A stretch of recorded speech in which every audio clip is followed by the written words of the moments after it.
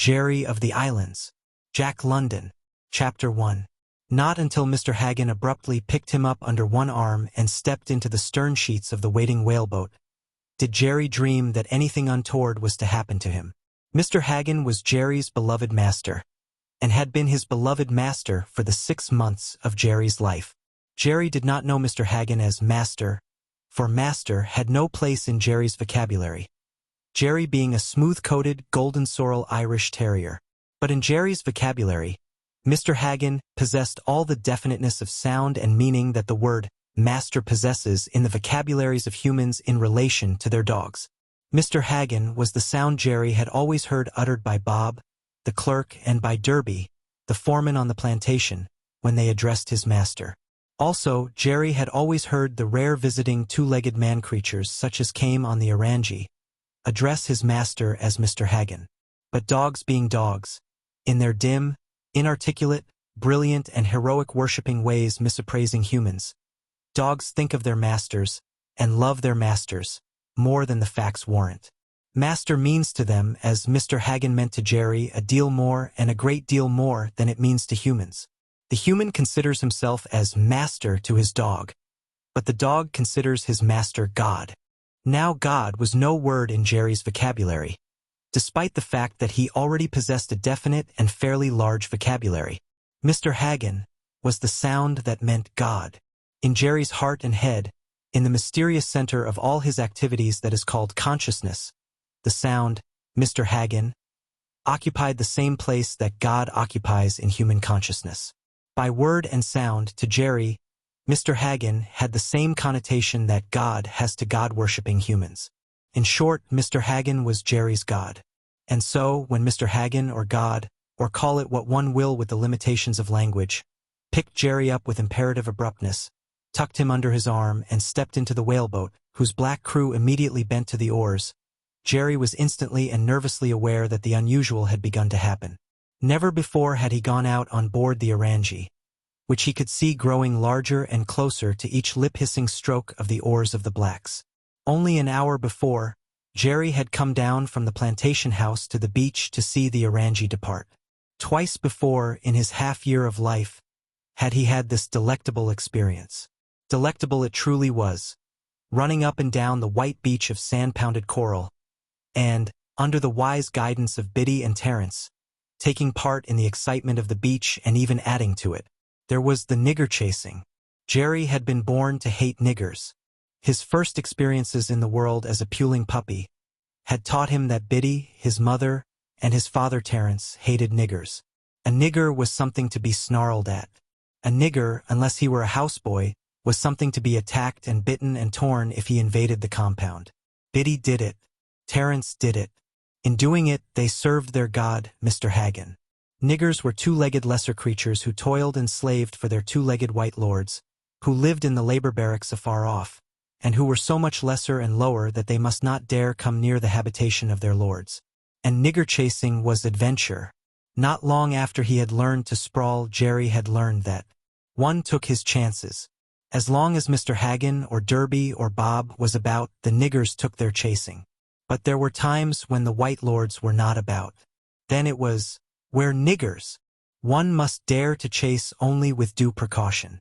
Because then, beyond the white lord's eyes, the niggers had a way, not merely of scowling and muttering, but of attacking four-legged dogs with stones and clubs.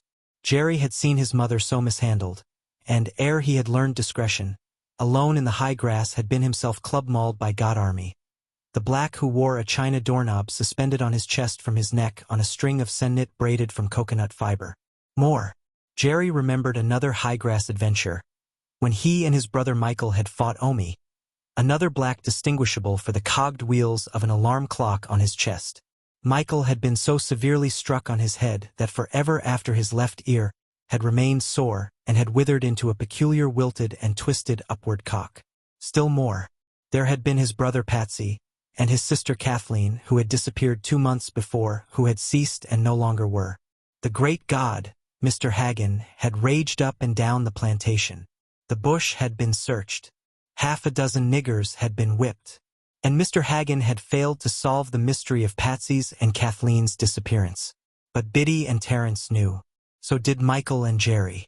The 4-month-old Patsy and Kathleen had gone into the cooking pot at the barracks, and their puppy-soft skins had been destroyed in the fire. Jerry knew this, as did his father and mother and brother, for they had smelled the unmistakable burnt meat smell, and Terence, in his rage of knowledge, had even attacked Mogham the houseboy, and been reprimanded and cuffed by Mr. Hagan, who had not smelled and did not understand, and who had always to impress discipline on all creatures under his roof-tree. But on the beach, when the blacks, whose terms of service were up, came down with their trade boxes on their heads to depart on the Orangi, was the time when nigger chasing was not dangerous. Old scores could be settled, and it was the last chance, for the blacks who departed on the Orangi never came back. As an instance, this very morning Biddy, remembering a secret mauling at the hands of Laramie, laid teeth into his naked calf and threw him sprawling into the water, trade box, earthly possessions and all, and then laughed at him, sure in the protection of Mr. Hagan, who grinned at the episode. Then, too, there was usually at least one bush dog on the Orangi at which Jerry and Michael, from the beach, could bark their heads off. Once, Terence, who was nearly as large as an Airedale and fully as lion-hearted Terence the Magnificent, as Tom Hagan called him, had caught such a bush dog trespassing on the beach and given him a delightful thrashing, in which Jerry and Michael and Patsy and Kathleen, who were at the time alive, had joined with many shrill yelps and sharp nips. Jerry had never forgotten the ecstasy of the hair, unmistakably doggy in scent, which had filled his mouth at his one successful nip. Bush dogs were dogs. He recognized them as his kind. But they were somehow different from his own lordly breed, different and lesser, just as the blacks were compared with Mr. Hagan, Derby, and Bob. But Jerry did not continue to gaze at the nearing Orangi. Biddy, wise with previous bitter bereavements, had sat down on the edge of the sand, her 4 feet in the water, and was mouthing her woe. That this concerned him, Jerry knew, for her grief tore sharply, albeit vaguely, at his sensitive, passionate heart. What it presaged he knew not, save that it was disaster and catastrophe connected with him. As he looked back at her, rough-coated and grief-stricken, he could see Terence hovering solicitously near her. He, too, was rough-coated, as was Michael, and as Patsy and Kathleen had been, Jerry being the one smooth-coated member of the family. Further, although Jerry did not know it and Tom Hagan did, Terence was a royal lover and a devoted spouse. Jerry, from his earliest impressions, could remember the way Terence had of running with Biddy, miles and miles along the beaches or through the avenues of coconuts, side by side with her, both with laughing mouths of sheer delight. As these were the only dogs, besides his brothers and sisters and the several eruptions of strange bush dogs that Jerry knew, it did not enter his head otherwise than that this was the way of dogs, male and female, wedded and faithful. But Tom Hagan knew its unusualness. Proper affinities, he declared, and repeatedly declared, with warm voice and moist eyes of appreciation. A gentleman, that Terence, and a 4-legged proper man. A man-dog, if there ever was one, foursquare as the legs on the 4 corners of him. And prepotent. My word! His blooded breed true for 1,000 generations, and the cool head and the kindly brave heart of him. Terence did not voice his sorrow, if sorrow he had, but his hovering about Biddy tokened his anxiety for her.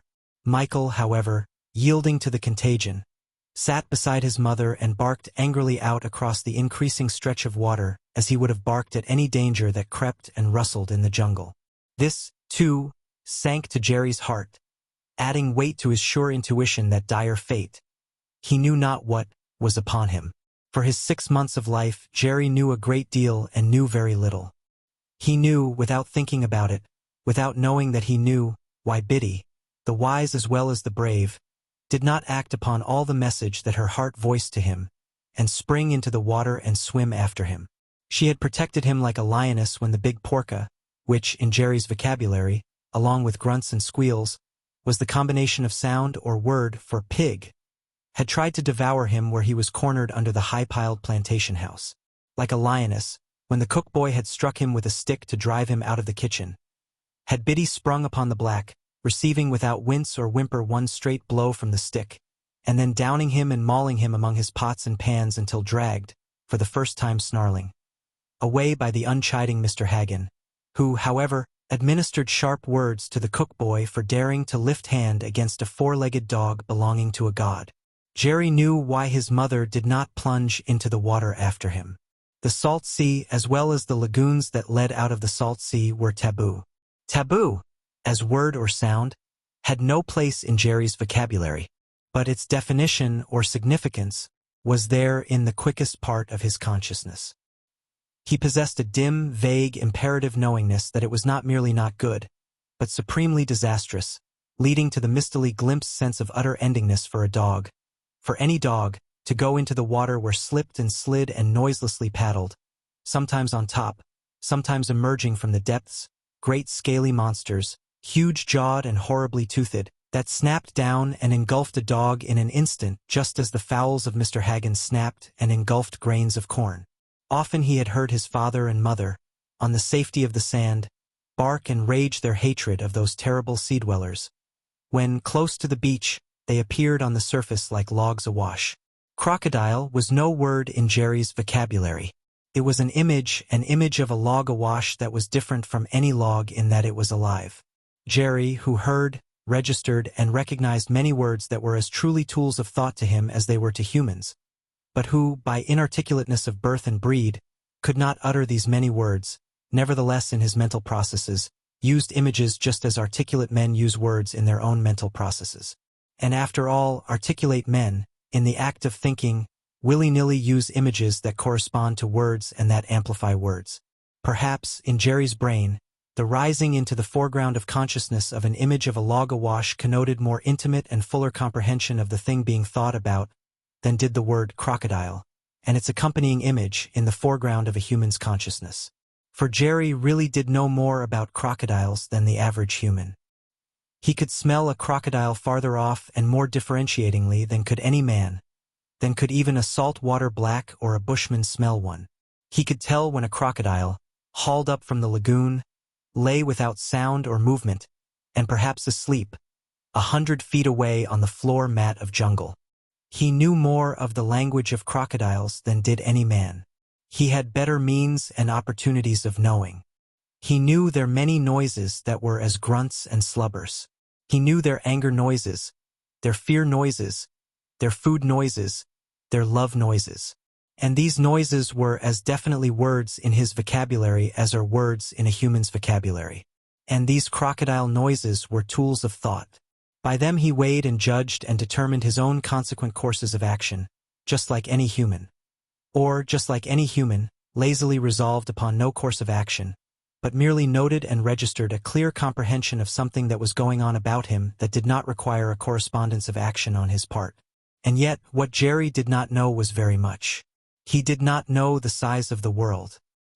He did not know that this Meringa lagoon, backed by high, forested mountains and fronted and sheltered by the offshore coral islets, was anything else than the entire world.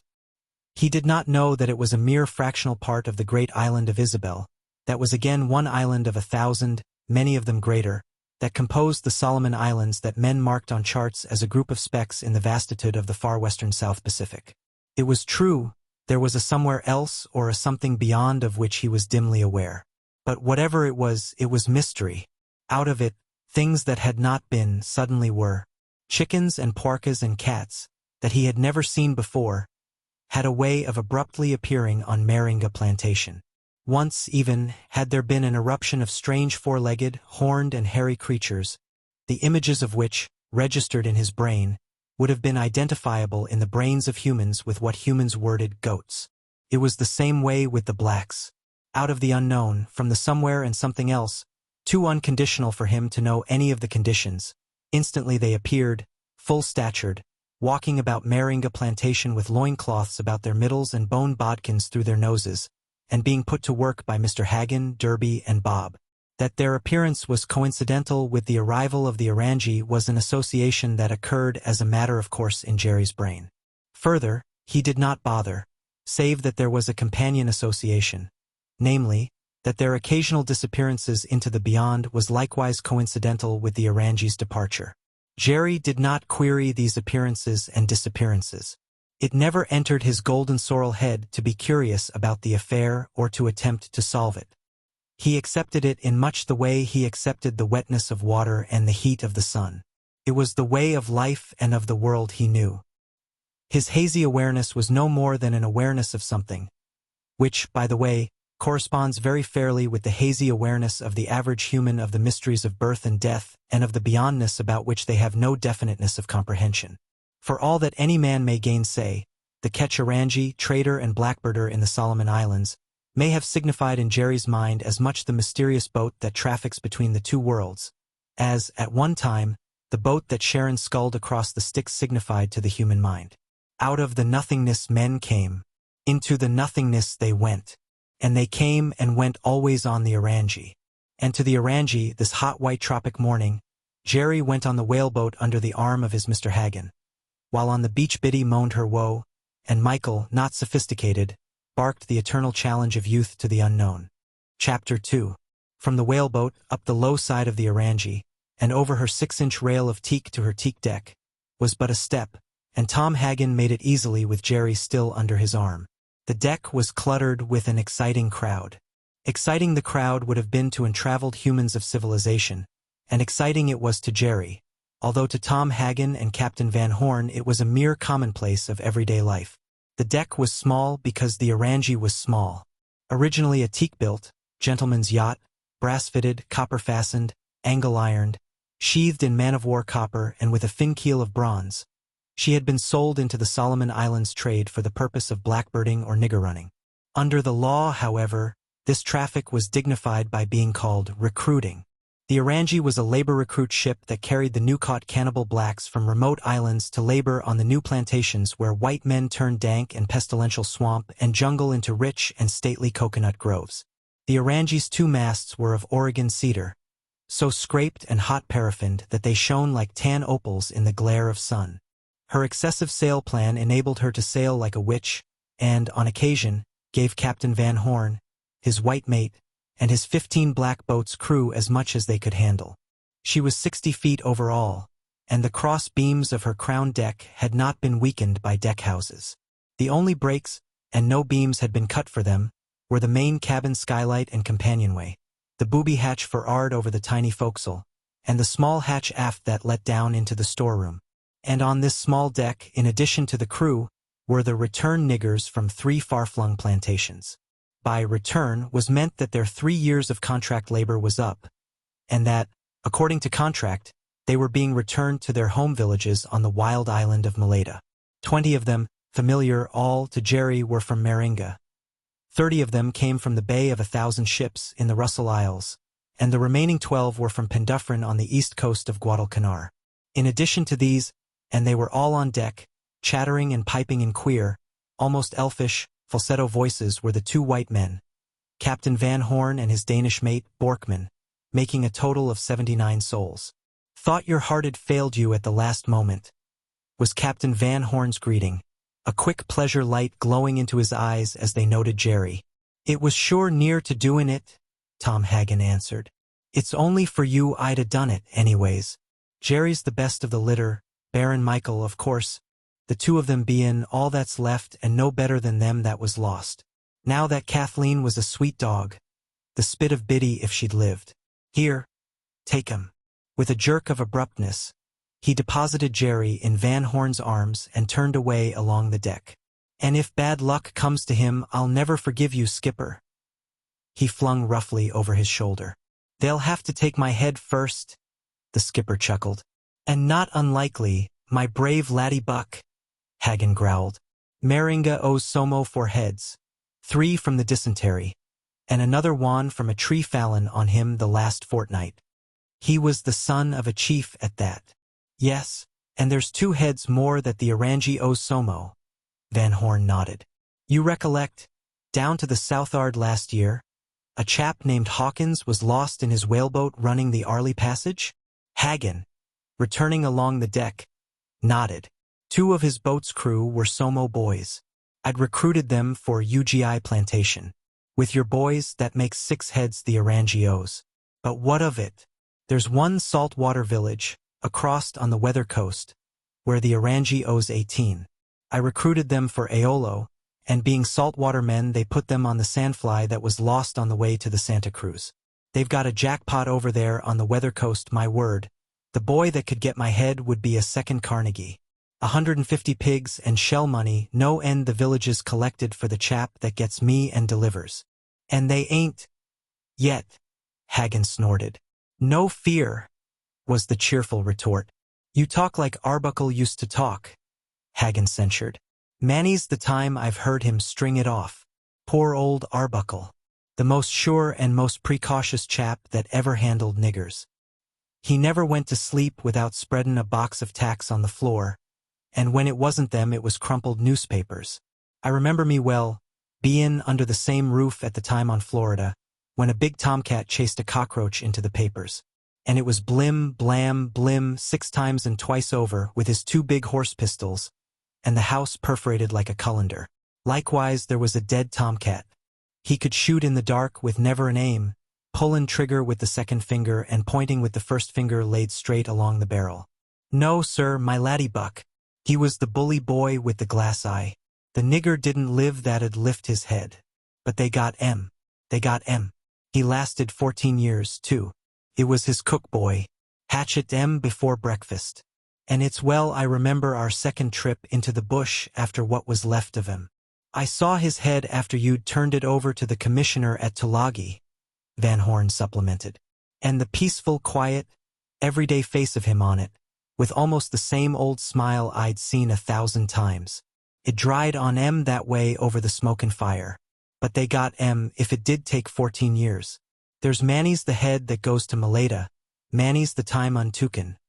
But, like the old pitcher, it's tooken in the end.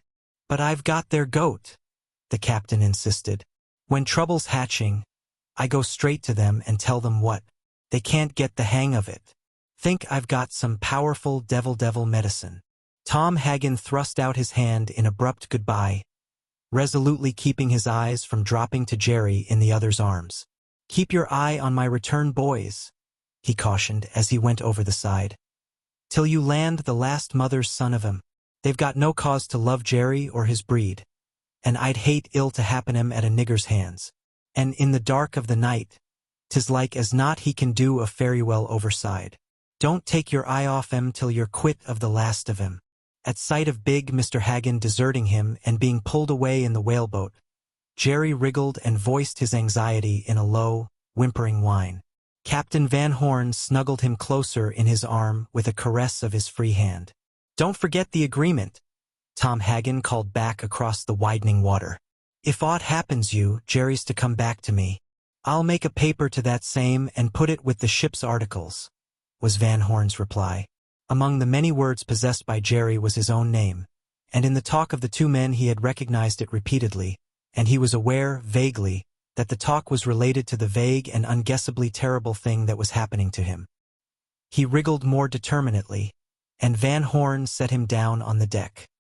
He sprang to the rail with more quickness than was to be expected of an awkward puppy of 6 months, and not the quick attempt of Van Horn to cheek him would have succeeded. But Jerry recoiled from the open water lapping the Orange's side. The taboo was upon him.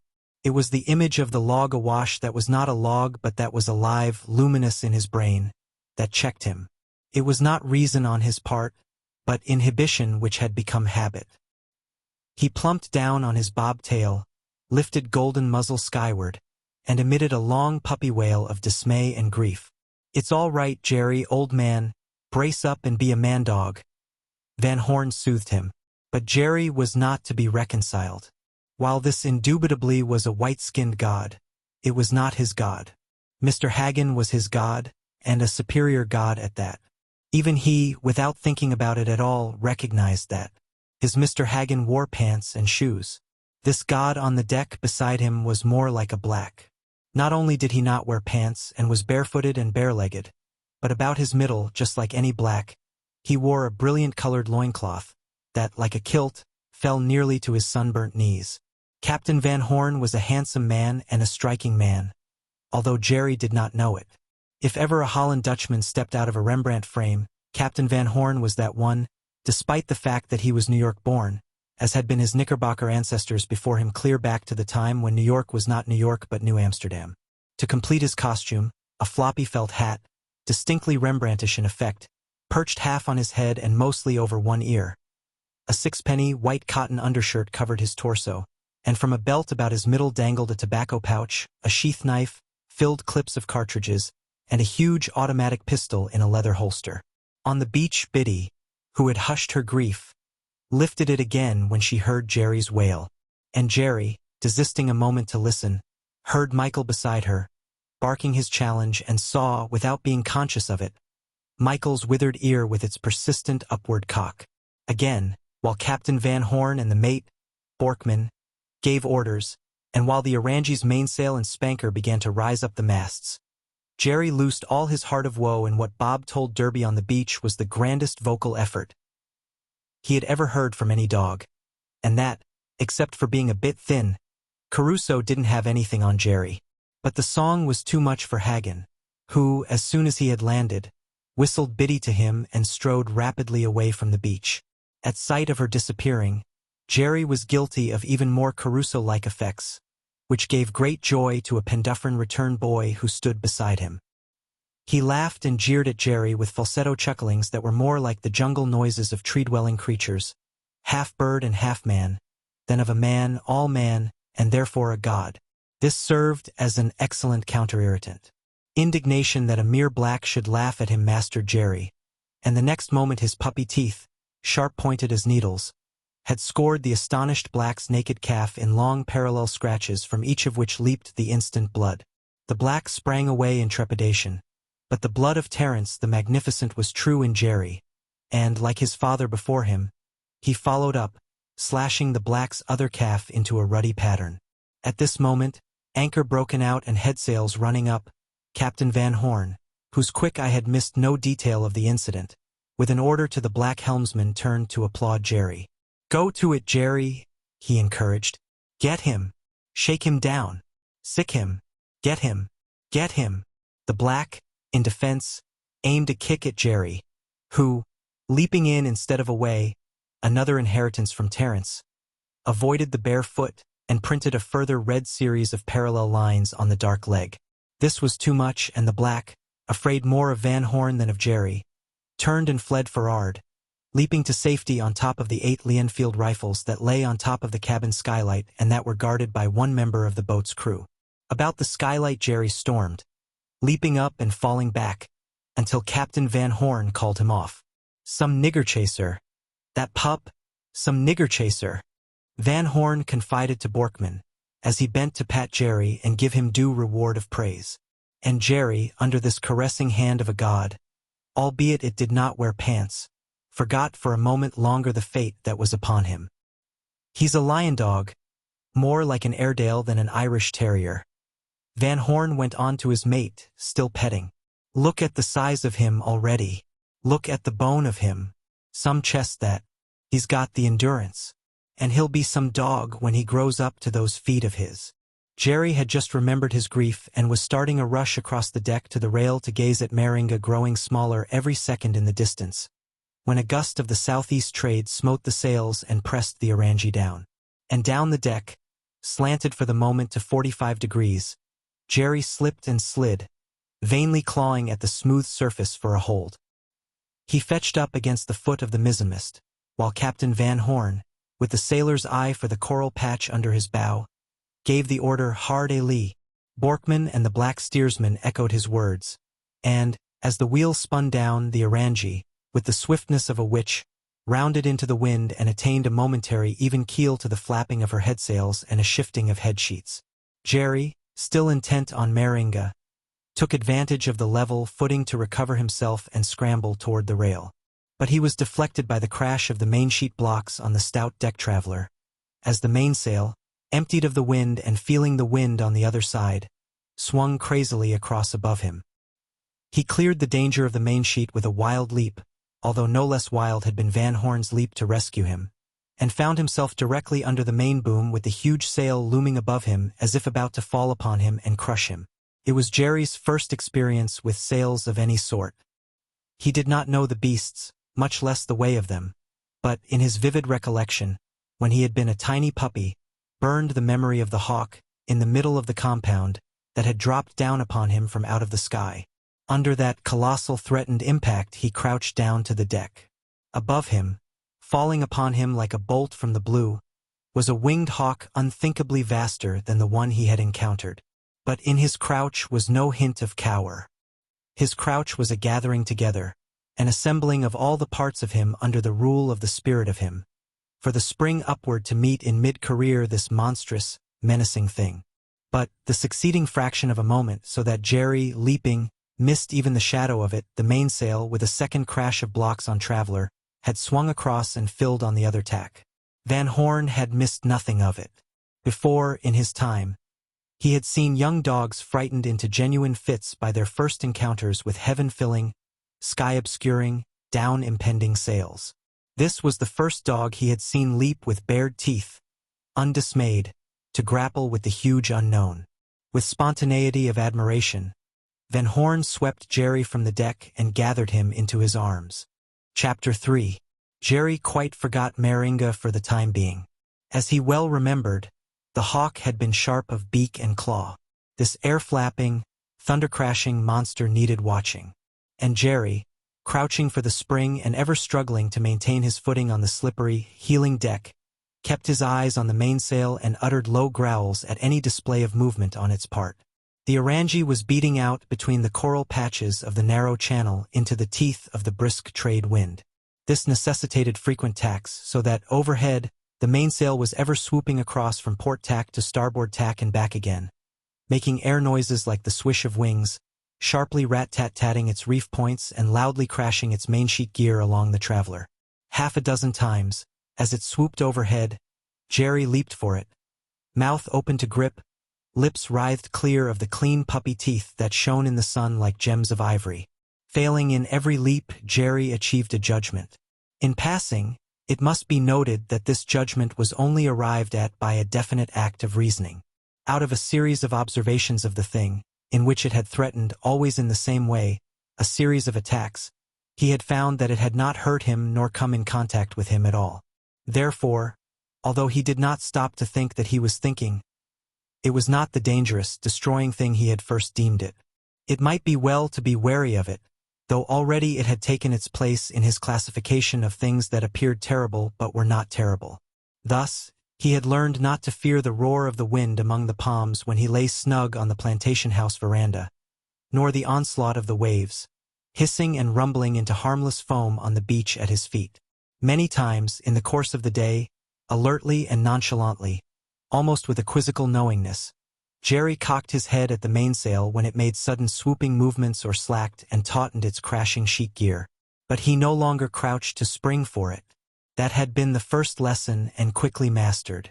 Having settled the mainsail, Jerry returned in mind to Meringa. But there was no Meringa, no Biddy and Terence and Michael on the beach, no Mr. Hagen and Derby and Bob, no beach, no land with the palm trees near and the mountains afar off everlastingly lifting their green peaks into the sky. Always, to starboard or to port, at the bow or over the stern, when he stood up resting his 4 feet on the 6-inch rail and gazing, he saw only the ocean, broken-faced and turbulent, yet orderly marching its white-crested seas before the drive of the trade.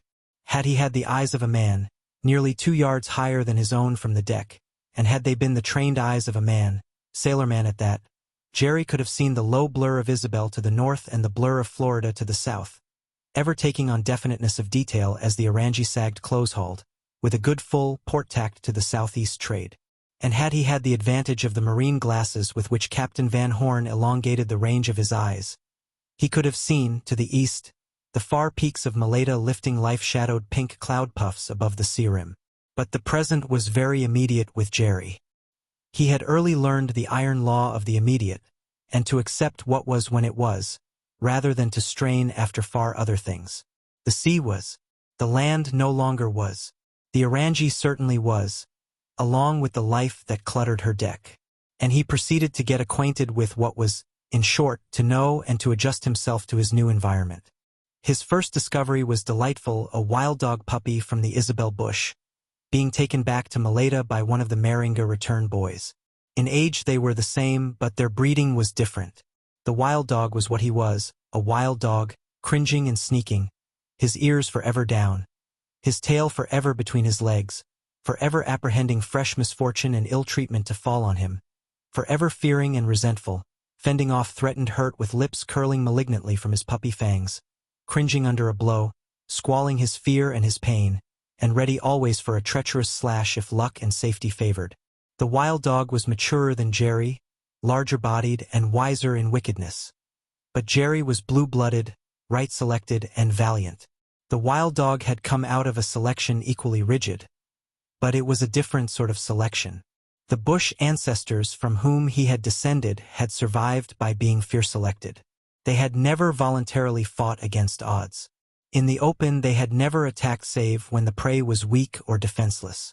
In place of courage, they had lived by creeping and slinking and hiding from danger. They had been selected blindly by nature, in a cruel and ignoble environment, where the prize of living was to be gained, in the main, by the cunning of cowardice, and, on occasion, by desperateness of defense when in a corner. But Jerry had been love-selected and courage-selected.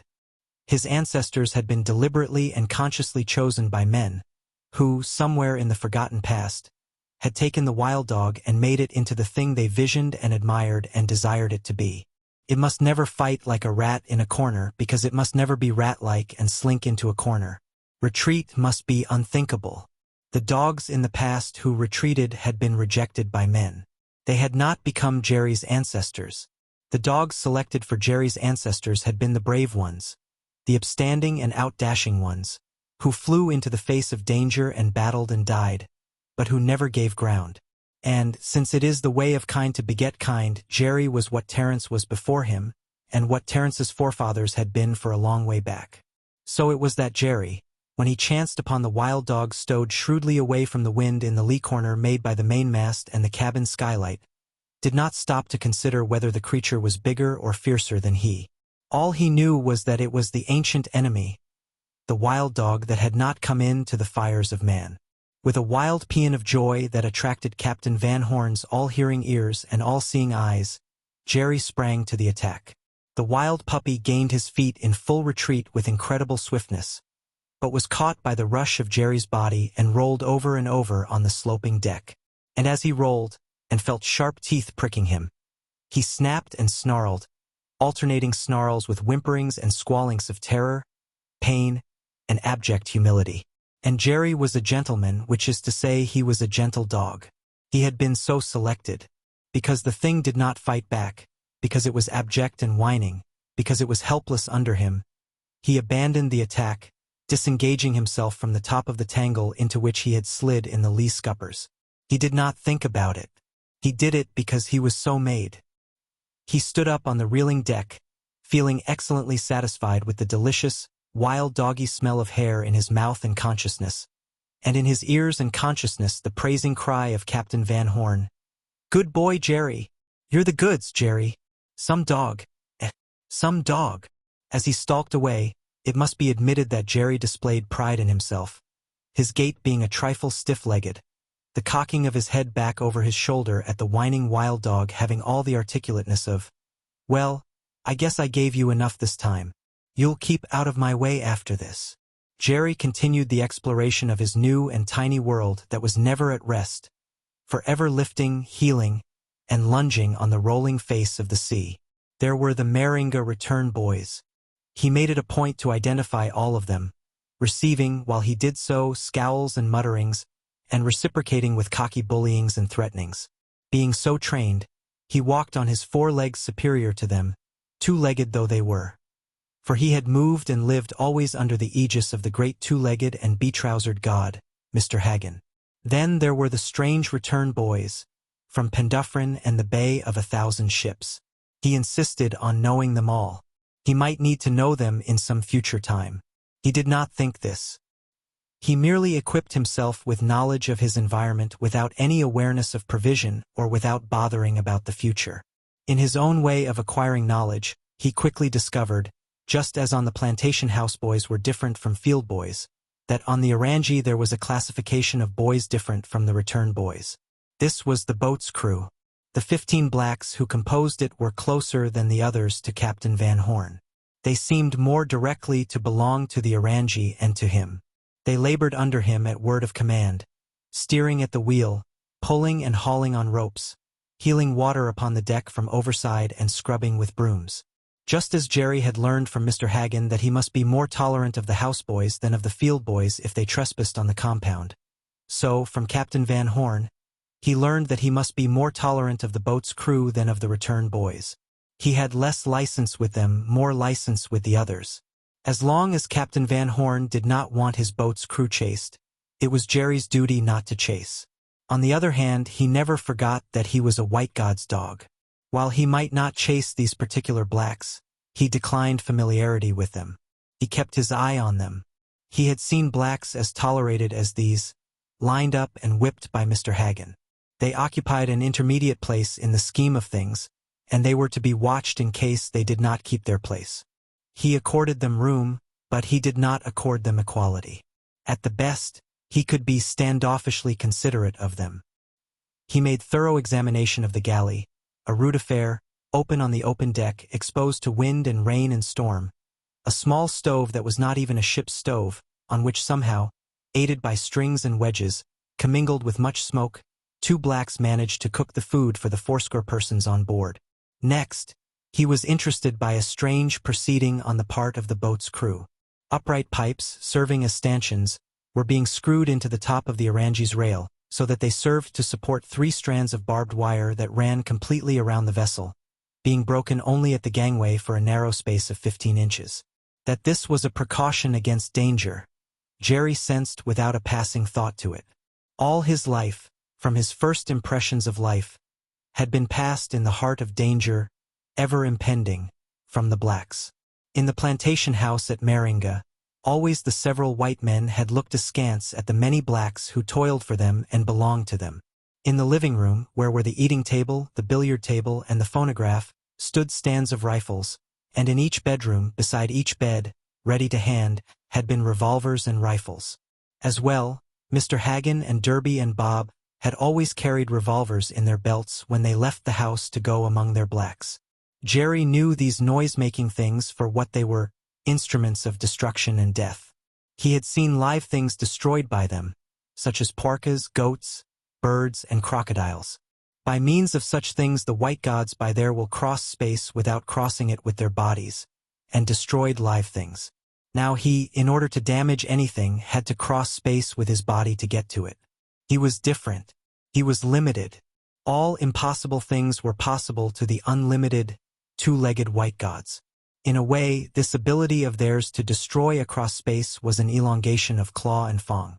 Without pondering it or being conscious of it, he accepted it as he accepted the rest of the mysterious world about him. Once, even, had Jerry seen his Mr. Hagen deal death at a distance in another noiseway. From the veranda he had seen him fling sticks of exploding dynamite into a screeching mass of blacks who had come raiding from the beyond in the long war canoes, beaked and black, carved and inlaid with mother of pearl, which they had left hauled up on the beach at the door of Meringa.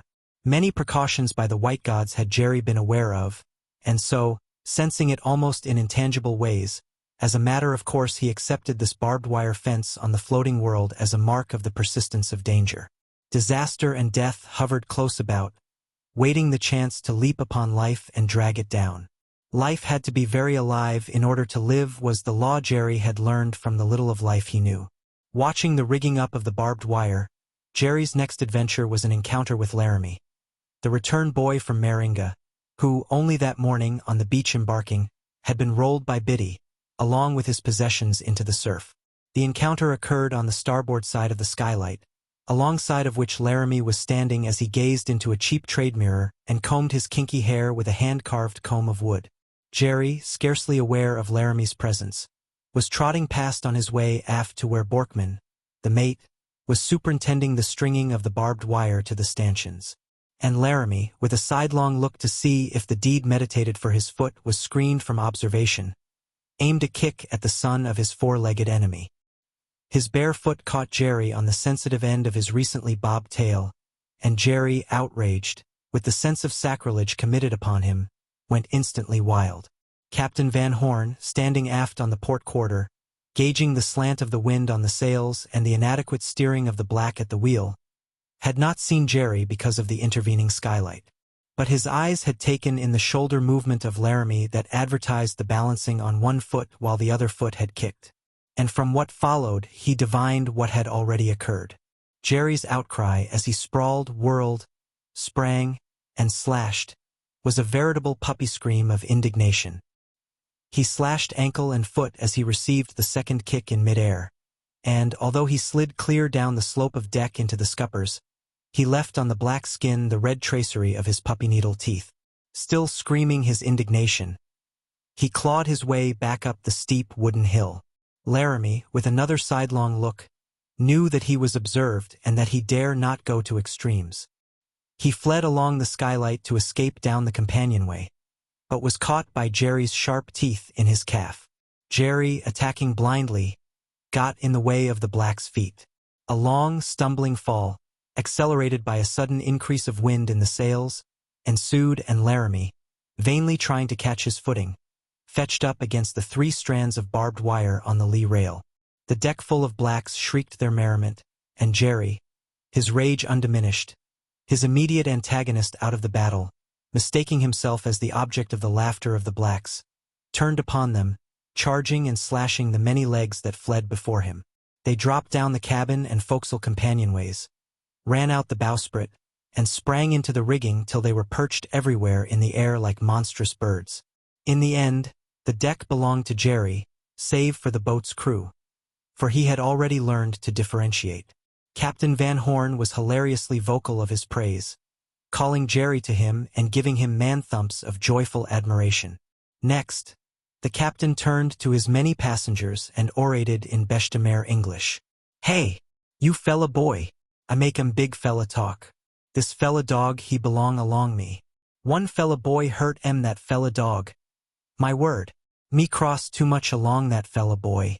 I knock 7 bells outta that fella boy. You take care leg belong you. I take care dog belong me. Sav." And the passengers, still perched in the air, with gleaming black eyes and with querulous chirpings one to another, accepted the white man's law. Even Laramie, variously lacerated by the barbed wire, did not scowl nor mutter threats. Instead, and bringing a roar of laughter from his fellows and a twinkle into the skipper's eyes, he rubbed questing fingers over his scratches and murmured, "My word, some big fella dog that fella." It was not that Jerry was unkindly. Like Biddy and Terence, he was fierce and unafraid, which attributes were wrapped up in his heredity. And, like Biddy and Terence, he delighted in nigger chasing, which, in turn, was a matter of training. From his earliest puppyhood he had been so trained. Niggers were niggers, but white men were gods, and it was the white gods who had trained him to chase niggers and keep them in their proper lesser place in the world. All the world was held in the hollow of the white man's hands. The niggers, well, had not he seen them always compelled to remain in their lesser place? Had he not seen them, on occasion, triced up to the palm trees of the Meringa compound and their backs lashed to ribbons by the white gods? Small wonder that a high-born Irish Terrier, in the arms of love of the white god, should look at niggers through white god's eyes, and act toward niggers in the way that earned the white god's reward of praise. It was a busy day for Jerry. Everything about the Orangie was new and strange, and so crowded was she that exciting things were continually happening. He had another encounter with the wild dog, who treacherously attacked him in flank from ambuscade. Trade boxes belonging to the blacks had been irregularly piled, so that a small space was left between 2 boxes in the lower tier. From this hole, as Jerry trotted past in response to a call from the skipper, the wild dog sprang, scratched his sharp puppy teeth into Jerry's yellow velvet hide, and scuttled back into his lair. Again Jerry's feelings were outraged. He could understand flank attack. Often he and Michael had played at that, although it had only been playing. But to retreat without fighting from a fight once started was alien to Jerry's ways and nature. With righteous wrath he charged into the hole after his enemy. But this was where the wild dog fought to best advantage, in a corner. When Jerry sprang up in the confined space, he bumped his head on the box above, and the next moment felt the snarling impact of the other's teeth against his own teeth and jaw. There was no getting at the wild dog, no chance to rush against him wholeheartedly, with generous full weight in the attack. All Jerry could do was to crawl and squirm and belly forward, and always he was met by a snarling mouthful of teeth. Even so, he would have got the wild dog in the end had not Borkman, in passing, reached in and dragged Jerry out by a hind leg. Again came Captain Van Horn's call, and Jerry, obedient, trotted on aft. A meal was being served on deck in the shade of the spanker, and Jerry, sitting between the two men, received his share. Already he had made the generalization that of the two, the captain was the superior god, giving many orders that the mate obeyed. The mate, on the other hand, gave orders to the blacks, but never did he give orders to the captain. Furthermore, Jerry was developing a liking for the captain, so he snuggled close to him. When he put his nose into the captain's plate, he was gently reprimanded. But once, when he merely sniffed at the mate's steaming teacup, he received a snub on the nose from the mate's grimy forefinger. Also, the mate did not offer him food. Captain Van Horn gave him, first of all, a pannikin of oatmeal mush, generously flooded with condensed cream and sweetened with a heaping spoonful of sugar. After that, on occasion, he gave him morsels of buttered bread and slivers of fried fish from which he first carefully picked the tiny bones. His beloved Mr. Hagen had never fed him from the table at mealtime, and Jerry was beside himself with the joy of this delightful experience. And, being young, he allowed his eagerness to take possession of him, so that soon he was unduly urging the captain for more pieces of fish and of bread and butter. Once he even barked his demand. This put the idea into the captain's head, who began immediately to teach him to speak. At the end of 5 minutes he had learned to speak softly, and to speak only once, a low, mellow, bell-like bark of a single syllable. Also, in this first 5 minutes, he had learned to sit down, as distinctly different from lie down, and that he must sit down whenever he spoke, and that he must speak without jumping or moving from the sitting position, and then must wait until the piece of food was passed to him. Further, he had added 3 words to his vocabulary. For ever after, speak would mean to him speak, and sit down would mean sit down and would not mean lie down. The 3rd addition to his vocabulary was skipper. That was the name he had heard the mate repeatedly call Captain Van Horn. And just as Jerry knew that when a human called Michael, that the call referred to Michael and not to Biddy or Terence or himself, so he knew that Skipper was the name of the 2-legged white master of this new floating world. That isn't just a dog, was Van Horn's conclusion to the mate. There's a sure enough human brain there behind those brown eyes. He's 6 months old. Any boy of 6 years would be an infant phenomenon to learn in 5 minutes all that he's just learned. Why, got fair dang, a dog's brain has to be like a man's. If he does things like a man, he's got to think like a man. Chapter 4. The companionway into the main cabin was a steep ladder, and down this, after his meal, Jerry was carried by the captain. The cabin was a long room, extending for the full width of the orangie from a lazarette aft to a tiny room for'ard. For'ard of this room, separated by a tight bulkhead, was the forecastle where lived the boat's crew. The tiny room was shared between Van Horn and Borkman, while the main cabin was occupied by the 80 return boys. They squatted about and lay everywhere on the floor and on the long low bunks that ran the full length of the cabin along either side. In the little stateroom the captain tossed a blanket on the floor in a corner, and he did not find it difficult to get Jerry to understand that that was his bed. Nor did Jerry, with a full stomach and weary from so much excitement, find it difficult to fall immediately asleep. An hour later he was awakened by the entrance of Borkman. When he wagged his stub of a tail and smiled friendly with his eyes, the mate scowled at him and muttered angrily in his throat. Jerry made no further overtures, but lay quietly watching. The mate had come to take a drink. In truth, he was stealing the drink from Van Horn's supply. Jerry did not know this. Often, on the plantation, he had seen the white men take drinks. But there was something somehow different in the manner of Borkman's taking a drink. Jerry was aware, vaguely, that there was something surreptitious about it. What was wrong he did not know, yet he sensed the wrongness and watched suspiciously. After the mate departed, Jerry would have slept again had not the carelessly latched door swung open with a bang. Opening his eyes, prepared for any hostile invasion from the unknown, he fell to watching a large cockroach crawling down the wall. When he got to his feet and warily stalked toward it, the cockroach scuttled away with a slight rustling noise and disappeared into a crack. Jerry had been acquainted with cockroaches all his life, but he was destined to learn new things about them from the particular breed that dwelt on the orangie. After a cursory examination of the stateroom, he wandered out into the cabin. The blacks sprawled about everywhere, but, conceiving it to be his duty to his skipper, Jerry made it a point to identify each one. They scowled and uttered low, threatening noises when he sniffed close to them. One dared to menace him with a blow, but Jerry, instead of slinking away, showed his teeth and prepared to spring. The black hastily dropped the offending hand to his side and made soothing, penitent noises, while others chuckled, and Jerry passed on his way. It was nothing new. Always a blow was to be expected from blacks when white men were not around. Both the mate and the captain were on deck, and Jerry, though unafraid, continued his investigations cautiously. But at the doorless entrance to the lazarette aft, he threw caution to the winds and darted in pursuit of the new scent that came to his nostrils. A strange person was in the low, dark space whom he had never smelled.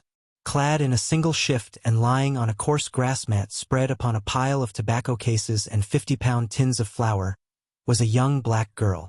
There was something furtive and lurking about her that Jerry did not fail to sense, and he had long since learned that something was wrong when any black lurked or skulked. She cried out with fear as he barked an alarm and pounced upon her. Even though his teeth scratched her bare arm, she did not strike at him. Not did she cry out again. She cowered down and trembled and did not fight back. Keeping his teeth locked in the hold he had got on her flimsy shift, he shook and dragged at her, all the while growling and scolding for her benefit and yelping a high clamor to bring skipper or the mate. In the course of the struggle, the girl overbalanced on the boxes and tins and the entire heap collapsed. This caused Jerry to yelp a more frenzied alarm, while the blacks, peering in from the cabin, laughed with cruel enjoyment. When skipper arrived, Jerry wagged his stump tail and, with ears laid back, dragged and tugged harder than ever at the thin cotton of the girl's garment. He expected praise for what he had done, but when skipper merely told him to let go, he obeyed with the realization that this lurking, fear-struck creature was somehow different, and must be treated differently from other lurking creatures. Fear-struck she was, as it is given to few humans to be and still live. Van Horn called her his parcel of trouble, and he was anxious to be rid of the parcel, without, however, the utter annihilation of the parcel. It was this annihilation which he had saved her from when he bought her in even exchange for a fat pig. Stupid, worthless, spiritless, sick, not more than a dozen years old, no delight in the eyes of the young men of her village, she had been consigned by her disappointed parents to the cooking pot. When Captain Van Horn first encountered her, had been when she was the central figure in a lugubrious procession on the banks of the Belebuli River. Anything but a beauty had been his appraisal when he halted the procession for a powwow. Lean from sickness, her skin mangy with the dry scales of the disease called bukua, she was tied hand and foot and, like a pig, slung from a stout pole that rested on the shoulders of the bearers, who intended to dine off of her. Too hopeless to expect mercy, she made no appeal for help, though the horrible fear that possessed her was eloquent in her wild staring eyes. In the universal bêche de mer English, Captain Van Horn had learned that she was not regarded with relish by her companions, and that they were on their way to stake her out up to her neck in the running water of the Belebuli. But first, before they staked her, their plan was to dislocate her joints and break the big bones of the arms and legs. This was no religious rite, no placation of the brutish jungle gods. Merely was it a matter of gastronomy.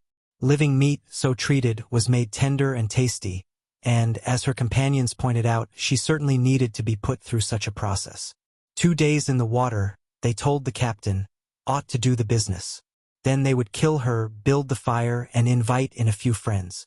After half an hour of bargaining, during which Captain Van Horn had insisted on the worthlessness of the parcel, he had bought a fat pig worth $5 and exchanged it for her. Thus, since he had paid for the pig in trade goods, and since trade goods were rated at 100% profit, the girl had actually cost him $2.50. And then Captain Van Horn's troubles had begun. He could not get rid of the girl. Too well he knew the natives of Maleta to turn her over to them anywhere on the island. Chief Ashikala of Suyu had offered 5/20s of drinking coconuts for her, and Bao, a bush chief, had offered 2 chickens on the beach at Malu.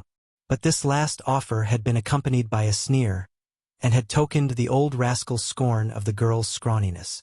Failing to connect with the missionary brig, the Western Cross, on which she would not have been eaten, Captain Van Horn had been compelled to keep her in the cramped quarters of the Orangie against a problematical future time when he would be able to turn her over to the missionaries. But toward him the girl had no heart of gratitude because she had no brain of understanding. She, who had been sold for a fat pig, considered her pitiful role in the world to be unchanged. Edie she had been. Edie she remained. Her destination merely had been changed, and this big fellow white Marster of the Orangie would undoubtedly be her destination when she had sufficiently fattened. His designs on her had been transparent from the first, when he had tried to feed her up, and she had outwitted him by resolutely eating no more than would barely keep her alive. As a result, she, who had lived in the bush all her days and never so much as set foot in a canoe, rocked and rolled unendingly over the broad ocean in a perpetual nightmare of fear. In the bêche de mer that was current among the blacks of 1,000 islands and 10,000 dialects, the Orangie's procession of passengers assured her of her fate. "My word, you fella Mary," one would say to her. "Short time little bit that big fella white Mars ter kai along you." Or another, "Big fella white Mars ter kai along you, my word. Belly belong him walk about too much." Kai was the bêche de mer for eat. Even Jerry knew that. Eat did not obtain in his vocabulary, but kai did, and it meant all and more than eat, for it served for both noun and verb. But the girl never replied to the jeering of the blacks. For that matter, she never spoke at all, not even to Captain Van Horn, who did not so much as know her name.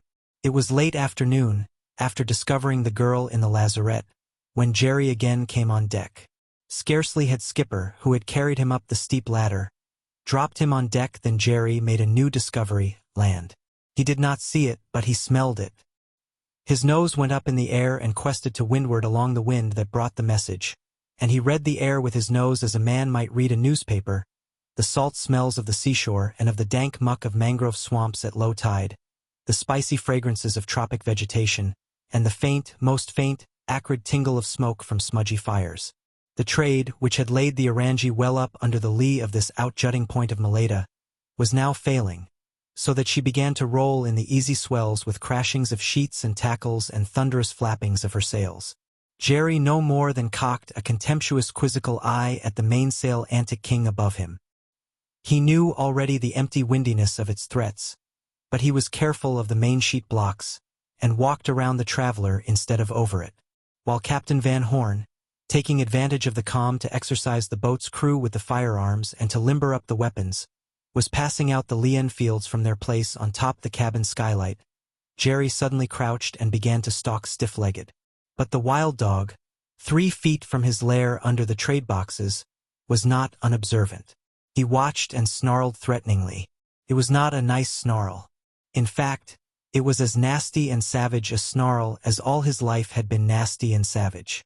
Most small creatures were afraid of that snarl, but it had no deterrent effect on Jerry, who continued his steady stalking. When the wild dog sprang for the hole under the boxes, Jerry sprang after, missing his enemy by inches. Tossing overboard bits of wood, bottles and empty tins, Captain Van Horn ordered the 8 eager boat's crew with rifles to turn loose. Jerry was excited and delighted with the fusillade, and added his puppy yelpings to the noise. As the empty brass cartridges were ejected, the return boys scrambled on the deck for them, esteeming them as very precious objects and thrusting them, still warm, into the empty holes in their ears. Their ears were perforated with many of these holes, the smallest capable of receiving a cartridge, while the larger ones contained clay pipes, sticks of tobacco, and even boxes of matches. Some of the holes in the earlobes were so huge that they were plugged with carved wooden cylinders 3 inches in diameter. Mate and captain carried automatics in their belts, and with these they turned loose, shooting away clip after clip to the breathless admiration of the blacks for such marvelous rapidity of fire. The boat's crew were not even fair shots, but Van Horn, like every captain in the Solomons, knew that the bush natives and saltwater men were so much worse shots, and knew that the shooting of his boat's crew could be depended upon if the boat's crew itself did not turn against the ship in a pinch. At first, Borkman's automatic jammed, and he received a caution from Van Horn for his carelessness in not keeping it clean and thin-oiled. Also, Borkman was twittingly asked how many drinks he had taken, and if that was what accounted for his shooting being under his average. Borkman explained that he had a touch of fever, and Van Horn deferred, stating his doubts until a few minutes later, squatting in the shade of the spanker with Jerry in his arms. He told Jerry all about it. "The trouble with him is the schnapps, Jerry," he explained. "Got fair dang, it makes me keep all my watches and half of his. And he says it's the fever. Never believe it, Jerry. It's the schnapps. Just the plain SHNAPPS schnapps. And he's a good sailorman, Jerry, when he's sober. But when he's schnappy, he's sheer lunatic. Then his noddle goes pinwheeling and he's a blighted fool. And he'd snore in a gale and suffer for sleep in a dead calm. Jerry, you're just beginning to pad those 4 little soft feet of yours into the world. So take the advice of one who knows and leave the schnapps alone. Believe me, Jerry. Boy, listen to your father. Schnapps will never buy you anything." Whereupon, leaving Jerry on deck to stalk the wild dog, Captain Van Horn went below into the tiny stateroom and took a long drink from the very bottle from which Borkman was stealing. The stalking of the wild dog became a game, at least to Jerry, who was so made that his heart bore no malice, and who hugely enjoyed it. Also, it gave him a delightful consciousness of his own mastery, for the wild dog always fled from him. At least so far as dogs were concerned, Jerry was cock of the deck of the Orange. It did not enter his head to query how his conduct affected the wild dog, though, in truth, he led that individual a wretched existence. Never, except when Jerry was below, did the wild one dare venture more than several feet from his retreat, and he went about in fear and trembling of the fat roly-poly puppy who was unafraid of his snarl. In the late afternoon, Jerry trotted aft, after having administered another lesson to the wild dog, and found Skipper seated on the deck, back against the low rail, knees drawn up and gazing absently off to leeward. Jerry sniffed his bare calf, not that he needed to identify it but just because he liked to, and in a sort of friendly greeting. But Van Horn took no notice, continuing to stare out across the sea. Nor was he aware of the puppy's presence. Jerry rested the length of his chin on Skipper's knee and gazed long and earnestly into Skipper's face. This time Skipper knew and was pleasantly thrilled, but still he gave no sign. Jerry tried a new tack. Skipper's hand drooped idly, half open, from where the forearm rested on the other knee. Into the part-open hand Jerry thrust his soft golden muzzle to the eyes and remained quite still. Had he been situated to see, he would have seen a twinkle in Skipper's eyes, which had been withdrawn from the sea and were looking down upon him. But Jerry could not see.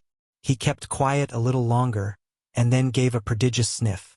This was too much for Skipper, who laughed with such genial heartiness as to lay Jerry's silky ears back and down in self-deprecation of affection and pleadingness to bask in the sunshine of the god's smile. Also, Skipper's laughter set Jerry's tail wildly bobbing. The half-open hand closed in a firm grip that gathered in the slack of the skin of one side of Jerry's head and jowl. Then the hand began to shake him back and forth with such good will that he was compelled to balance back and forth on all his 4 feet. It was bliss to Jerry. Nay, more, it was ecstasy. For Jerry knew there was neither anger nor danger in the roughness of the shake, and that it was play of the sort that he and Michael had indulged in. On occasion, he had so played with Biddy and lovingly mauled her about. And, on very rare occasion, Mr. Hagan had lovingly mauled him about. It was speech to Jerry, full of unmistakable meaning. As the shake grew rougher, Jerry emitted his most ferocious growl, which grew more ferocious with the increasing violence of the shaking. But that, too, was play, a making believe to hurt the one he liked too well to hurt. He strained and tugged at the grip, trying to twist his jowl in the slack of skin so as to reach a bite. When Skipper, with a quick thrust, released him and shoved him clear, he came back, all teeth and growl, to be again caught and shaken. The play continued, with rising excitement to Jerry. Once, too quick for Skipper, he caught his hand between teeth, but he did not bring them together. They pressed lovingly, denting the skin, but there was no bite in them. The play grew rougher and Jerry lost himself in the play. Still playing, he grew so excited that all that had been feigned became actual. This was battle, a struggle against the hand that seized and shook him and thrust him away. The make-believe of ferocity passed out of his growls. The ferocity in them became real. Also, in the moments when he was shoved away and was springing back to the attack, he yelped in high-pitched puppy hysteria. And Captain Van Horn, realizing, suddenly, instead of clutching, extended his hand wide open in the peace sign that is as ancient as the human hand. At the same time his voice rang out the single word, "Jerry!" In it was all the imperativeness of reproof and command and all the solicitous insistence of love. Jerry knew and was checked back to himself. He was instantly contrite, all soft humility, ears laid back with pleadingness for forgiveness and protestation of a warm, throbbing heart of love. Instantly, from an open-mouthed, fang-bristling dog in full career of attack, he melted into a bundle of softness and silkiness, that trotted to the open hand and kissed it with a tongue that flashed out between white gleaming teeth like a rose-red jewel. And the next moment he was in Skipper's arms, jowl against cheek, and the tongue was again flashing out in all the articulateness possible for a creature denied speech. It was a veritable love feast, as dear to one as to the other. "Got fair dang," Captain Van Horn crooned. "You're nothing but a bunch of high-strung sensitiveness, with a golden heart in the middle and a golden coat wrapped all around. Got fair dang, Jerry, you're gold, pure gold, inside and out, and no dog was ever minted like you in all the world. Your heart of gold, you golden dog, and be good to me and love me as I shall always be good to you and love you forever and forever." And Captain Van Horn, who ruled the Orangie in bare legs, a loincloth, and a sixpenny undershirt, and ran cannibal blacks back and forth in the blackbird trade with an automatic strapped to his body waking and sleeping, and with his head forfeit in scores of saltwater villages and bush strongholds, and who was esteemed the toughest skipper in the Solomons where only men who are tough may continue to live and esteem toughness, blinked with sudden moisture in his eyes, and could not see for the moment the puppy that quivered all its body of love in his arms and kissed away the salty softness of his eyes. Chapter 5. And swift tropic night smote the Orangie, as she alternately rolled in calms and heeled and plunged ahead in squalls under the lee of the cannibal island of Maleta. It was a stoppage of the southeast trade wind that made for variable weather, and that made cooking on the exposed deck galley a misery and sent the return boys, who had nothing to wet but their skins, scuttling below. The first watch, from 8 to 12, was the mate's, and Captain Van Horn, forced below by the driving wet of a heavy rain squall, took Jerry with him to sleep in the tiny stateroom. Jerry was weary from the manifold excitements of the most exciting day in his life, and he was asleep and kicking and growling in his sleep ere Skipper, with a last look at him and a grin as he turned the lamp low, muttered aloud, "It's that wild dog Jerry. Get him. Shake him. Shake him hard." So soundly did Jerry sleep, that when the rain, having robbed the atmosphere of its last breath of wind, ceased and left the stateroom a steaming, suffocating furnace, he did not know when Skipper, panting for air, his loincloth and undershirt soaked with sweat, arose, tucked blanket and pillow under his arm, and went on deck. Jerry only awakened when a huge 3-inch cockroach nibbled at the sensitive and hairless skin between his toes. He awoke kicking the offended foot, and gazed at the cockroach that did not scuttle, but that walked dignifiedly away. He watched it join other cockroaches that paraded the floor. Never had he seen so many gathered together at one time, and never had he seen such large ones. They were all of a size and they were everywhere. Long lines of them poured out of cracks in the walls and descended to join their fellows on the floor. The thing was indecent, at least in Jerry's mind. It was not to be tolerated. Mr. Hagen, Derby, and Bob had never tolerated cockroaches, and their rules were his rules. The cockroach was the eternal tropic enemy. He sprang at the nearest, pouncing to crush it to the floor under his paws. But the thing did what he had never known a cockroach to do. It arose in the air strong-flighted as a bird, and as if at a signal, all the multitude of cockroaches took wings of flight and filled the room with their flutterings and circlings. He attacked the winged host, leaping into the air, snapping at the flying vermin, trying to knock them down with his paws. Occasionally he succeeded and destroyed one. Nor did the combat cease until all the cockroaches, as if at another signal, disappeared into the many cracks, leaving the room to him. Quickly, his next thought was, "Where is Skipper?"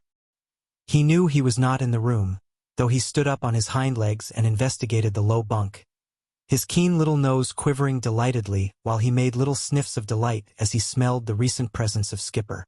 And what made his nose quiver and sniff, likewise made his stump of a tail bob back and forth.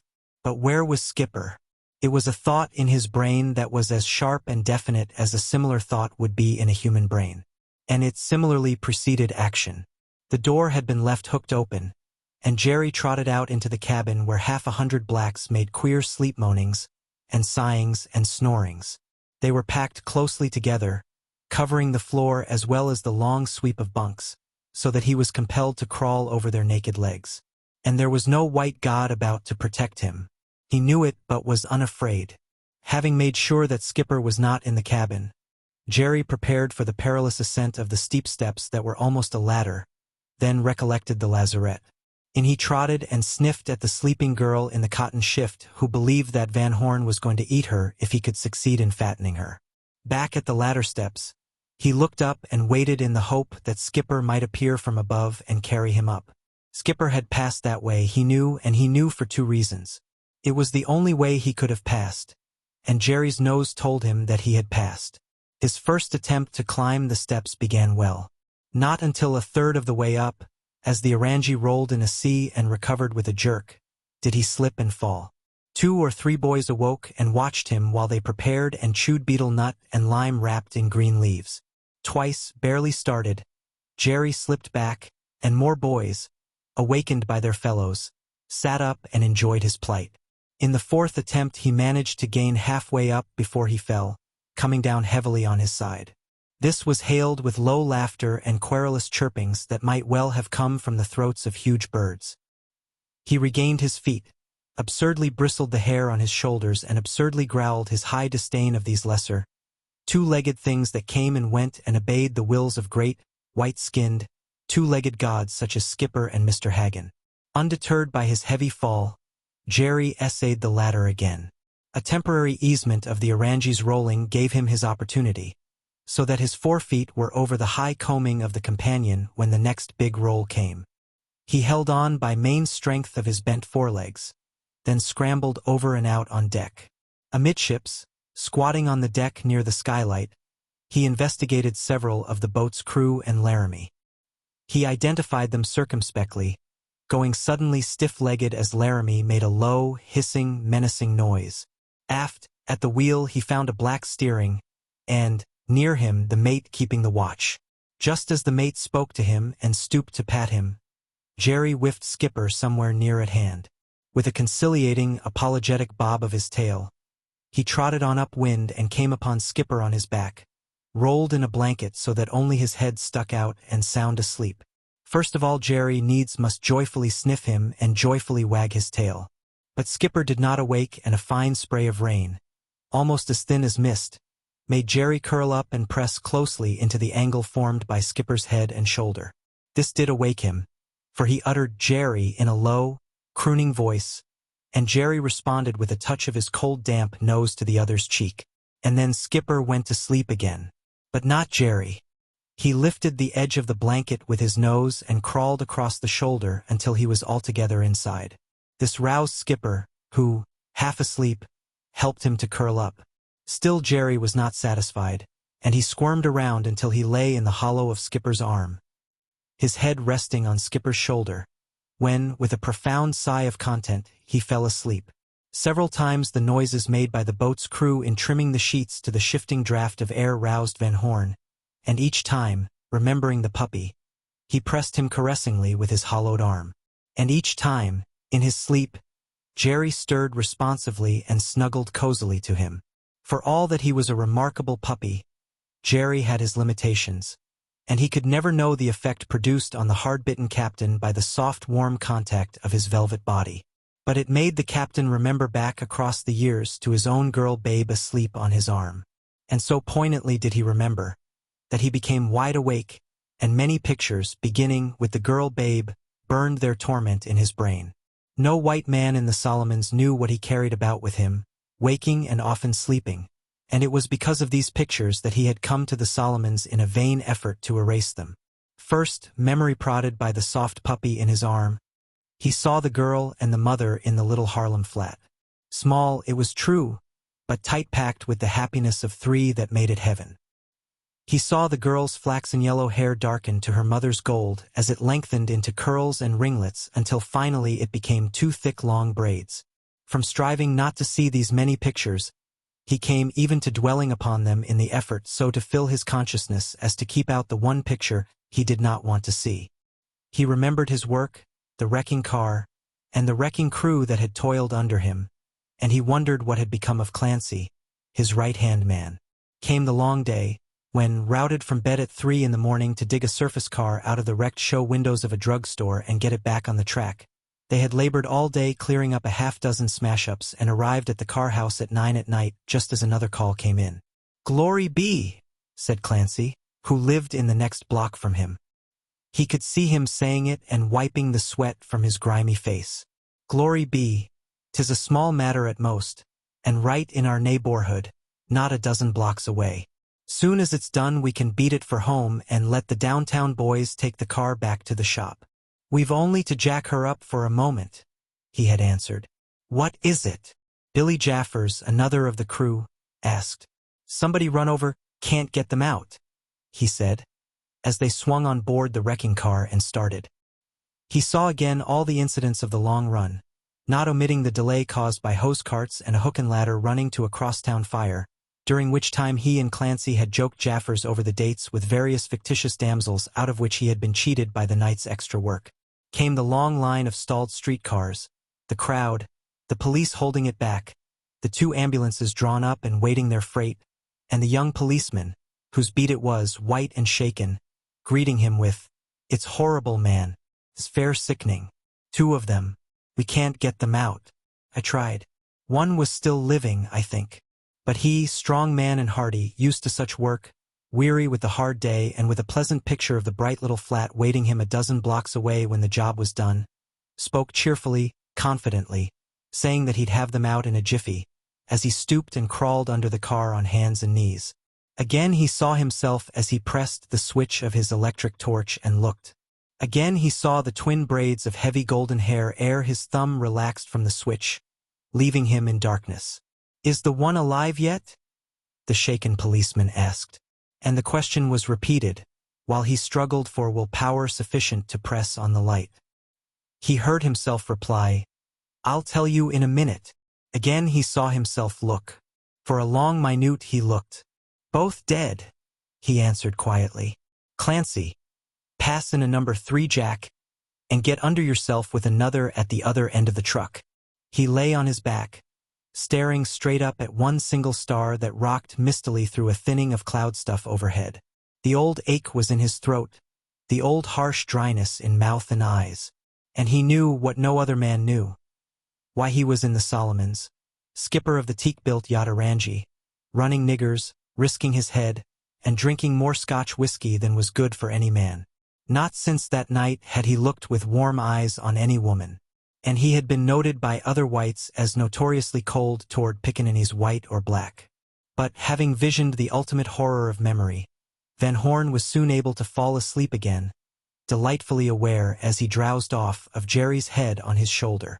Once, when Jerry, dreaming of the beach at Meringa and of Mr. Hagen, Biddy, Terence, and Michael, set up a low whimpering, Van Horn roused sufficiently to soothe him closer to him, and to mutter ominously, "Any nigger that'd hurt that pup." At midnight, when the mate touched him on the shoulder, in the moment of awakening and before he was awake, Van Horn did 2 things automatically and swiftly.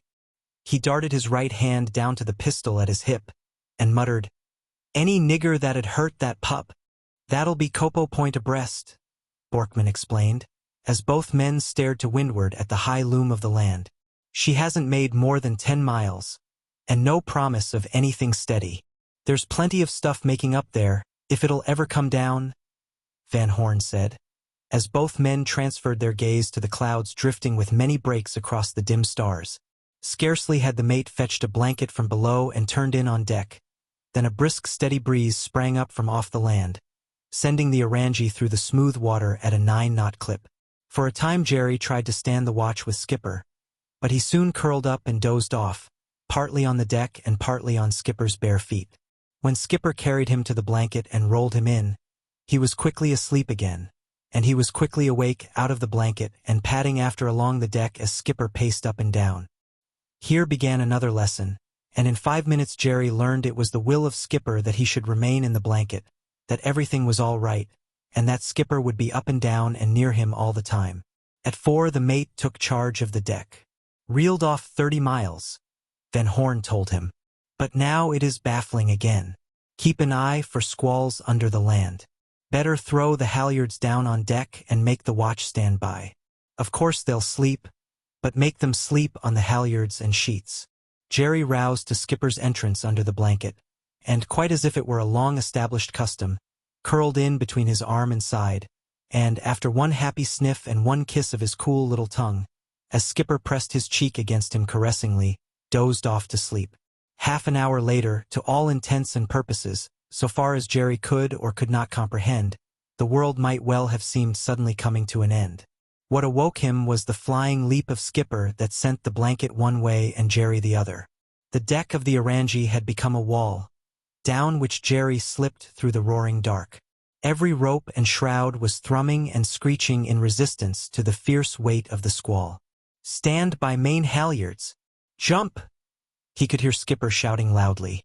Also he heard the high note of the mainsheet screaming across the sheaves as Van Horn, bending braces in the dark, was swiftly slacking the sheet through his scorching palms with a single turn on the cleat. While all this, along with many other noises, squealings of boat boys and shouts of Borkman, was impacting on Jerry's eardrums. He was still sliding down the steep deck of his new and unstable world. But he did not bring up against the rail where his fragile ribs might well have been broken. Instead, the warm ocean water, pouring inboard across the buried rail in a flood of pale phosphorescent fire, cushioned his fall. A raffle of trailing ropes entangled him as he struck out to swim. And he swam not to save his life, not with the fear of death upon him. There was but one idea in his mind. Where was Skipper? Not that he had any thought of trying to save Skipper, nor that he might be of assistance to him. It was the heart of love that drives one always toward the beloved. As the mother in catastrophe tries to gain her babe, as the Greek who, dying, remembered sweet Argos, as soldiers on a stricken field pass with the names of their women upon their lips, so Jerry, in this wreck of a world, yearned toward Skipper. The squall ceased as abruptly as it had struck. The Orangie righted with a jerk to an even keel, leaving Jerry stranded in the starboard scuppers. He trotted across the level deck to Skipper, who, standing erect on widespread legs, the bight of the mainsheet still in his hand, was exclaiming, "Got fair dang! Wind he go! Rain he no come!" He felt Jerry's cool nose against his bare calf, heard his joyous sniff, and bent and caressed him. In the darkness he could not see, but his heart warmed with knowledge that Jerry's tail was surely bobbing. Many of the frightened return boys had crowded on deck, and their plaintive, querulous voices sounded like the sleepy noises of a roost of birds. Borkman came and stood by Van Horn's shoulder, and both men, strung to their tones in the tenseness of apprehension, strove to penetrate the surrounding blackness with their eyes, while they listened with all their ears for any message of the elements from sea and air. "Where's the rain?" Borkman demanded peevishly. "Always wind first, the rain follows and kills the wind. There is no rain." Van Horn still stared and listened, and made no answer. The anxiety of the two men was sensed by Jerry, who, too, was on his toes. He pressed his cool nose to Skipper's leg, and the rose kiss of his tongue brought him the salt taste of seawater. Skipper bent suddenly, rolled Jerry with quick toughness into the blanket, and deposited him in the hollow between 2 sacks of yams lashed on deck aft of the mizzenmast. As an afterthought, he fastened the blanket with a piece of rope yarn, so that Jerry was as if tied in a sack. Scarcely was this finished when the spanker smashed across overhead, the headsails thundered with a sudden filling, and the great mainsail, with all the scope in the boom tackle caused by Van Horn's giving of the sheet, came across and fetched up to tautness on the tackle with a crash that shook the vessel and heeled her violently to port. This second knockdown had come from the opposite direction, and it was mightier than the first. Jerry heard Skipper's voice ring out, first to the mate, "Stand by main halyards, throw off the turns. I'll take care of the tackle." And next to some of the boat's crew, "Batto! You fellas slack spanker tackle quick fella. "Ranga, you fella let go spanker sheet." Here Van Horn was swept off his legs by an avalanche of returned boys who had cluttered the deck with the first squall. The squirming mass, of which he was part, slid down into the barbed wire of the port rail beneath the surface of the sea. Jerry was so secure in his nook that he did not roll away. But when he heard Skipper's command cease, and seconds later heard his cursings in the barbed wire, he set up a shrill yelping and clawed and scratched frantically at the blanket to get out. Something had happened to Skipper. He knew that. It was all that he knew, for he had no thought of himself in the chaos of the ruining world. But he ceased his yelping to listen to a new noise, a thunderous slatting of canvas accompanied by shouts and cries. He sensed, and sensed wrongly, that it boded ill, for he did not know that it was the mainsail being lowered on the run after Skipper had slashed the boom tackle across with his sheath knife. As the pandemonium grew, he added his own yelping to it until he felt a fumbling hand without the blanket. He stilled and sniffed. No, it was not Skipper. He sniffed again and recognized the person. It was Laramie, the black whom he had seen rolled on the beach by Biddy only the previous morning, who, still were recently, had kicked him on his stub of a tail, and who not more than a week before he had seen throw a rock at Terence. The rope yarn had been parted, and Laramie's fingers were feeling inside the blanket for him. Jerry snarled his wickedest. The thing was sacrilege. He, as a white man's dog, was taboo to all blacks. He had early learned the law that no nigger must ever touch a white god's dog. Yet Laramie, who was all of evil, at this moment when the world crashed about their ears, was daring to touch him. And when the fingers touched him, his teeth closed upon them. Next, he was clout by the black's free hand with such force as to tear his clenched teeth down the fingers through skin and flesh until the fingers went clear. Raging like a tiny fiend, Jerry found himself picked up by the neck, half-throttled, and flung through the air. And while flying through the air, he continued to squall his rage. He fell into the sea and went under, gulping a mouthful of salt water into his lungs, and came up strangling but swimming. Swimming was one of the things he did not have to think about. He had never had to learn to swim, any more than he had had to learn to breathe. In fact, he had been compelled to learn to walk, but he swam as a matter of course. The wind screamed about him. Flying froth, driven on the wind's breath, filled his mouth and nostrils and beat into his eyes, stinging and blinding him. In the struggle to breathe he, all unlearned in the ways of the sea, lifted his muzzle high in the air to get out of the suffocating welter. As a result, off the horizontal, the churning of his legs no longer sustained him, and he went down and under perpendicularly. Again he emerged, strangling with more salt water in his windpipe.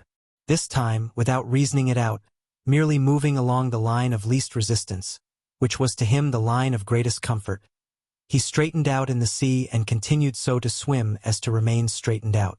Through the darkness, as the squall spent itself, came the slatting of the half-lowered mainsail, the shrill voices of the boat's crew, a curse of Borkman's, and, dominating all, Skipper's voice shouting, "Grab the leech, you fella boys!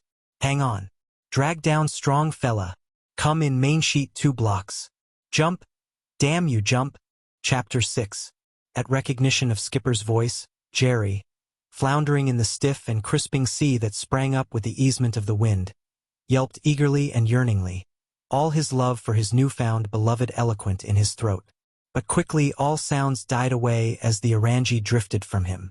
And then, in the loneliness of the dark, on the heaving breast of the sea that he recognized as one more of the eternal enemies, he began to whimper and cry plaintively like a lost child. Further, by the dim, shadowy ways of intuition, he knew his weakness in that merciless sea with no heart of warmth, that threatened the unknowable thing, vaguely but terribly guessed, namely, death. As regarded himself, he did not comprehend death. He, who had never known the time when he was not alive, could not conceive of the time when he would cease to be alive. Yet it was there, shouting its message of warning through every tissue cell, every nerve quickness and brain sensitivity of him, a totality of sensation that foreboded the ultimate catastrophe of life about which he knew nothing at all, but which, nevertheless, he felt to be the conclusive supreme disaster. Although he did not comprehend it, He apprehended it no less poignantly than do men who know and generalize far more deeply and widely than mere four-legged dogs. As a man struggles in the throes of nightmare, so Jerry struggled in the vexed, salt-suffocating sea. And so he whimpered and cried, lost child, lost puppy dog that he was, only half a year existent in the fair world sharp with joy and suffering. And he wanted Skipper. Skipper was a god. Asterisk, asterisk, asterisk. On board the Orange, relieved by the lowering of her mainsail, as the fierceness went out of the wind and the cloudburst of tropic rain began to fall, Van Horn and Borkman lurched toward each other in the blackness. A double squall, said Van Horn. Hit us to starboard and to port. Must a split in half just before she hit us, the mate concurred. And kept all the rain in the second half. Van Horn broke off with an oath. Hey! What's the matter along you fella boy? He shouted to the man at the wheel. For the ketch, under her spanker which had just then been flat-hauled, had come into the wind, emptying her aftersail and permitting her headsails to fill on the other tack. The Orange was beginning to work back approximately over the course she had just traversed, and this meant that she was going back toward Jerry floundering in the sea. Thus, the balance on which his life titubated was inclined in his favor by the blunder of a black steersman. Keeping the Orange on the new tack, Van Horn set Borkman clearing the mess of ropes on deck, himself squatting in the rain, undertaking to long-splice the tackle he had cut. As the rain thinned, so that the crackle of it on deck became less noisy, he was attracted by a sound from out over the water. He suspended the work of his hands to listen, and, when he recognized Jerry's wailing, sprang to his feet, galvanized into action. The pup's overboard, he shouted to Borkman. Back your jib to wind'ard. He sprang aft, scattering a cluster of return boys right and left. Hey, you fella boat's crew, come in spanker sheet. Flatten her down, good fella. He darted a look into the binnacle and took a hurried compass bearing of the sounds Jerry was making. Hard down your wheel, he ordered the helmsman, then leaped to the wheel and put it down himself, repeating over and over aloud, northeast by east a quarter, northeast by east a quarter. Back and peering into the binnacle, he listened vainly for another wail from Jerry in the hope of verifying his first hasty bearing. But not long he waited. Despite the fact that by his maneuver the Orange had been hove to, he knew that windage and sea driftage would quickly send her away from the swimming puppy. He shouted Borkman to come aft and haul in the whaleboat, while he hurried below for his electric torch and a boat compass.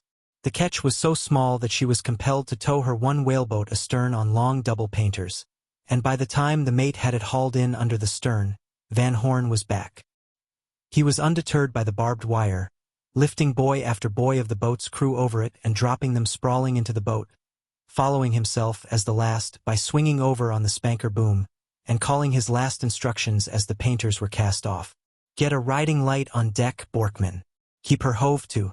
Don't hoist the mainsail. Clean up the decks and bend the watch tackle on the main boom. He took the steering sweep and encouraged the rowers with, Washy washy, good fella washy washy, which is the bêche de mer for row hard.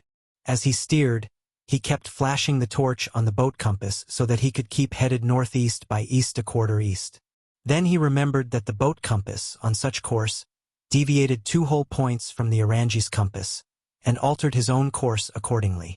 Occasionally he bade the rowers cease, while he listened and called for Jerry. He had them row in circles, and work back and forth, up to windward and down to leeward, over the area of dark sea that he reasoned must contain the puppy. Now you fella boy listen ear belong you, he said, toward the first. Maybe one fella boy hear him pickaninny dogs sing out. I give him that fella boy 5 fathom calico, 2 10 sticks tobacco. At the end of half an hour he was offering 2 10 fathoms calico and 10 10 sticks tobacco to the boy who first heard pickaninny dogs sing out. Asterisk, asterisk, asterisk. Jerry was in bad shape, not accustomed to swimming, strangled by the salt water that lapped into his open mouth. He was getting loggy when first he chanced to see the flash of the captain's torch. This, however, he did not connect with Skipper, and so took no more notice of it than he did of the first stars showing in the sky. It never entered his mind that it might be a star, nor even that it might not be a star. He continued to wail and to strangle with more salt water. But when he at length heard Skipper's voice, he went immediately wild. He attempted to stand up and to rest his forepaws on Skipper's voice coming out of the darkness, as he would have rested his forepaws on Skipper's leg had he been near. The result was disastrous. Out of the horizontal, he sank down and under, coming up with a new spasm of strangling. This lasted for a short time, during which the strangling prevented him from answering Skipper's cry, which continued to reach him. But when he could answer, he burst forth in a joyous yelp. Skipper was coming to take him out of the stinging, biting sea that blinded his eyes and hurt him to breathe. Skipper was truly a god, his god, with a god's power to save. Soon he heard the rhythmic clack of the oars on the thole pins, and the joy in his own yelp was duplicated by the joy in Skipper's voice, which kept up a running encouragement, broken by objurgations to the rowers. "All right, Jerry, old man. All right, Jerry. All right. Washy washy, you fella boy. Coming, Jerry, coming. Stick it out, old man. Stay with it. Washy washy like hell. Here we are, Jerry. Stay with it. Hang on, old boy, we'll get you. Easy, easy."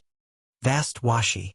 And then, with amazing abruptness, Jerry saw the whaleboat dimly emerge from the gloom close upon him, was blinded by the stab of the torch full in his eyes, and, even as he yelped his joy, felt and recognized Skipper's hand clutching him by the slack of the neck and lifting him into the air.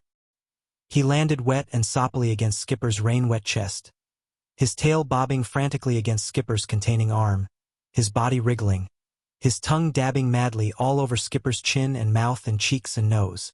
And Skipper did not know that he was himself wet, and that he was in the first shock of recurrent malaria precipitated by the wet and the excitement. He knew only that the puppy dog, given him only the previous morning, was safe back in his arms. While the boat's crew bent to the oars, he steered with the sweep between his arm and his side in order that he might hold Jerry with the other arm. "You little son of a gun," he crooned, and continued to croon over and over. "You little son of a gun." And Jerry responded with tongue kisses, whimpering and crying as is the way of lost children immediately after they are found. Also, he shivered violently. But it was not from the cold. Rather was it due to his overstrung, sensitive nerves. Again on board, Van Horn stated his reasoning to the mate. The pup didn't just calmly walk overboard, nor was he washed overboard. I had him fast and triced in the blanket with a rope yarn. He walked over, the center of the boat's crew and of the 60 return boys who were all on deck, and flashed his torch on the blanket still lying on the yams. "That proves it. The rope yarn's cut. The knot's still in it. Now what nigger is responsible?" He looked about at the circle of dark faces, flashing the light on them, and such was the accusation and anger in his eyes, that all eyes fell before his or looked away. "If only the pup could speak," he complained. "He'd tell who it was." He bent suddenly down to Jerry, who was standing as close against his legs as he could, so close that his wet forepaws rested on Skipper's bare feet.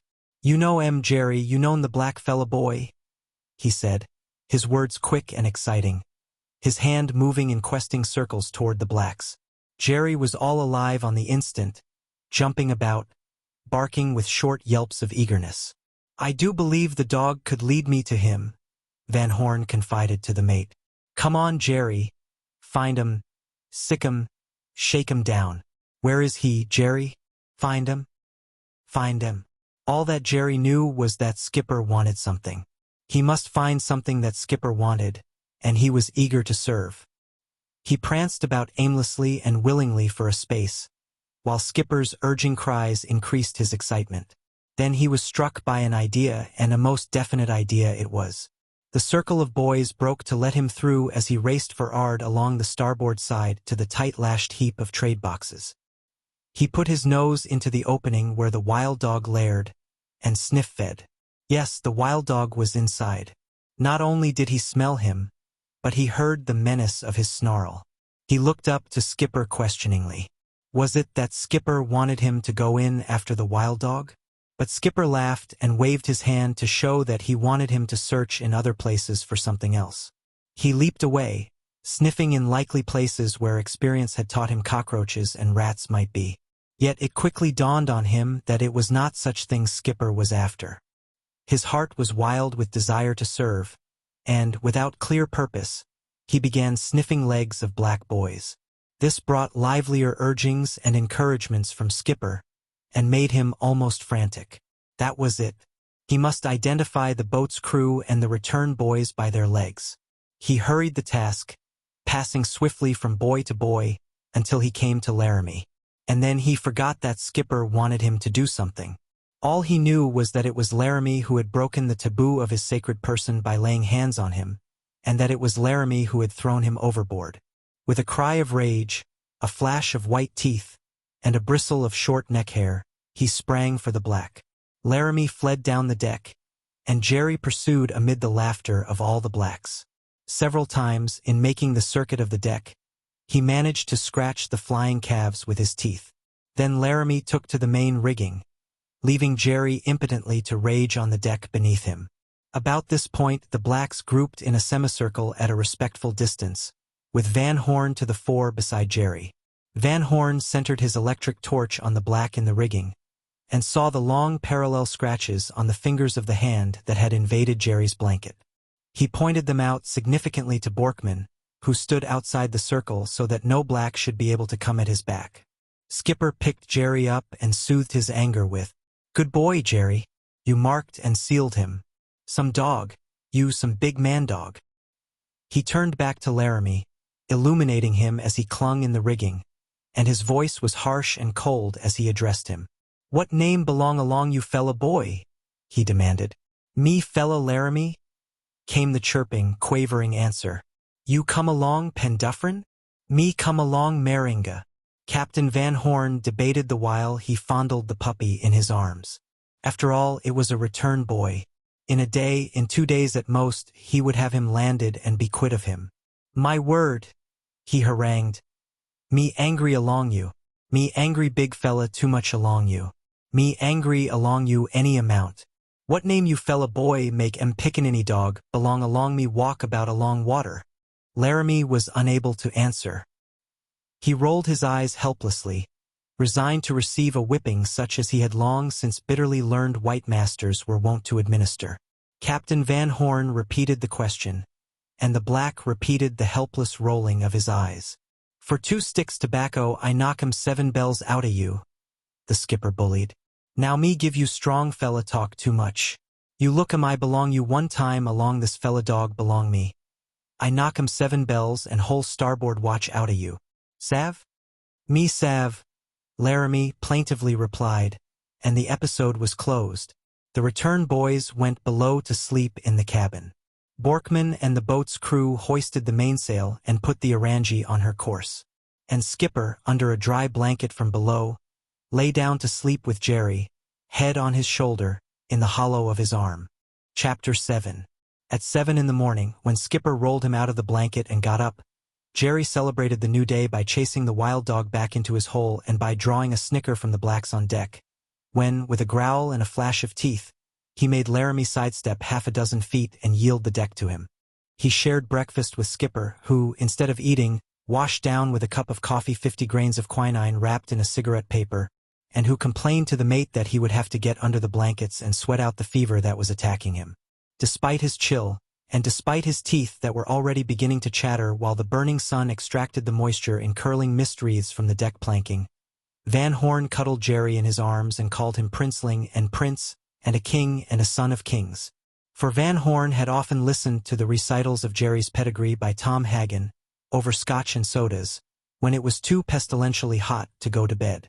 And the pedigree was as royal-blooded as was possible for an Irish Terrier to possess, whose breed, beginning with the ancient Irish wolfhound, had been molded and established by man in less than 2 generations of men. There was Terence the Magnificent, a descended, as Van Horn remembered, from the American-bred Milton Droline, out of the Queen of County Antrim, Breda Muddler, which royal bitch, as everyone who is familiar with the stud book knows, goes back as far as the almost mythical Spuds, with along the way no primrose dallyings with black and tan Killenny boys and Welsh nondescripts. And did not Biddy trace to Erin, mother and star of the breed, through a long descendant out of Breda Mixer, herself an ancestress of Breda Muddler? nor could be omitted from the purple record the later ancestress, Moya Doolan. So Jerry knew the ecstasy of loving and of being loved in the arms of his love god, although little he knew of such phrases as king's son and son of kings, save that they connoted love for him in the same way that Laramie's hissing noises connoted hate. One thing Jerry knew without knowing that he knew, namely, that in the few hours he had been with Skipper, he loved him more than he had loved Derby and Bob, who, with the exception of Mr. Hagan, were the only other white gods he had ever known. He was not conscious of this. He merely loved, merely acted on the prompting of his heart, or head, or whatever organic or anatomical part of him that developed the mysterious, delicious, and insatiable hunger called love. Skipper went below. He went all unheeding of Jerry, who padded softly at his heels until the companionway was reached. Skipper was unheeding of Jerry because of the fever that wrenched his flesh and chilled his bones, that made his head seem to swell monstrously, that glazed the world to his swimming eyes and made him walk feebly and totteringly like a drunken man or a man very aged. And Jerry sensed that something was wrong with Skipper. Skipper, beginning the babblings of delirium which alternated with silent moments of control in order to get below and under blankets, descended the ladder-like stairs, and Jerry, all yearning, controlled himself in silence and watched the slow descent with the hope that when Skipper reached the bottom he would raise his arms and lift him down. But Skipper was too far gone to remember that Jerry existed. He staggered, with widespread arms to keep from falling, along the cabin floor for'ard to the bunk in the tiny stateroom. Jerry was truly of a kingly line. He wanted to call out and beg to be taken down. But he did not.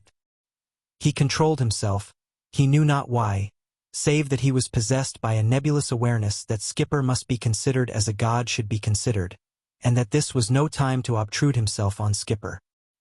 His heart was torn with desire, although he made no sound, and he continued only to yearn over the companion combing and to listen to the faint sounds of Skipper's progress for'ard.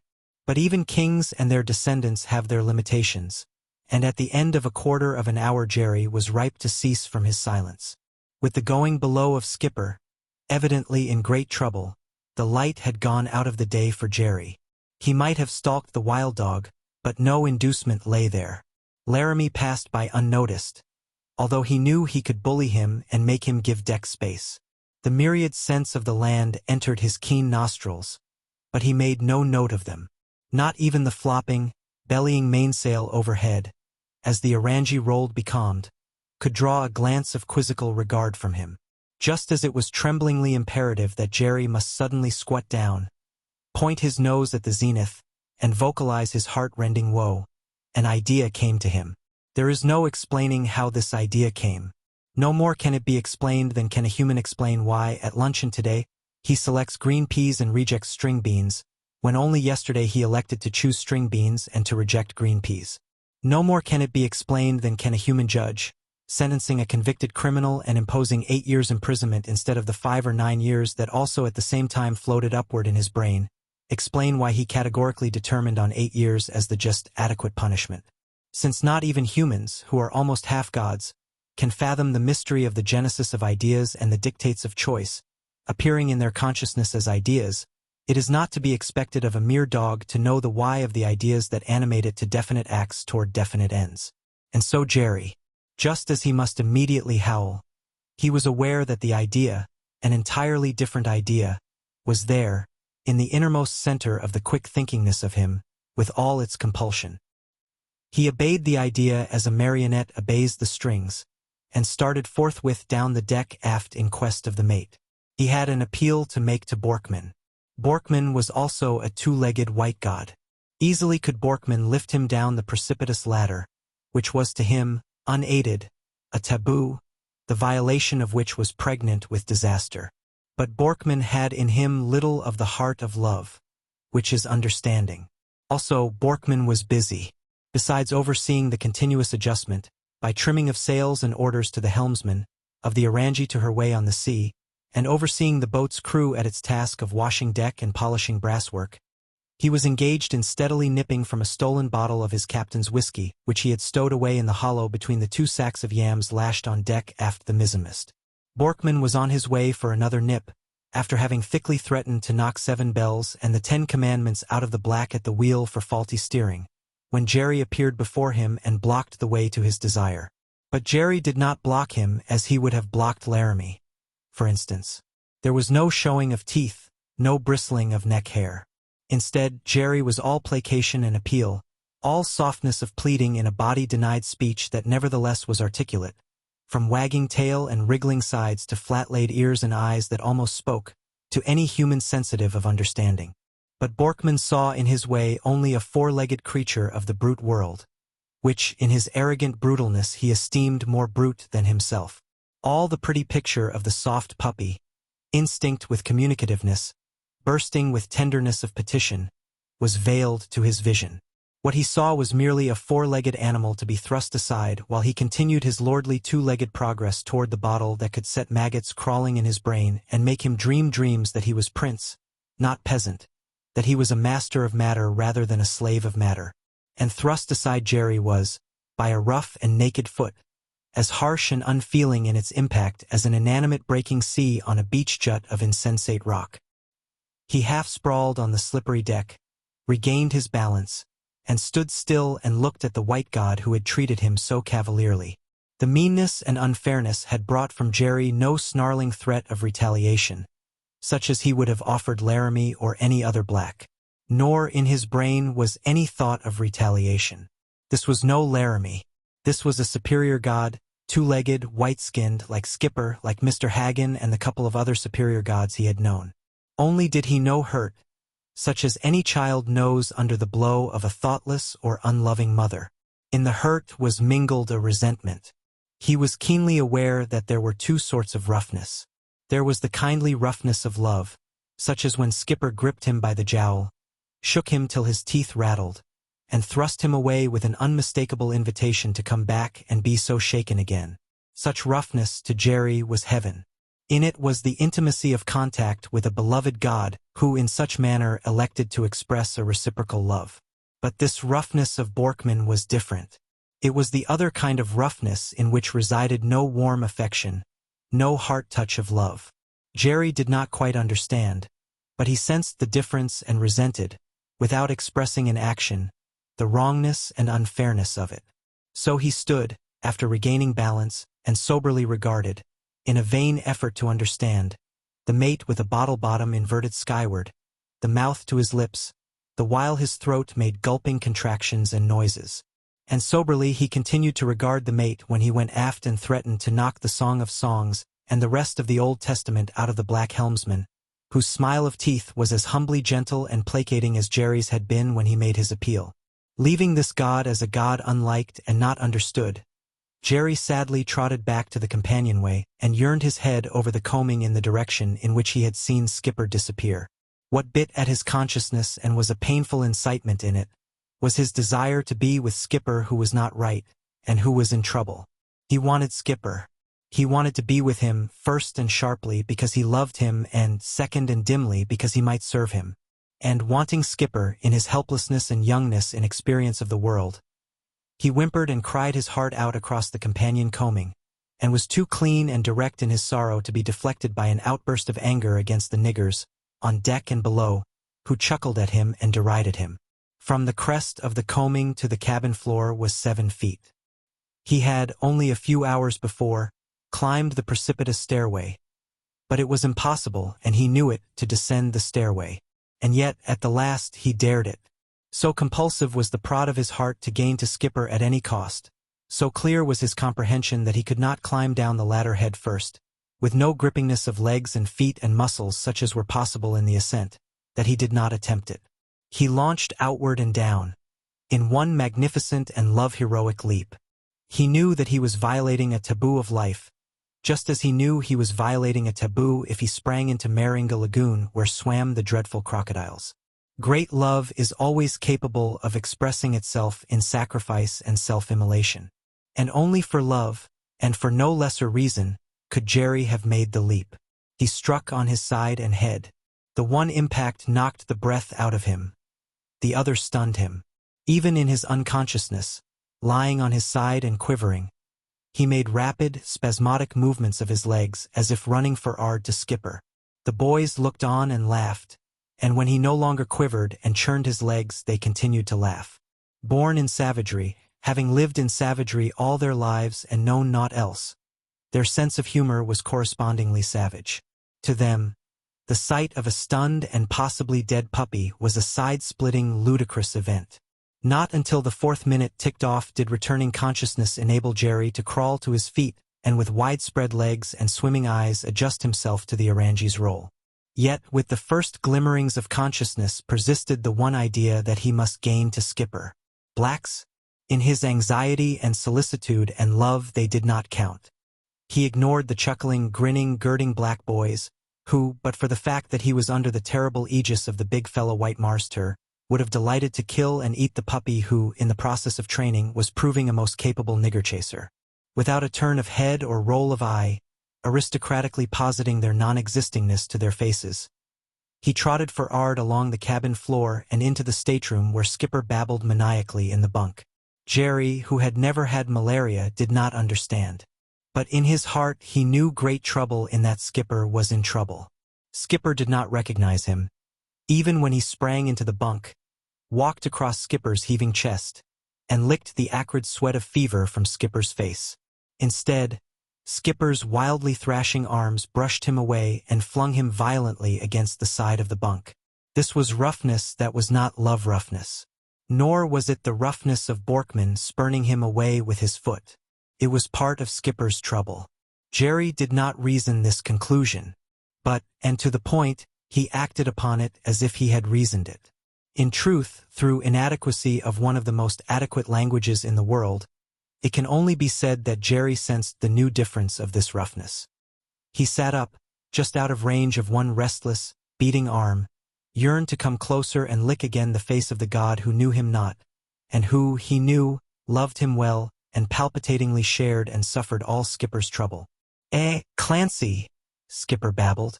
It's a fine job this day, and no better crew to clean up after the dubs of motormen. Number 3 Jack, Clancy. Get under the for'ard end.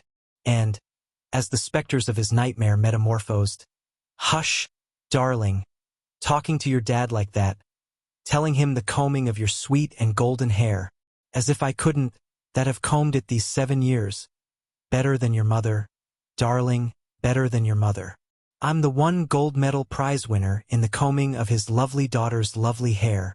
She's broken out. Give her the wheel aft there. Jib and 4 topsail halyards. Full and by there. A good full. Ah, she takes it like the beauty ferry boat that she is upon the sea. I'll just lift that, sure, the limit. Blackie, when you pay as much to see my cards as I'm going to pay to see yours, you're going to see some cards. Believe me. And so the farrago of unrelated memories continued to rise vocal on Skipper's lips to the heave of his body and the beat of his arms, while Jerry, crouched against the side of the bunk, mourned and mourned his grief and inability to be of help. All that was occurring was beyond him. He knew no more of poker hands than did he know of getting ships underway, of clearing up surface car wrecks in New York, or of combing the long yellow hair of a loved daughter in a Harlem flat. Both dead, Skipper said in a change of delirium. He said it quietly, as if announcing the time of day, then wailed, "But, oh, the bonny, bonny braids of all the golden hair of her." He lay motionlessly for a space and sobbed out a breaking heart. This was Jerry's chance. He crept inside the arm that tossed, snuggled against Skipper's side, laid his head on Skipper's shoulder, his cool nose barely touching Skipper's cheek, and felt the arm curl about him and press him closer. The hand bent from the wrist and caressed him protectingly, and the warm contact of his velvet body put a change in Skipper's sick dreams, for he began to mutter in cold and bitter ominousness. Any nigger that as much as bats an eye at that puppy. Chapter 8. When, in half an hour, Van Horn's sweat culminated in profusion, it marked the breaking of the malarial attack. Great physical relief was his, and the last mists of delirium ebbed from his brain. But he was left limply weak, and, after tossing off the blankets and recognizing Jerry, he fell into a refreshing natural sleep. Not till 2 hours later did he awake and start to go on deck. Halfway up the companion, he deposited Jerry on deck and went back to the stateroom for a forgotten bottle of quinine. But he did not immediately return to Jerry. The long drawer under Borkman's bunk caught his eye. The wooden button that held it shut was gone, and it was far out and hanging at an angle that jammed it and prevented it from falling to the floor. The matter was serious. There was little doubt in his mind, had the drawer, in the midst of the squall of the previous night, fallen to the floor, that no Orangi and no soul of the 80 souls on board would have been left. For the drawer was filled with a heterogeneous mess of dynamite sticks, boxes of fulminating caps, coils of fuses, lead sinkers, iron tools, and many boxes of rifle, revolver, and pistol cartridges. He sorted and arranged the varied contents, and with a screwdriver and a longer screw reattached the button. In the meantime, Jerry was encountering new adventure not of the pleasantest. While waiting for Skipper to return, Jerry chanced to see the wild dog brazenly lying on deck a dozen feet from his lair in the trade boxes. Instantly stiffly crouching, Jerry began to stalk. Success seemed assured, for the wild dog, with closed eyes, was apparently asleep. And at this moment the mate, two-legging it along the deck from for'ard in the direction of the bottle stored between the yam sacks, called, "Jerry," in a remarkably husky voice. Jerry flattened his filbert-shaped ears and wagged his tail in acknowledgement, but advertised his intention of continuing to stalk his enemy. And at sound of the mate's voice the wild dog flung quick opened eyes in Jerry's direction and flashed into his burrow, where he immediately turned around, thrust his head out with a show of teeth, and snarled triumphant defiance. Balked of his quarry by the inconsiderateness of the mate, Jerry trotted back to the head of the companion to wait for Skipper. But Borkman, whose brain was well a-crawl by virtue of the many nips, clung to a petty idea after the fashion of drunken men. Twice again, imperatively, he called Jerry to him, and twice again, with flattened ears of gentleness and wagging tail, Jerry good-naturedly expressed his disinclination. Next, he yearned his head over the coming and into the cabin after Skipper. Borkman remembered his first idea and continued to the bottle, which he generously inverted skyward. But the second idea, petty as it was, persisted, and after swaying and mumbling to himself for a time, after unseeingly making believe to study the crisp fresh breeze that filled the Orangi's sails and slanted her deck, and after sillily attempting on the helmsman to portray eagle-like vigilance in his drink-swimming eyes, he lurched amidships toward Jerry. Jerry's first intimation of Borkman's arrival was a cruel and painful clutch on his flank and groin that made him cry out in pain and whirl around. Next, as the mate had seen Skipper do in play, Jerry had his jowls seized in a tooth-clattering shake that was absolutely different from the skipper's rough love shake. His head and body were shaken, his teeth clattered painfully, and with the roughest of roughness he was flung part way down the slippery slope of deck. Now Jerry was a gentleman. All the soul of courtesy was in him, for equals and superiors. After all, even in an inferior like the wild dog, he did not consciously press an advantage very far, never extremely far. In his stalking and rushing of the wild dog, he had been more sound and fury than an overbearing bully. But with a superior, with a two-legged white god like Borkman, there was more a demand upon his control, restraint, and inhibition of primitive promptings. He did not want to play with the mate a game that he ecstatically played with Skipper, because he had experienced no similar liking for the mate, two-legged white god that he was. And still Jerry was all gentleness. He came back in a feeble imitation rush of the wholehearted rush that he had learned to make on Skipper. He was, in truth, play-acting, attempting to do what he had no heart prompting to do. He made believe to play, and uttered simulated growls that failed of the verity of simulation. He bobbed his tail good-naturedly and friendly, and growled ferociously and friendly. But the keenness of the drunkenness of the mate discerned the difference and aroused in him, vaguely, the intuition of difference, of play-acting, of cheating. Jerry was cheating out of his heart of consideration. Borkman drunkenly recognized the cheating without crediting the heart of good behind it. On the instant he was antagonistic. Forgetting that he was only a brute, he posited that this was no more than a brute with which he strove to play in the genial comradely way that the skipper played. Red war was inevitable, not first on Jerry's part, but on Borkman's part. Borkman felt the abysmal urgings of the beast, as a beast, to prove himself master of this four-legged beast.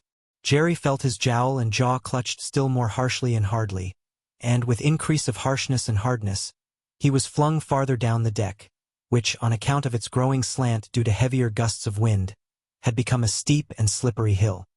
He came back, clawing frantically up the slope that gave him little footing.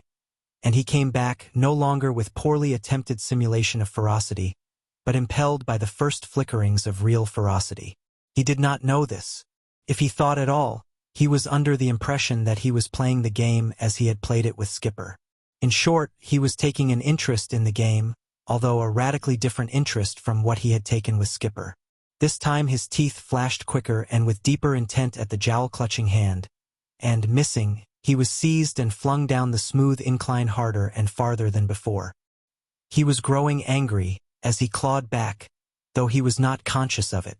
But the mate, being a man, albeit a drunken one, sensed the change in Jerry's attack ere Jerry dreamed there was any change in it.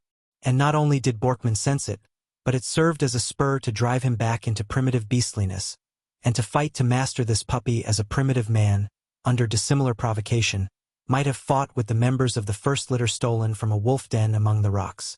True, Jerry could trace as far back. His ancient ancestors had been Irish wolfhounds, and, long before that, the ancestors of the wolfhounds had been wolves. The note in Jerry's growls changed. The unforgotten and ineffaceable past strummed the fibers of his throat. His teeth flashed with fierce intent, in the desire of sinking as deep in the man's hand as passion could drive. For Jerry by this time was all passion. He had leaped back into the dark, stark rawness of the early world almost as swiftly as had Borkman. And this time his teeth scored, ripping the tender and sensitive and flesh of all the inside of the first and second joints of Borkman's right hand. Jerry's teeth were needles that stung, and Borkman, gaining the grasp on Jerry's jaw, flung him away and down so that almost he hit the Orange's tiny rail ere his clawing feet stopped him. And Van Horn, having finished his rearrangement and repair of the explosive-filled drawer under the mate's bunk, climbed up the companion steps, saw the battle, paused, and quietly looked on. But he looked across 1,000,000 years, at two mad creatures who had slipped the leech of the generations and who were back in the darkness of spawning life ere dawning intelligence had modified the chemistry of such life to softness of consideration. What stirred in the brain crypts of Borkman's heredity, stirred in the brain crypts of Jerry's heredity. Time had gone backward for both. All the endeavor and achievement of the 10,000 generations was not, and, as wolf-dog and wild-man, the combat was between Jerry and the mate. Neither saw Van Horn, who was inside the companionway hatch, his eyes level with the combing. To Jerry, Borkman was now no more a god than was he himself a mere, smooth-coated Irish Terrier. Both had forgotten the 1,000,000 years stamped into their heredity more feebly, less erasably, than what had been stamped in prior to the 1,000,000 years. Jerry did not know drunkenness, but he did know unfairness, and it was with raging indignation that he knew it. Borkman fumbled his next counter to Jerry's attack, missed, and had both hands slashed in quick succession ere he managed to send the puppy sliding. And still Jerry came back. As any screaming creature of the jungle, he hysterically squalled his indignation. But he made no whimper, nor did he wince or cringe to the blows. He bored straight in, striving, without avoiding a blow, to beat and meet the blow with his teeth. So hard was he flung down the last time that his side smashed painfully against the rail, and Van Horn cried out, "Cut that out, Borkman! Leave the puppy alone!" The mate turned in the startle of surprise at being observed. The sharp, authoritative words of Van Horn were a call across the 1,000,000 years. Borkman's anger-convulsed face ludicrously attempted a sheepish, deprecating grin, and he was just mumbling, "We was only playing," when Jerry arrived back, leaped in the air, and sank his teeth into the offending hand. Borkman immediately and insanely went back across the 1,000,000 years. An attempted kick got his ankle scored for his pains. He gibbered his own rage and hurt, and stooping, dealt Jerry a tremendous blow alongside the head and neck. Being in mid-leap when he received the blow, Jerry was twistingly somersaulted sidewise before he struck the deck on his back. As swiftly as he could scramble to footing and charge, he returned to the attack, but was checked by Skipper's. "Jerry, stop it. Come here." He obeyed, but only by prodigious effort, his neck bristling and his lips writhing clear of his teeth as he passed the mate. For the first time there was a whimper in his throat. But it was not the whimper of fear, nor of pain, but of outrage, and of desire to continue the battle which he struggled to control at Skipper's behest. Stepping out on deck, Skipper picked him up and patted and soothed him the while he expressed his mind to the mate. "Borkman, you ought to be ashamed. You ought to be shot or have your block knocked off for this. Puppy, a little puppy scarcely weaned. For 2 cents I'd give you what for myself. The idea of it. A little puppy, a weanling little puppy. Glad your hands are ripped. You deserved it. Hope you get blood poisoning in them. Besides, you're drunk. Go below and turn in, and don't you dare come on deck until you're sober. Salve." And Jerry, far journeyer across life and across the history of all life that goes to make the world, strugglingly mastering the abysmal slime of the prehistoric with the love that had come into existence and had become warp and woof of him in far later time, his wrath of ancientness still faintly reverberating in his throat like the rumblings of a passing thunderstorm, knew, in the wide warm ways of feeling, the augustness and righteousness of Skipper. Skipper was in truth a god who did right, who was fair, who protected, and who imperiously commanded this other and lesser god that slunk away before his anger. Chapter 9. Jerry and Skipper shared the long afternoon watch together, the latter being guilty of recurrent chuckles and exclamations such as, "Got fair dang, Jerry. Believe me, you're some fighter and all dog," or, "You're a proper man's dog, you are a lion dog. I bet the lion don't live that could get your goat." And Jerry, understanding none of the words, with the exception of his own name, nevertheless knew that the sounds made by Skipper were broad of praise and warm of love. And when Skipper stooped and rubbed his ears, or received a rose kiss on extended fingers, or caught him up in his arms, Jerry's heart was nigh to bursting. For what greater ecstasy can be the portion of any creature than that it be loved by a god? This was just precisely Jerry's ecstasy. This was a god, a tangible, real, three-dimensioned god, who went about and ruled his world in a loincloth and on 2 bare legs, and who loved him with crooning noises in throat and mouth and with 2 widespread arms that folded him in. At 4 o'clock, measuring a glance at the afternoon sun and gauging the speed of the Orangi through the water in relation to the closeness of Suyu, Van Horn went below and roughly shook the mate awake. Until both returned, Jerry held the deck alone. But for the fact that the white gods were there below and were certain to be back at any moment, not many moments would Jerry have held the deck. For every lessened mile between the returned boys and Maleta contributed a rising of their spirits, and under the imminence of their old-time independence, Laramie, as an instance of many of them, with strong gustatory sensations and a positive drooling at the mouth, regarded Jerry in terms of food and vengeance that were identical. Flat-hauled on the crisp breeze, the Orangi closed in rapidly with the land. Jerry peered through the barbed wire, sniffing the air, Skipper beside him and giving orders to the mate and helmsman. The heap of trade boxes was now unlashed, and the boys began opening and shutting them. What gave them particular delight was the ringing of the bell with which each box was equipped and which rang whenever a lid was raised. Their pleasure in the toy-like contrivance was that of children, and each went back again and again to unlock his own box and make the bell ring. 15 of the boys were to be landed at Suyu, and with wild gesticulations and cries they began to recognize and point out the infinitesimal details of the landfall of the only spot they had known on Earth prior to the day, 3 years before, when they had been sold into slavery by their fathers, uncles, and chiefs. A narrow neck of water, scarcely 100 yards across, gave entrance to a long and tiny bay. The shore was massed with mangroves and dense, tropical vegetation. There was no sign of houses nor of human occupancy, although Van Horn, staring at the dense jungle so close at hand, knew as a matter of course that scores, and perhaps hundreds, of pairs of human eyes were looking at him. "Smell 'em, Jerry, smell 'em," he encouraged, and Jerry's hair bristled as he barked at the mangrove wall, for truly his keen scent informed him of lurking niggers. "If I could smell like him," the captain said to the mate, "there wouldn't be any risk at all of my ever losing my head." But Borkman made no reply and sullenly went about his work. There was little wind in the bay, and the Orangi slowly forged in and dropped anchor in 30 fathoms. So steep was the slope of the harbor bed from the beach that even in such excessive depth the Orangi's stern swung in within 100 feet of the mangroves. Van Horn continued to cast anxious glances at the wooded shore. For Suyu had an evil name. Since the schooner Fair Hathaway, recruiting labor for the Queensland plantations, had been captured by the natives and all hands slain 15 years before, no vessel, with the exception of the Orangi, had dared to venture into Suyu. And most white men condemned Van Horn's recklessness for so venturing.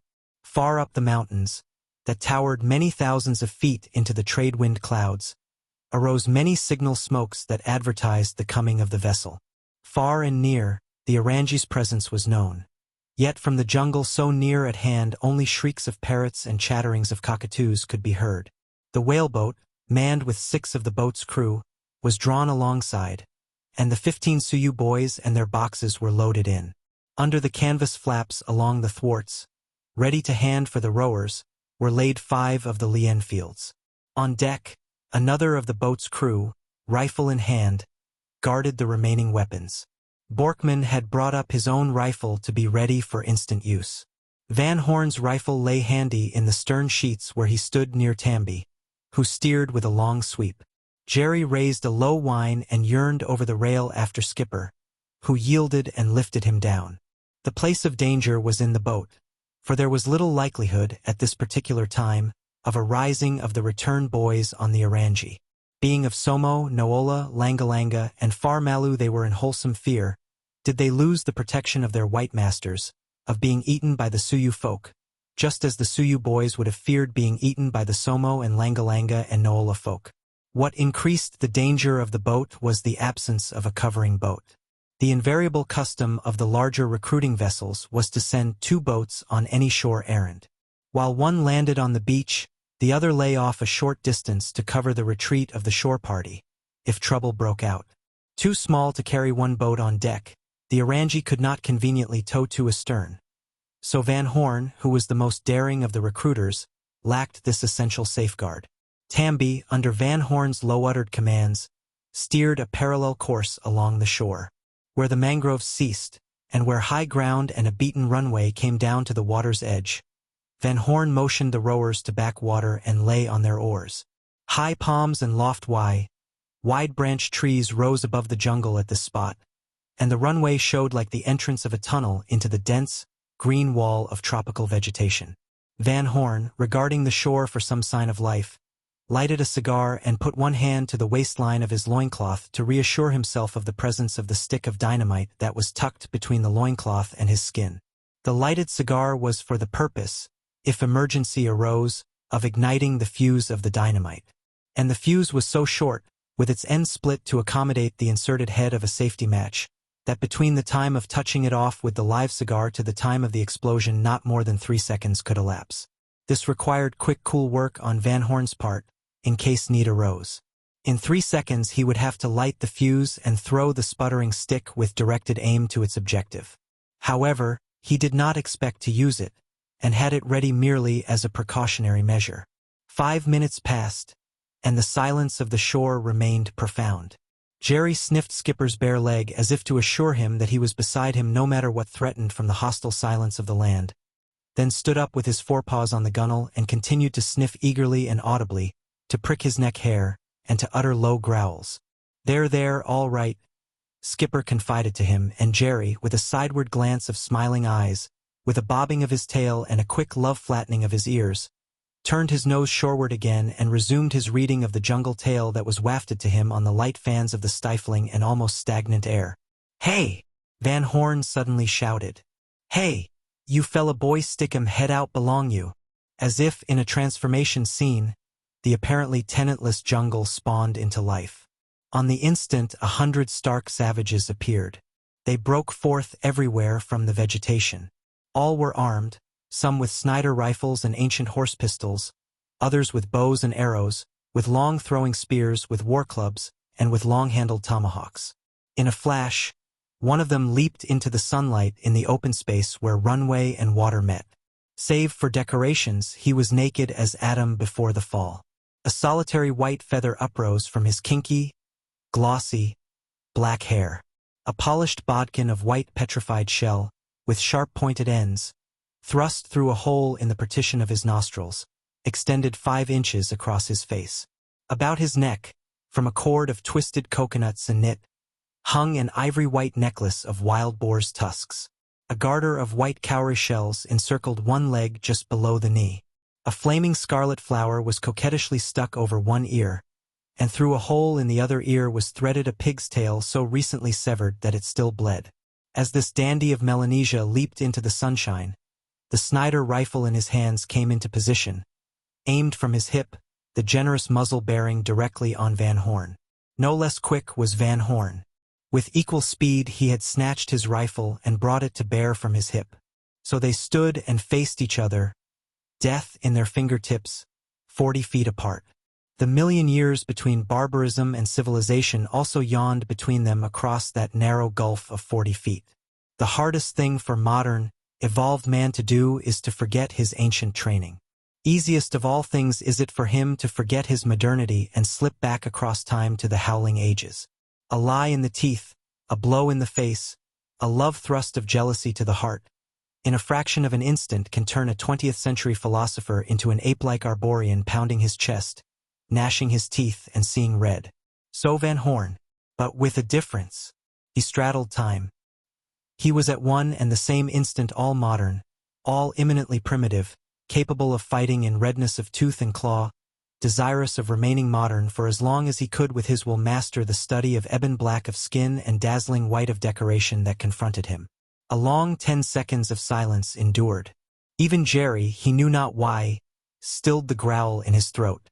5 score of head-hunting cannibals on the fringe of the jungle, 15 Sioux returned blacks in the boat, 7 black boat's crew, and a solitary white man with a cigar in his mouth, a rifle at his hip, and an Irish Terrier bristling against his bare calf, kept the solemn pact of those 10 seconds, and no one of them knew or guessed what the outcome would be. One of the returned boys, in the bow of the whaleboat, made the peace sign with his palm extended outward and weaponless, and began to chirp in the unknown Sioux dialect. Van Horn held his aim and waited. The dandy lowered his Snider, and breath came more easily to the chests of all who composed the picture. "Me good fella boy," the dandy piped, half bird-like and half elf. "You big fella fool too much," Van Horn retorted harshly, dropping his gun into the stern sheets, motioning to rowers and steersmen to turn the boat around, and puffing his cigar as carelessly casual as if, the moment before, life and death had not been the debate. "My word," he went on with fine irritable assumption. "What name you stick 'em gun along me? Me no kai eat along you. Me kai along you stomach belong me walkabout. You kai along me stomach belong you walkabout. You know like kai Sioux boy belong along you? Sioux boy belong you all the same brother along you. Long time before, 3 monsoon before, me speak true speak. Me say 3 monsoon boy come back. My word, 3 monsoon finish. Boy stop along me come back." By this time the boat had swung around, reversing bow and stern, Van Horn pivoting so as to face the Snider-armed dandy. At another signal from Van Horn the rowers backed water and forced the boat, stern in, up to the solid ground of the runway.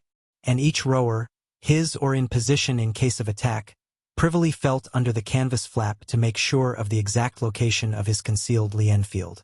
"All right boy belong you walkabout?" Van Horn queried of the dandy, who signified the affirmative in the Solomon Islands fashion by half closing his eyes and nodding his head upward, in a queer, perky way. "No comes you fella boy suppose walkabout along you?" "No fear," the dandy answered. "Suppose Sioux fella boy all right? Suppose no fella Sioux boy, my word, big trouble. Ishikala, big fella black marster along this place. Him talk me talk along you.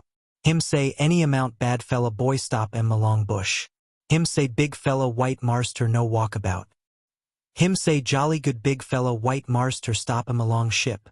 Van Horn nodded in an offhand way, as if the information were of little value, although he knew that for this time Sioux would furnish him no fresh recruits.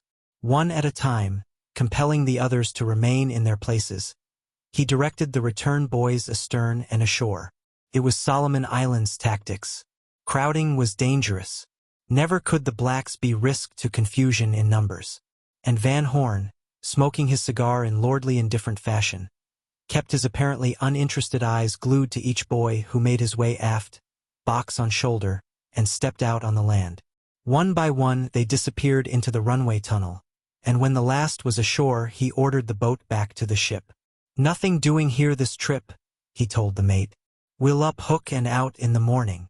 The quick tropic twilight swiftly blent day and darkness. Overhead all stars were out.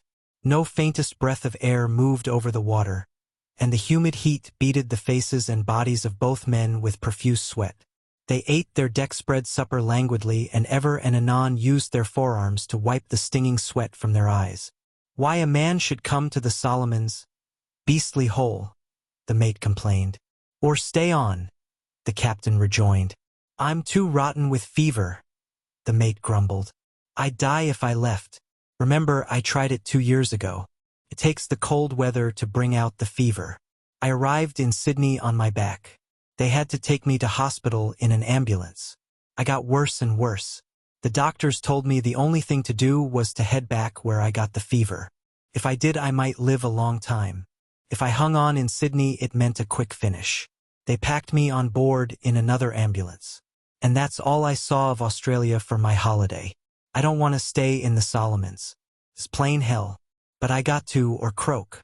He rolled, at a rough estimate, 30 grains of quinine in a cigarette paper, regarded the results sourly for a moment, then swallowed it at a gulp. This reminded Van Horn, who reached for the bottle and took a similar dose. "Better put up a covering cloth," he suggested. Borkman directed several of the boat's crew in the rigging up of a thin tarpaulin, like a curtain along the shore side of the Orangi. This was a precaution against any bushwhacking bullet from the mangroves only 100 feet away. Van Horn sent Tamby below to bring up the small phonograph and run off the dozen or so screechy records that had already been under the needle 1,000 times. Between records, Van Horn recollected the girl, and had her haled out of her dark hole in the lazarette to listen to the music. She obeyed in fear, apprehensive that her time had come. She looked dumbly at the big fellow white master, her eyes large with fright, nor did the trembling of her body cease for a long time after he had made her lie down. The phonograph meant nothing to her. She knew only fear of this terrible white man that she was certain was destined to eat her. Jerry left the caressing hand of Skipper for a moment to go over and sniff her. This was an act of duty. He was identifying her once again. No matter what happened, no matter what months or years might elapse, he would know her again and forever know her again. He returned to the free hand of Skipper that resumed its caressing. The other hand held the cigar which he was smoking. The wet, sultry heat grew more oppressive. The air was nauseous with the dank, mucky odor that cooked out of the mangrove swamp. Rowelled by the squeaky music to recollection of old-world ports and places, Borkman lay on his face on the hot planking, beat a tattoo with his naked toes, and gutturally muttered an unending monologue of curses. But Van Horn, with Jerry panting under his hand, placidly and philosophically continued to smoke, lighting a fresh cigar when the first gave out. He roused abruptly at the faint wash of paddles which he was the first on board to hear. In fact, it was Jerry's low growl and neck-rippling of hair that had keyed Van Horn to hear. Pulling the stick of dynamite out from the twist of his loincloth and glancing at the cigar to be certain it was alight, he rose to his feet with leisurely swiftness and with leisurely swiftness gained the rail. "What name belong you?" was his challenge to the dark. "Me fella Ishikala," came the answer in the quavering falsetto of age. Van Horn, before speaking again, loosened his automatic pistol half out of its holster, and slipped the holster around from his hip till it rested on his groin conveniently close to his hand. "How many fella boy stop along you?" he demanded. "1 fella 10 boy altogether he stop," came the aged voice. "Come alongside then." Without turning his head, his right hand unconsciously dropping close to the butt of the automatic, Van Horn commanded, "You fella Tamby, fetch him lantern. No fetch him this place. Fetch him aft along mizzen rigging and look sharp I belong you." Tamby obeyed, exposing the lantern 20 feet away from where his captain stood. This gave Van Horn the advantage over the approaching canoemen, for the lantern, suspended through the barbed wire across the rail and well down, would clearly illuminate the occupants of the canoe while he was left in semi-darkness and shadow. "Washi, he urged peremptorily, while those in the invisible canoe still hesitated. Came the sound of paddles and next, emerging into the lantern's area of light. The high, black bow of a war canoe, curved like a gondola, inlaid with silvery glistening mother of pearl. The long, lean length of the canoe which was without outrigger. The shining eyes and the black shining bodies of the stark blacks who knelt in the bottom and paddled. Ishikala, the old chief, squatting amidships and not paddling, an unlighted, empty bowled, short-stemmed clay pipe upside down between his toothless gums. And, in the stern, as coxswain, the dandy, all nakedness of blackness, all whiteness of decoration, save for the pig's tail in one ear and the scarlet hibiscus that still flamed over the other ear. Less than 10 blacks had been known to rush a blackbirder officered by no more than 2 white men, and Van Horn's hand closed on the butt of his automatic, although he did not pull it clear of the holster, and although, with his left hand, he directed the cigar to his mouth and puffed it lively alight. "Hello, Ishikala, you blooming old blighter," was Van Horn's greeting to the old chief as the dandy, with a pry of his steering paddle against the side of the canoe and part under its bottom, brought the dugout broadside on to the Orangi so that the sides of both crafts touched. Ishikala smiled upward in the lantern light. He smiled with his right eye, which was all he had, the left having been destroyed by an arrow in a youthful jungle skirmish. "My word," he greeted back. "Long time you no stop I belong me." Van Horn joked him in understandable terms about the latest wives he had added to his harem and what price he had paid for them in pigs. "My word," he concluded. "You rich fella too much together. Me like come on board gammon along you," Ishikala meekly suggested. "My word, night he stop," the captain objected, then added, as a concession against the known rule that visitors were not permitted aboard after nightfall. "You come on board, boy stop him along boat." Van Horn gallantly helped the old man to clamber to the rail, straddle the barbed wire, and gain the deck. Ishikala was a dirty old savage.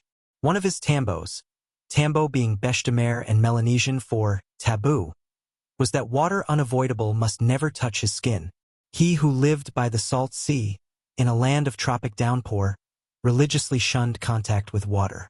He never went swimming or wading, and always fled to shelter from a shower. Not that this was true of the rest of his tribe. It was the peculiar tambo laid upon him by the devil doctors. Other tribesmen the devil doctors tabooed against eating shark, or handling turtle, or contacting with crocodiles or the fossil remains of crocodiles, or from ever being smirched by the profanity of a woman's touch or of a woman's shadow cast across the path. So Ishikala, whose tambo was water, was crusted with the filth of years. He was sealed like a leper, and weazen-faced and age-shrunken. He hobbled horribly from an ancient spear thrust to the thigh that twisted his torso droopingly out of the vertical. But his one eye gleamed brightly and wickedly, and Van Horn knew that it observed as much as did both his own eyes. Van Horn shook hands with him on honor he accorded only chiefs, and motioned him to squat down on deck on his hams close to the fear-struck girl, who began trembling again at recollection of having once heard Ishikala offer 5/20s of drinking coconuts for the meat of her for a dinner. Jerry needs must sniff, for future identification purposes, this graceless, limping, naked, one-eyed old man. And, when he had sniffed and registered the particular odor, Jerry must growl intimidatingly and win a quick eye glance of approval from Skipper. "My word, good fella kai dog," said Ishikala. "Me give him half-fathom shell money that fella dog." For a mere puppy this offer was generous because half a fathom of shell money, strung on a thread of twisted coconut fibers, was equivalent in cash to half a sovereign in English currency, to $2.50 in American, or, in live pig currency, to half of a fair-sized fat pig. 1 fathom shell money that fella dog, Van Horn countered, in his heart knowing that he would not sell Jerry for 100 fathoms, or for any fabulous price from any black, but in his head offering so small a price over par as not to arouse suspicion among the blacks as to how highly he really valued the golden-coated son of Biddy and Terence. Ishikala next averred that the girl had grown much thinner, and that he, as a practical judge of meat, did not feel justified this time in bidding more than 3 strings of drinking coconuts. After these amenities, the white master and the black talked of many things, the one bluffing with the white man's superiority of intellect and knowledge, the other feeling and guessing primitive statesman that he was, in an effort to ascertain the balance of human and political forces that bore upon his Sioux territory, 10 miles square, bounded by the sea and by landward lines of an intertribal warfare that was older than the oldest Suyu myth. Eternally, heads had been taken and bodies eaten, now on one side, now on the other, by the temporarily victorious tribes. The boundaries had remained the same. Ishikala, in crude Beshtamer, tried to learn the Solomon Islands' general situation in relation to Suyu, and Van Horn was not above playing the unfair diplomatic game as it is unfairly played in all the chancelleries of the world powers. "My word," Van Horn concluded. "You bad fella too much along this place. Too many heads you fella take. Too much kai long pig along you." Long pig, meaning barbecued human flesh. "What name? Long time black fella belong Su take 'em heads. Kai along long pig?" Ishikala countered.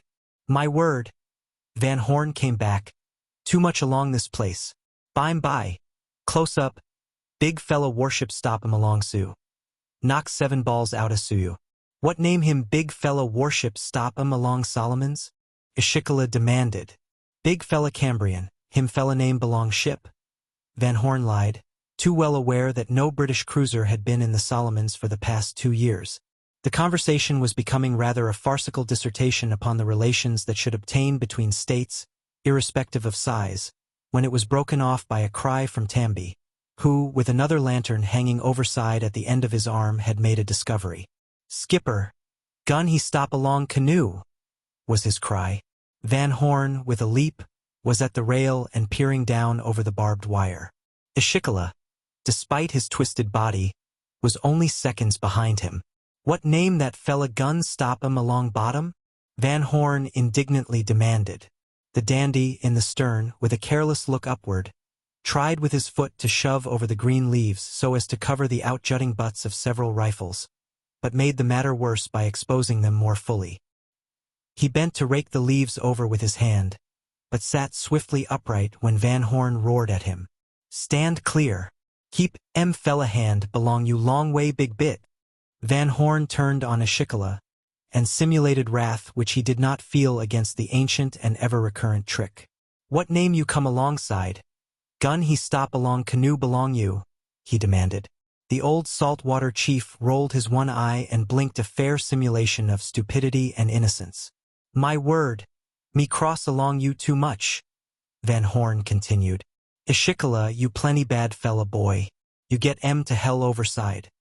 The old fellow limped across the deck with more agility than he had displayed coming aboard, straddled the barbed wire without assistance, and without assistance dropped into the canoe, cleverly receiving his weight on his uninjured leg.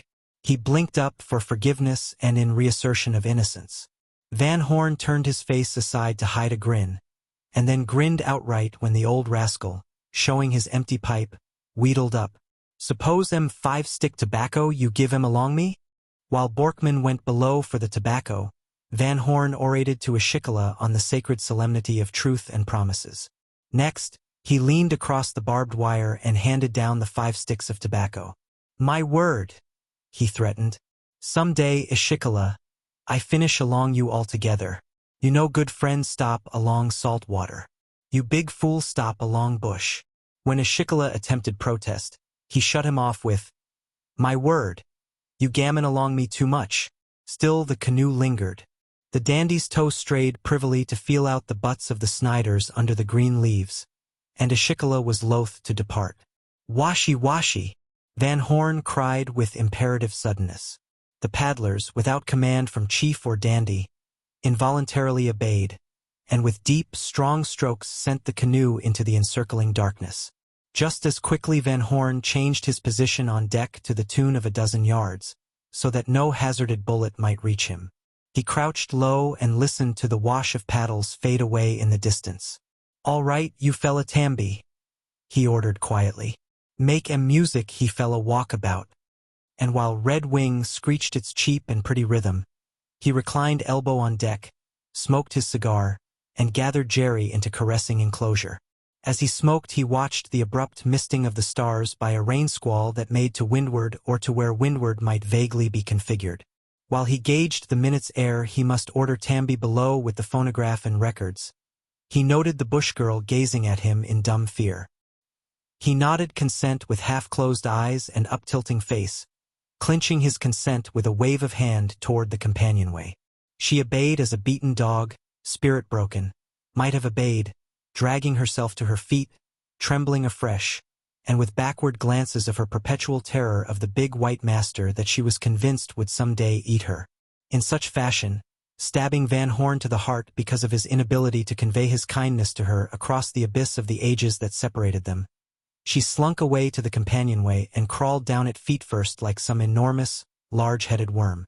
After he had sent Tamby to follow her with the precious phonograph, Van Horn continued to smoke on while the sharp, needle-like spray of the rain impacted soothingly on his heated body. Only for 5 minutes did the rain descend. Then, as the stars drifted back in the sky, the smell of steam seemed to stench forth from deck and mangrove swamp, and the suffocating heat wrapped all about. Van Horn knew better, but ill health, save for fever, had never concerned him, so he did not bother for a blanket to shelter him. "Yours the first watch," he told Borkman. "I'll have her under way in the morning before I call you." He tucked his head on the biceps of his right arm, with the hollow of the left snuggling Jerry in against his chest, and dozed off to sleep. And thus adventuring, white men and indigenous black men from day to day lived life in the Solomons, bickering and trafficking, the whites striving to maintain their heads on their shoulders, the blacks striving, no less single-heartedly, to remove the whites' heads from their shoulders and at the same time to keep their own anatomies intact. And Jerry, who knew only the world of Maringa Lagoon, learning that these new worlds of the ship Orangi and of the island of Maleta were essentially the same, regarded the perpetual game between the white and the black with some slight sort of understanding. Chapter 10. Daylight saw the Orangi under way, her sails drooping heavily in the dead air, while the boat's crew toiled at the oars of the whaleboat to tow her out through the narrow entrance. Once, when the ketch, swerved by some vagrant current, came close to the break of the shore surf, the blacks on board drew toward one another in apprehension akin to that of startled sheep in a fold when a wild woods marauder howls outside. Nor was there any need for Van Horn's shout to the whaleboat, "Washy washy! Damn your hides!" The boat's crew lifted themselves clear of the thwarts as they threw all their weight into each stroke. They knew what dire fate was certain if ever the sea-washed coral rock gripped the Orangi's keel. And they knew fear precisely of the same sort as that of the fear-struck girl below in the lazarette. In the past, more than one Langalanga and Somo boy had gone to make a Suyu feast day, just as Suyu boys, on occasion, had similarly served feasts at Langalanga and at Somo. "My word," Tamby, at the wheel, addressed Van Horn as the period of tension passed and the Orangi went clear. "Brother belong my father, long time before he come boat's crew along this place. Big fella schooner brother belong my father he come along. All finish this place Suyu. Brother belong my father Suyu boys kai along him altogether." Van Horn recollected the fair Hathaway of 15 years before, looted and burned by the people of Suyu after all hands had been killed. Truly, the Solomons at this beginning of the 20th century were savage, and truly, of the Solomons, this great island of Maleta was savagest of all. He cast his eyes speculatively up the slopes of the island to the seaman's landmark, Mount Colorette, green-forested to its cloud-capped summit 4,000 feet in the air. Even as he looked, thin smoke columns were rising along the slopes and lesser peaks, and more were beginning to rise. "My word," Tamby grinned. "Plenty boy stop bush look out along you I belong him." Van Horn smiled understandingly. He knew, by the ancient telegraphy of smoke signaling, the message was being conveyed from village to village and tribe to tribe that a labor recruiter was on the leeward coast. All morning, under a brisk beam wind which had sprung up with the rising of the sun, the Orangi flew north, her course continuously advertised by the increasing smoke talk that gossiped along the green summits. At high noon, with Van Horn, ever attended by Jerry, standing for Ard and conning, the Orangi headed into the wind to thread the passage between two palm-tufted islets. There was need for conning.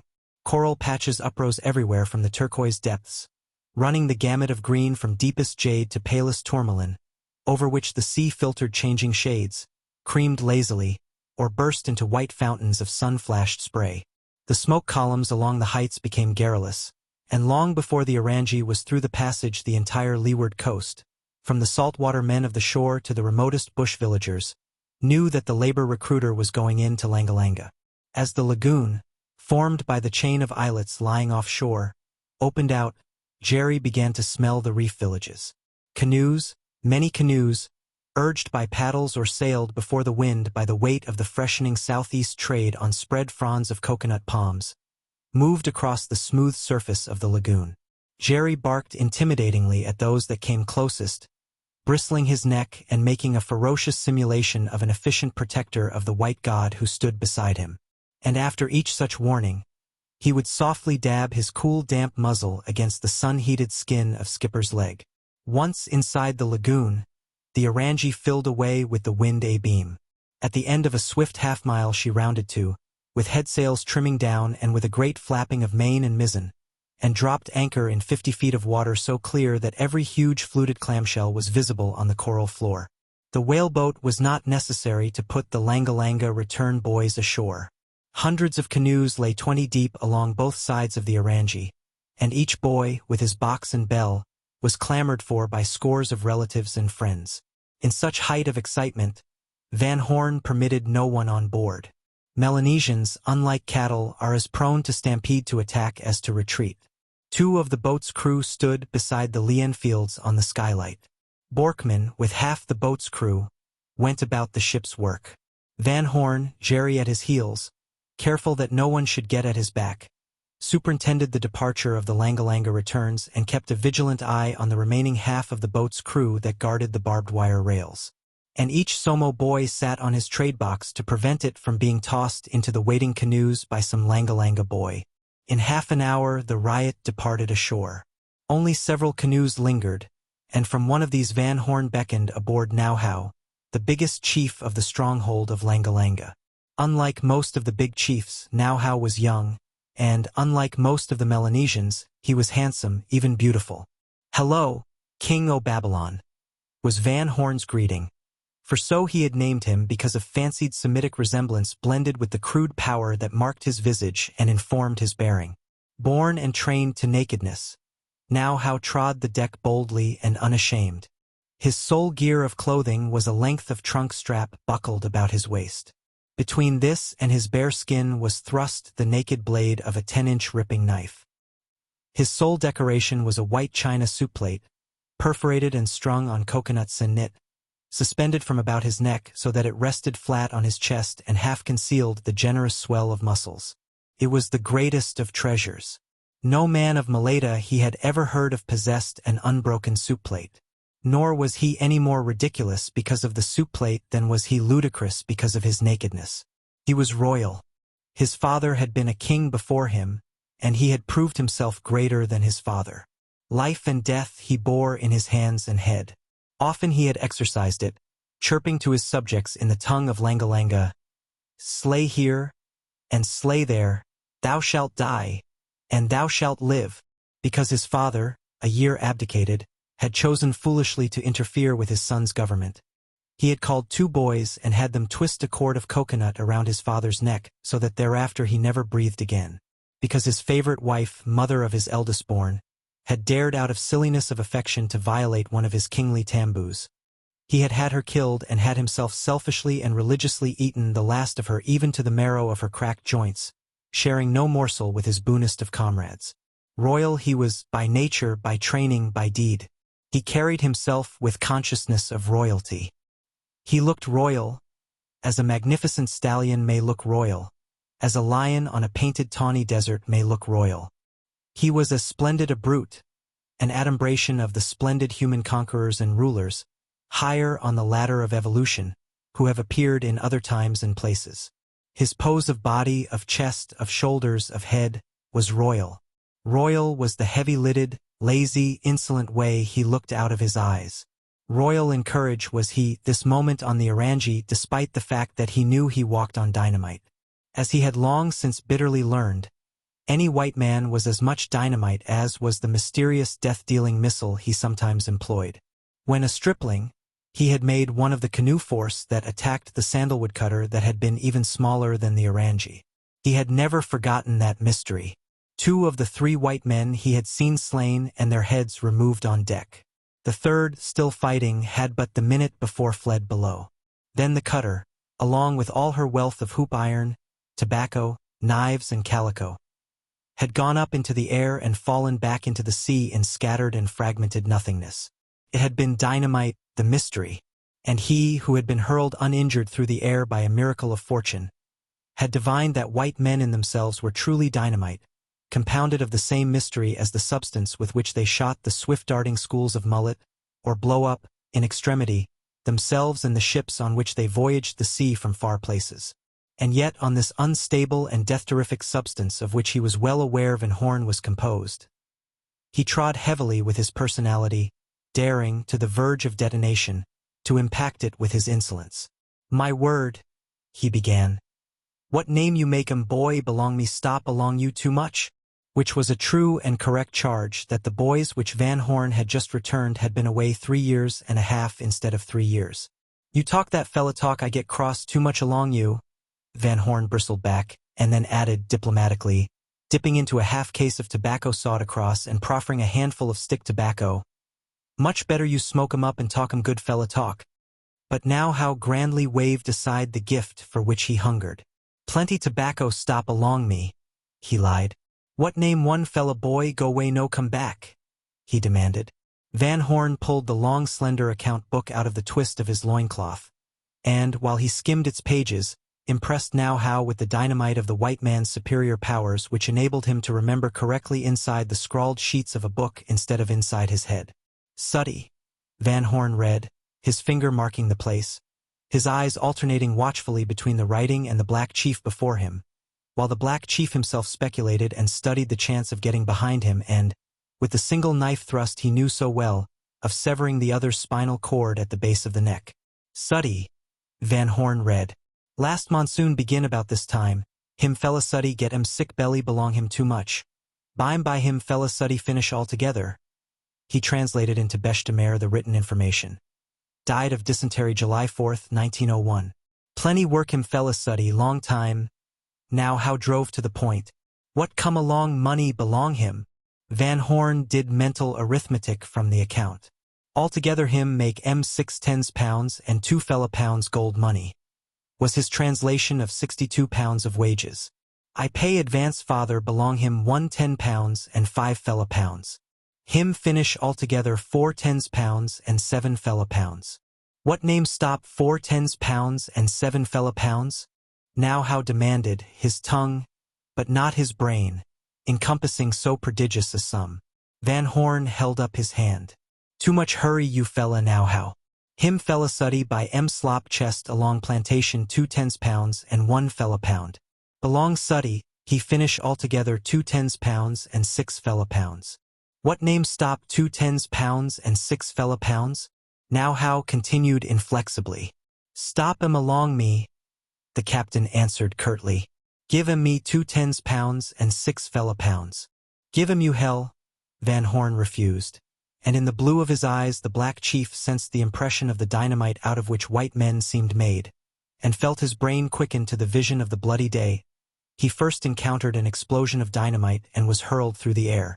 "What name that old fella boy stop 'em along canoe?" Van Horn asked, pointing to an old man in a canoe alongside. "Him father belong Suddy?" "Him father belong Suddy," Now How affirmed. Van Horn motioned the old man in and on board, beckoned Borkman to take charge of the deck and of Now How, and went below to get the money from his strongbox. When he returned, cavalierly ignoring the chief, he addressed himself to the old man. "What name belong you?" "Me fella Nino," was the quavering response. "Him fella Suddy belong along me." Van Horn glanced for verification to Now How, who nodded affirmation in the reverse Solomon way, whereupon Van Horn counted 26 gold sovereigns into the hand of Suddy's father. Immediately thereafter Now How extended his hand and received the sum. 20 gold pieces the chief retained for himself, returning to the old man the remaining 6. It was no quarrel of Van Horn's. He had fulfilled his duty and paid properly. The tyranny of a chief over a subject was none of his business. Both masters, white and black, were fairly contented with themselves. Van Horn had paid the money where it was due. Now How, by virtue of kingship, had robbed Suddy's father of Suddy's labor before Van Horn's eyes. But Now How was not above strutting. He declined a proffered present of tobacco, bought a case of stick tobacco from Van Horn, paying him £5 for it, and insisted on having it sawed open so that he could fill his pipe. "Plenty good boy stop along Langa Langa?" Van Horn, unperturbed, politely queried, in order to make conversation and advertise nonchalance. The king o' Babylon grinned, but did not deign to reply. "Maybe I go ashore and walk about?" Van Horn challenged with tentative emphasis. "Maybe too much trouble along you," Now How challenged back. "Maybe plenty bad fella boy kai along you." Although Van Horn did not know it, at this challenge he experienced the hair-pricking sensations in his scalp that Jerry experienced when he bristled his back. "Hey, Borkman," he called. "Man the whaleboat." When the whaleboat was alongside, he descended into it first, superiorly, then invited Now How to accompany him. "My word, King o' Babylon," he muttered in the chief's ears as the boat's crew bent to the oars. "One fella boy make 'em trouble, I shoot 'em hell outta you first thing. Next thing I shoot 'em hell outta Langa Langa. All the time you me fella you walk about along me. You know like walk about along me, you finish close up altogether." And ashore, a white man alone, attended by an Irish Terrier puppy with a heart flooded with love and by a black king resentfully respectful of the dynamite of the white man, Van Horn went, swashbuckling bare-legged through a stronghold of 3,000 souls, while his white mate, addicted to schnapps, held the deck of the tiny craft at anchor offshore, and while his black boat's crew, oars in hands, held the whaleboat stern on to the beach to receive the expected flying leap of the man they served but did not love, and whose head they would eagerly take any time were it not for fear of him. Van Horn had had no intention of going ashore, and that he went ashore at the Black Chief's insolent challenge was merely a matter of business. For an hour he strolled about, his right hand never far from the butt of the automatic that lay along his groin, his eyes never too far from the unwilling Now How beside him. For Now How, in sullen volcanic rage, was ripe to erupt at the slightest opportunity. And, so strolling, Van Horn was given to see what few white men have seen, for Langa Langa and her sister islets, beautiful beads strung along the lee coast of Malaita, were as unique as they were unexplored.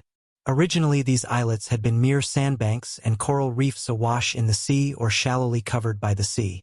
Only a hunted, wretched creature, enduring incredible hardship, could have eked out a miserable existence upon them. But such hunted, wretched creatures, survivors of village massacres, escapes from the wrath of chiefs and from the long pig fate of the cooking pot, did come and did endure. They, who knew only the bush, learned the saltwater and developed the saltwater man breed. They learned the ways of the fish and the shellfish, and they invented hooks and lines, nets and fish traps, and all the diverse cunning ways by which swimming meat can be garnered from the shifting, unstable sea. Such refugees stole women from the mainland, and increased and multiplied.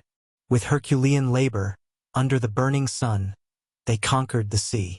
They walled the confines of their coral reefs and sandbanks with coral rock stolen from the mainland on dark nights. Fine masonry, without mortar or cutting chisel, they builded to withstand the ocean surge.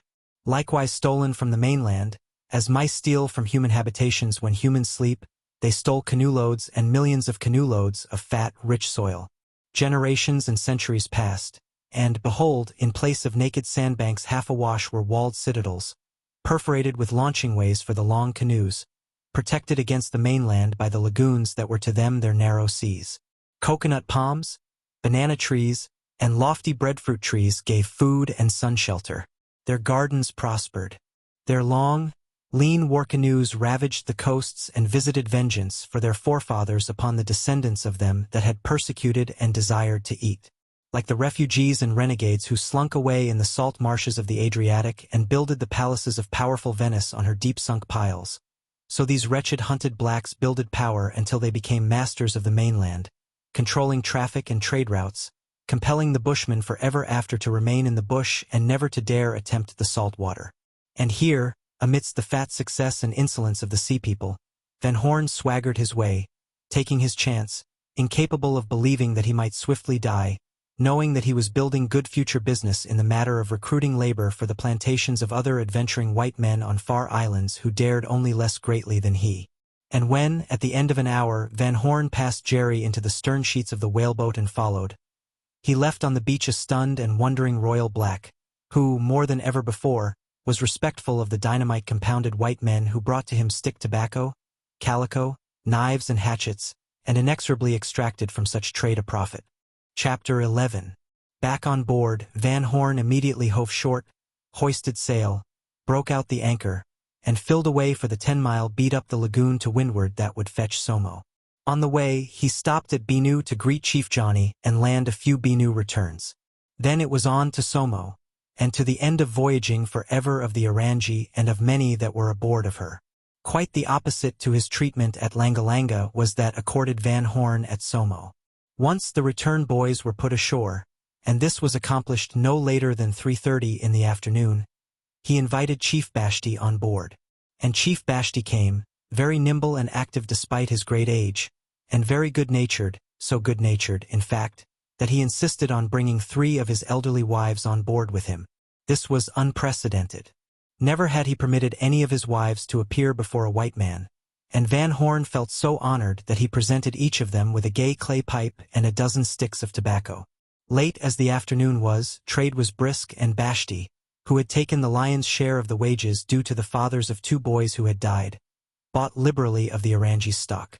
When Bashti promised plenty of fresh recruits, Van Horn, used to the changeableness of the savage mind, urged signing them up right away.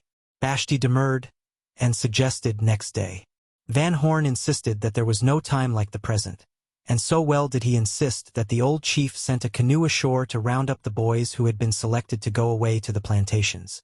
"Now, what do you think?" Van Horn asked of Borkman, whose eyes were remarkably fishy.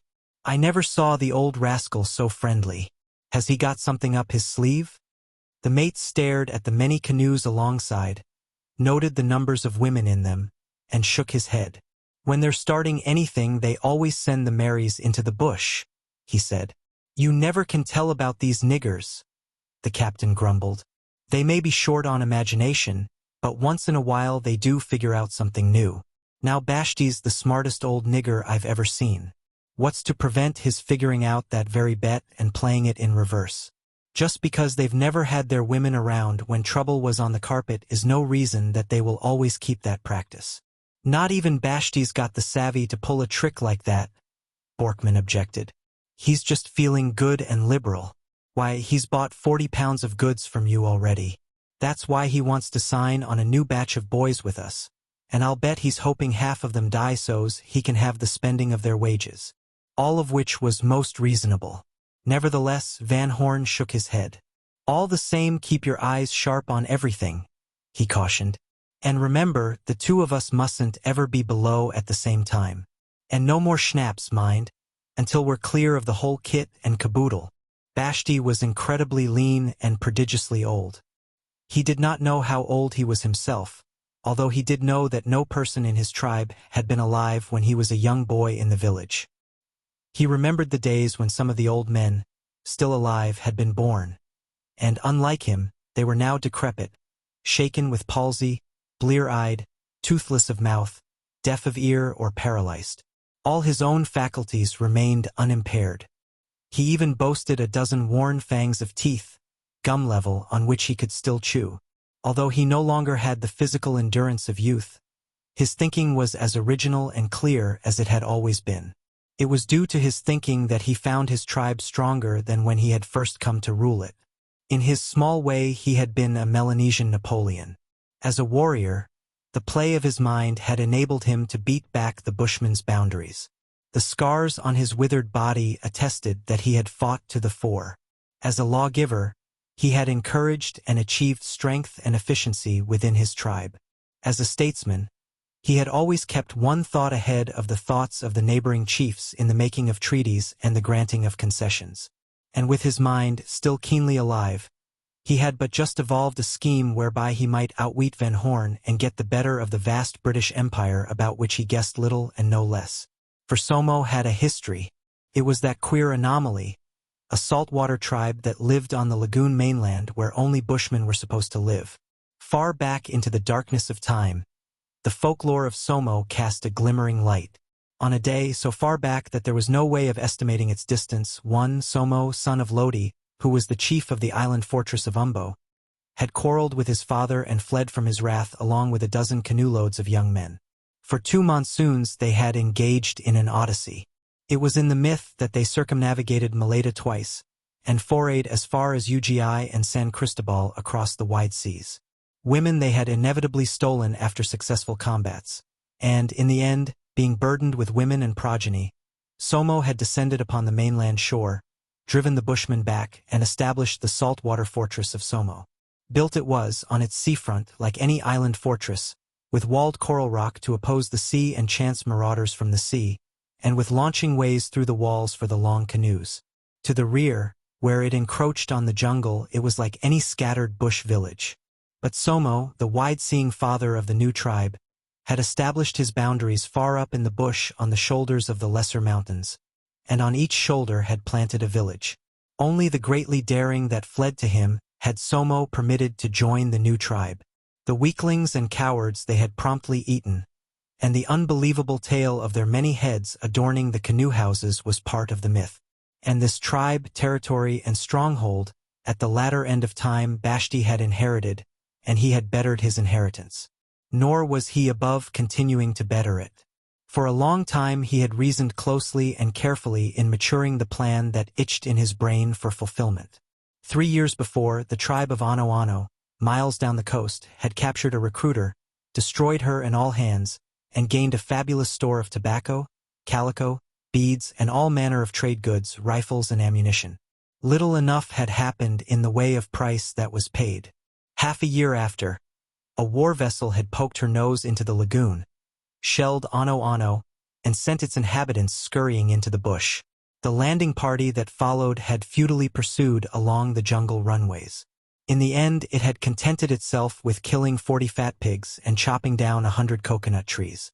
Scarcely had the war vessel passed out to open sea, when the people of Ano Ano were back from the bush to the village. Shell fire on flimsy grass houses is not especially destructive. A few hours' labor of the women put that little matter right. As for the 40 dead pigs, the entire tribe fell upon the carcasses, roasted them under the ground with hot stones, and feasted. The tender tips of the fallen palms were likewise eaten, while the thousands of coconuts were husked and split and sun-dried and smoke-cured into copra to be sold to the next passing trader. Thus, the penalty exacted had proved a picnic and a feast, all of which appealed to the thrifty, calculating brain of Vashti. And what was good for Ano Ano, in his judgment, was surely good for Somo. Since such were white men's ways who sailed under the British flag and killed pigs and cut down coconuts in cancellation of blood debts and head-takings, Vashti saw no valid reason why he should not profit as Ano Ano had profited. The price to be paid at some possible future time was absurdly disproportionate to the immediate wealth to be gained. Besides, it had been over 2 years since the last British war vessel had appeared in the Solomons. And thus, Vashti, with a fine fresh idea inside his head, bowed his chief's head in consent that his people could flock aboard and trade. Very few of them knew what his idea was, or that he even had an idea. Trade grew still brisker as more canoes came alongside and black men and women thronged the deck. Then came the recruits, new-caught, young, savage things, timid as deer, yet yielding to stern parental and tribal law and going down into the Orangi's cabin, one by one, their fathers and mothers and relatives accompanying them in family groups, to confront the big fellow white Marster, who wrote their names down in a mysterious book, had them ratify the 3 years' contract of their labor by a touch of the right hand to the pen with which he wrote, and who paid the first year's advance in trade goods to the heads of their respective families. Old Vashti sat near, taking his customary heavy tithes out of each advance, his 3 old wives squatting humbly at his feet and by their mere presence giving confidence to Van Horn, who was elated by the stroke of business. At such rate his cruise on Maleta would be a short one, when he would sail away with a full ship. On deck, where Borkman kept a sharp eye out against danger, Jerry prowled about, sniffing the many legs of the many blacks he had never encountered before. The wild dog had gone ashore with the return boys, and of the return boys only one had come back. It was Laramie, past whom Jerry repeatedly and stiff-leggedly bristled without gaining response of recognition. Laramie coolly ignored him, went down below once and purchased a trade hand mirror, and, with a look of the eyes, assured old Vashti that all was ready and ripe to break at the first favorable moment. On deck, Borkman gave this favorable moment. Nor would he have so given it had he not been guilty of carelessness and of disobedience to his captain's orders. He did not leave the schnapps alone. He did not sense what was impending all about him. Aft, where he stood, the deck was almost deserted. Amidships and for'ard, gamming with the boat's crew, the deck was crowded with blacks of both sexes. He made his way to the yam sacks lashed abaft the mizzenmast and got his bottle. Just before he drank, with a shred of caution, he cast a glance behind him. Near him stood a harmless Mary, middle-aged, fat, squat, asymmetrical, unlovely, a sucking child of 2 years astride her hip and taking nourishment.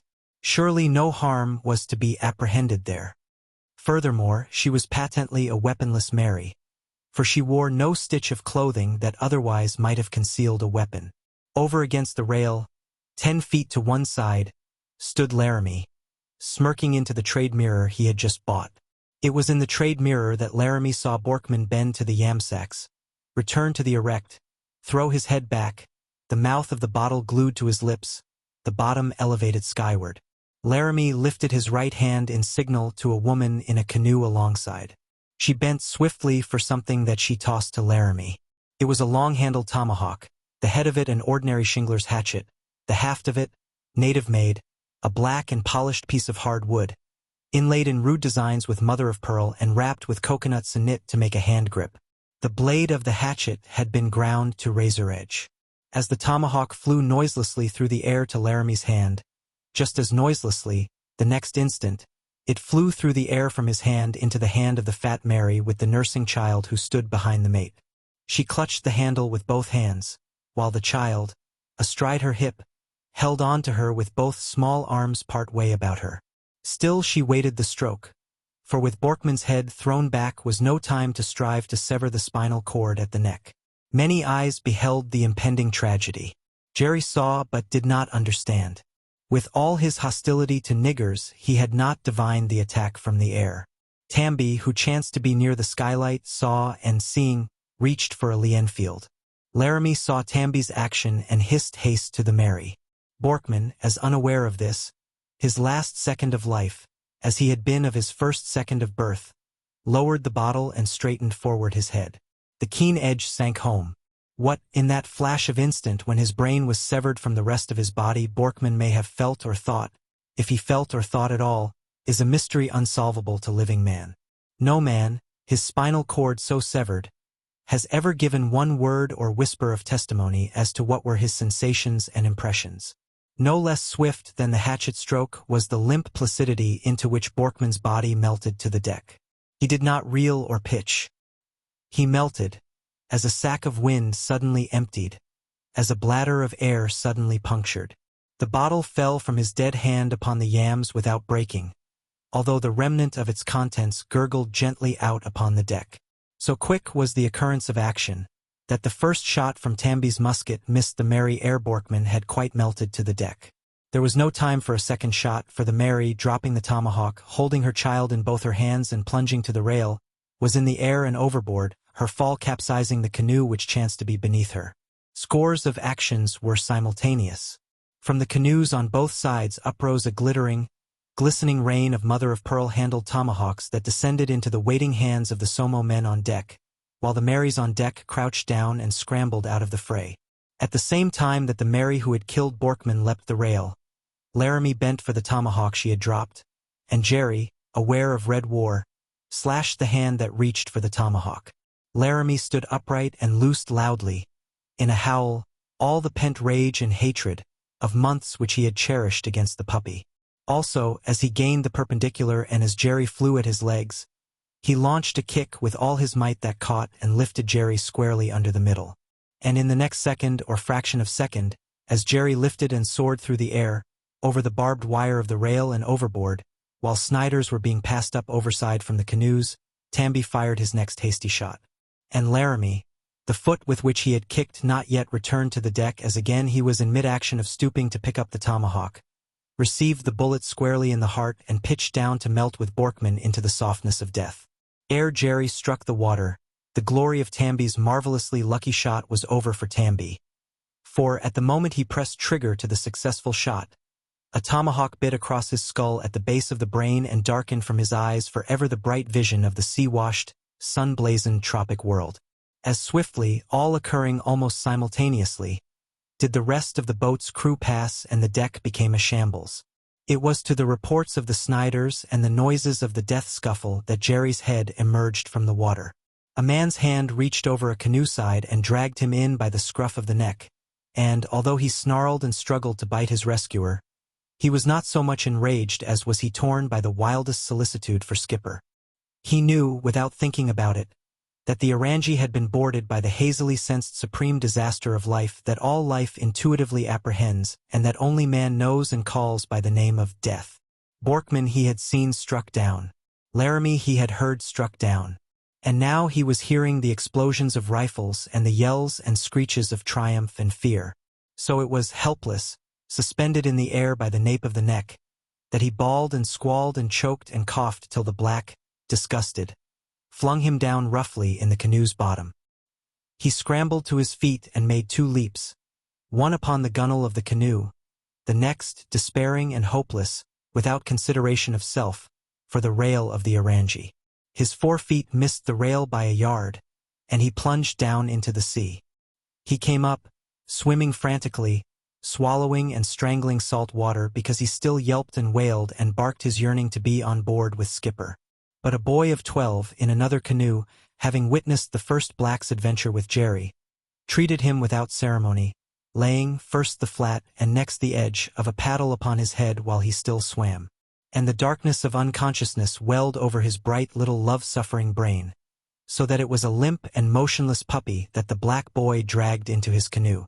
In the meantime, down below in the Orangie's cabin, ere ever Jerry hit the water from Laramie's kick, even while he was in the air, Van Horn, in one great flashing profound fraction of an instant, had known his death.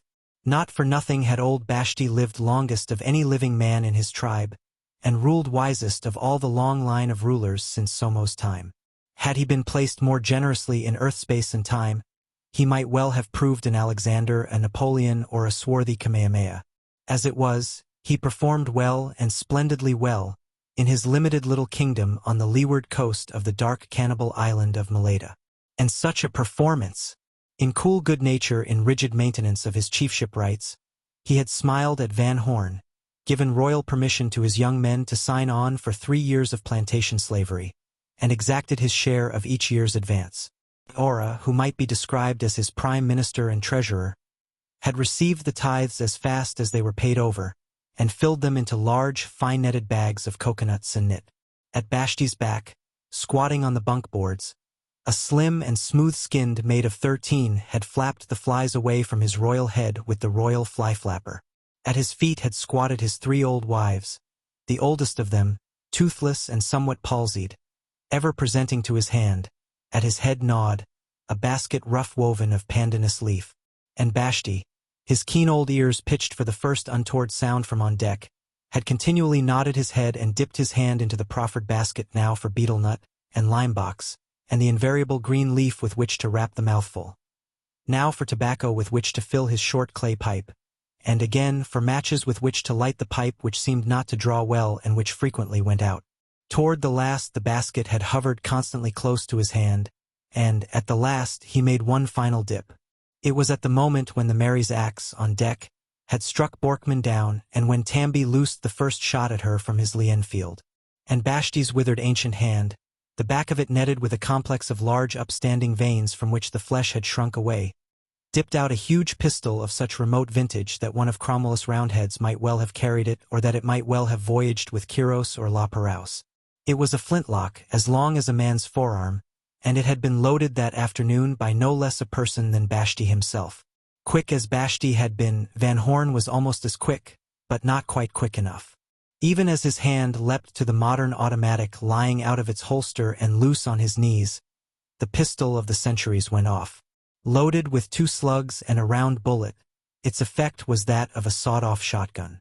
And Van Horn knew the blaze and the black of death, even as "Got fair dang," died unuttered on his lips, and as his fingers relaxed from the part-lifted automatic, dropping it to the floor. Surcharged with black powder, the ancient weapon had other effect. It burst in Vashti's hand, while Aora, with a knife produced apparently from nowhere, proceeded to hack off the White Master's head. Vashti looked quizzically at his right forefinger dangling by a strip of skin. He seized it with his left hand, with a quick pull and twist wrenched it off, and grinningly tossed it, as a joke, into the pandanus basket which still his wife with one hand held before him while with the other she clutched her forehead bleeding from a flying fragment of pistol. Collaterally with this, 3 of the young recruits, joined by their fathers and uncles, had downed, and were finishing off the only one of the boat's crew that was below. Vashti, who had lived so long that he was a philosopher who minded pain little and the loss of a finger less, chuckled and chirped his satisfaction and pride of achievement in the outcome, while his 3 old wives, who lived only at the nod of his head, fawned under him on the floor in the abjectness of servile congratulation and worship. Long had they lived, and they had lived long only by his kingly whim. They floundered and gibbered and mowed at his feet, lord of life and death that he was, infinitely wise as he had so often proved himself, as he had this time proved himself again. And the lean, fear-stricken girl, like a frightened rabbit in the mouth of its burrow, on hands and knees peered forth upon the scene from the lazarette and knew that the cooking pot and the end of time had come for her. Chapter 12. What happened aboard the Orangi Jerry never knew. He did know that it was a world destroyed, for he saw it destroyed. The boy who had knocked him on the head with the paddle, tied his legs securely and tossed him out on the beach air. He forgot him in the excitement of looting the Orangi. With great shouting and song, the pretty teak-built yacht was towed in by the long canoes and beached close to where Jerry lay just beyond the confines of the coral stone walls. Fires blazed on the beach, lanterns were lighted on board, and, amid a great feasting, the Orangi was gutted and stripped. Everything portable was taken ashore, from her pigs of iron ballast to her running gear and sails. No one in Somo slept that night. Even the tiniest of children toddled about the feasting fires or sprawled surfeited on the sands. At 2 in the morning, at Vashti's command, the shell of the boat was fired, and Jerry, thirsting for water, having whimpered and wailed himself to exhaustion, lying helpless, leg-tied on his side, saw the floating world he had known so short a time go up in flame and smoke. And by the light of her burning, old Vashti apportioned the loot. No one of the tribe was too mean to receive nothing. Even the wretched bush slaves, who had trembled through all the time of their captivity from fear of being eaten, received each a clay pipe and several sticks of tobacco. The main bulk of the trade goods, which was not distributed, Vashti had carried up to his own large grass house. All the wealth of gear was stored in the several canoe houses, while in the devil houses the devil doctors set to work curing the many heads over slow smudges. For, along with the boat's crew, there were a round dozen of Noola return boys and several Malu boys which Van Horn had not yet delivered. Not all these had been slain, however. Vashti had issued stern injunctions against wholesale slaughter. But this was not because his heart was kind. Rather was it because his head was shrewd. Slain they would all be in the end. Vashti had never seen ice, did not know it existed, and was unversed in the science of refrigeration. The only way he knew to keep meat was to keep it alive. And in the biggest canoe house, the club house of the Stags, where no Mary might come under penalty of death by torture, the captives were stored. Tied or trussed like fowls or pigs, they were tumbled on the hard-packed earthen floor, beneath which, shallowly buried, lay the remains of ancient chiefs, while overhead, in wrappings of grass mats, swung all that was left of several of Vashti's immediate predecessors, his father latest among them, and so swinging for 2 full generations. Here, too, since she was to be eaten and since the taboo had no bearing upon one condemned to be cooked, the thin little Mary from the lazarette was tumbled trussed upon the floor among the many blacks who had teased and mocked her for being fattened by Van Horn for the eating. And to this canoe house Jerry was also brought to join the others on the floor. Ogno, chief of the devil doctors, had stumbled across him on the beach, and, despite the protestations of the boy who claimed him as personal trove, had ordered him to the canoe house. Carried past the fires of the feasting, his keen nostrils had told him of what the feast consisted, and, new as the experience was, He had bristled and snarled and struggled against his bonds to be free. Likewise, at first, tossed down in the canoe house, he had bristled and snarled at his fellow captives, not realizing their plight, and since always he had been trained to look upon niggers as the eternal enemy, considering them responsible for the catastrophe to the Orangie and to Skipper. For Jerry was only a little dog, with a dog's limitations, and very young in the world. But not for long did he throat his rage at them. In vague ways it was borne in upon him that they, too, were not happy. Some had been cruelly wounded, and kept up a moaning and groaning, without any clearness of concept. Nevertheless, Jerry had a realization that they were as painfully circumstanced as himself. And painful indeed was his own circumstance. He lay on his side, the cords that bound his legs so tight as to bite into his tender flesh and shut off the circulation. Also, he was perishing for water, and panted, dry-tongued, dry-mouthed, in the stagnant heat. A dolorous place it was, this canoe house, filled with groans and sighs, corpses beneath the floor and composing the floor, creatures soon to be corpses upon the floor, corpses swinging in aerial sepulchre overhead, long black canoes, high-end like beaked predatory monsters, dimly looming in the light of a slow fire where sat an ancient of the tribe of Somo at his interminable task of smoke-curing a bushman's head. He was withered and blind and senile, gibbering and mowing like some huge ape as ever he turned and twisted back again, the suspended head in the pungent smoke, and handful by handful added rotten punk of wood to the smudge fire. 60 feet in the clear, the dim fire occasionally lighted, through shadowy crossbeams, the ridgepole that was covered with sennit of coconut that was braided in barbaric designs of black and white and that was stained by the smoke of years almost to a monochrome of dirty brown. From the lofty crossbeams, on long sennit strings, hung the heads of enemies taken aforetime in jungle raid and sea foray. The place breathed the very atmosphere of decay and death, and the imbecile ancient, curing in the smoke the token of death, was himself palsiedly shaking into the disintegration of the grave. Toward daylight, with great shouting and heaving and pull and haul, scores of Somo men brought in another of the big war canoes. They made way with foot and hand, kicking and thrusting, dragging and shoving, the bound captives to either side of the space which the canoe was to occupy. They were anything but gentle to the meat with which they had been favored by good fortune and the wisdom of Vashti. For a time they sat about, all pulling at clay pipes and chirruping and laughing in queer thin falsettos at the events of the night and the previous afternoon. Now one and now another stretched out and slept without covering. For so, directly under the path of the sun, had they slept nakedly from the time they were born. Remained awake as dawn paled the dark, only the grievously wounded or the too tightly bound, and the decrepit ancient who was not so old as Vashti. When the boy who had stunned Jerry with his paddle blade and who claimed him as his own stole into the canoe house, the ancient did not hear him. Being blind, he did not see him. He continued gibbering and chuckling dementedly, to twist the bushman's head back and forth and to feed the smudge with punk wood. This was no night task for any man, nor even for him who had forgotten how to do aught else.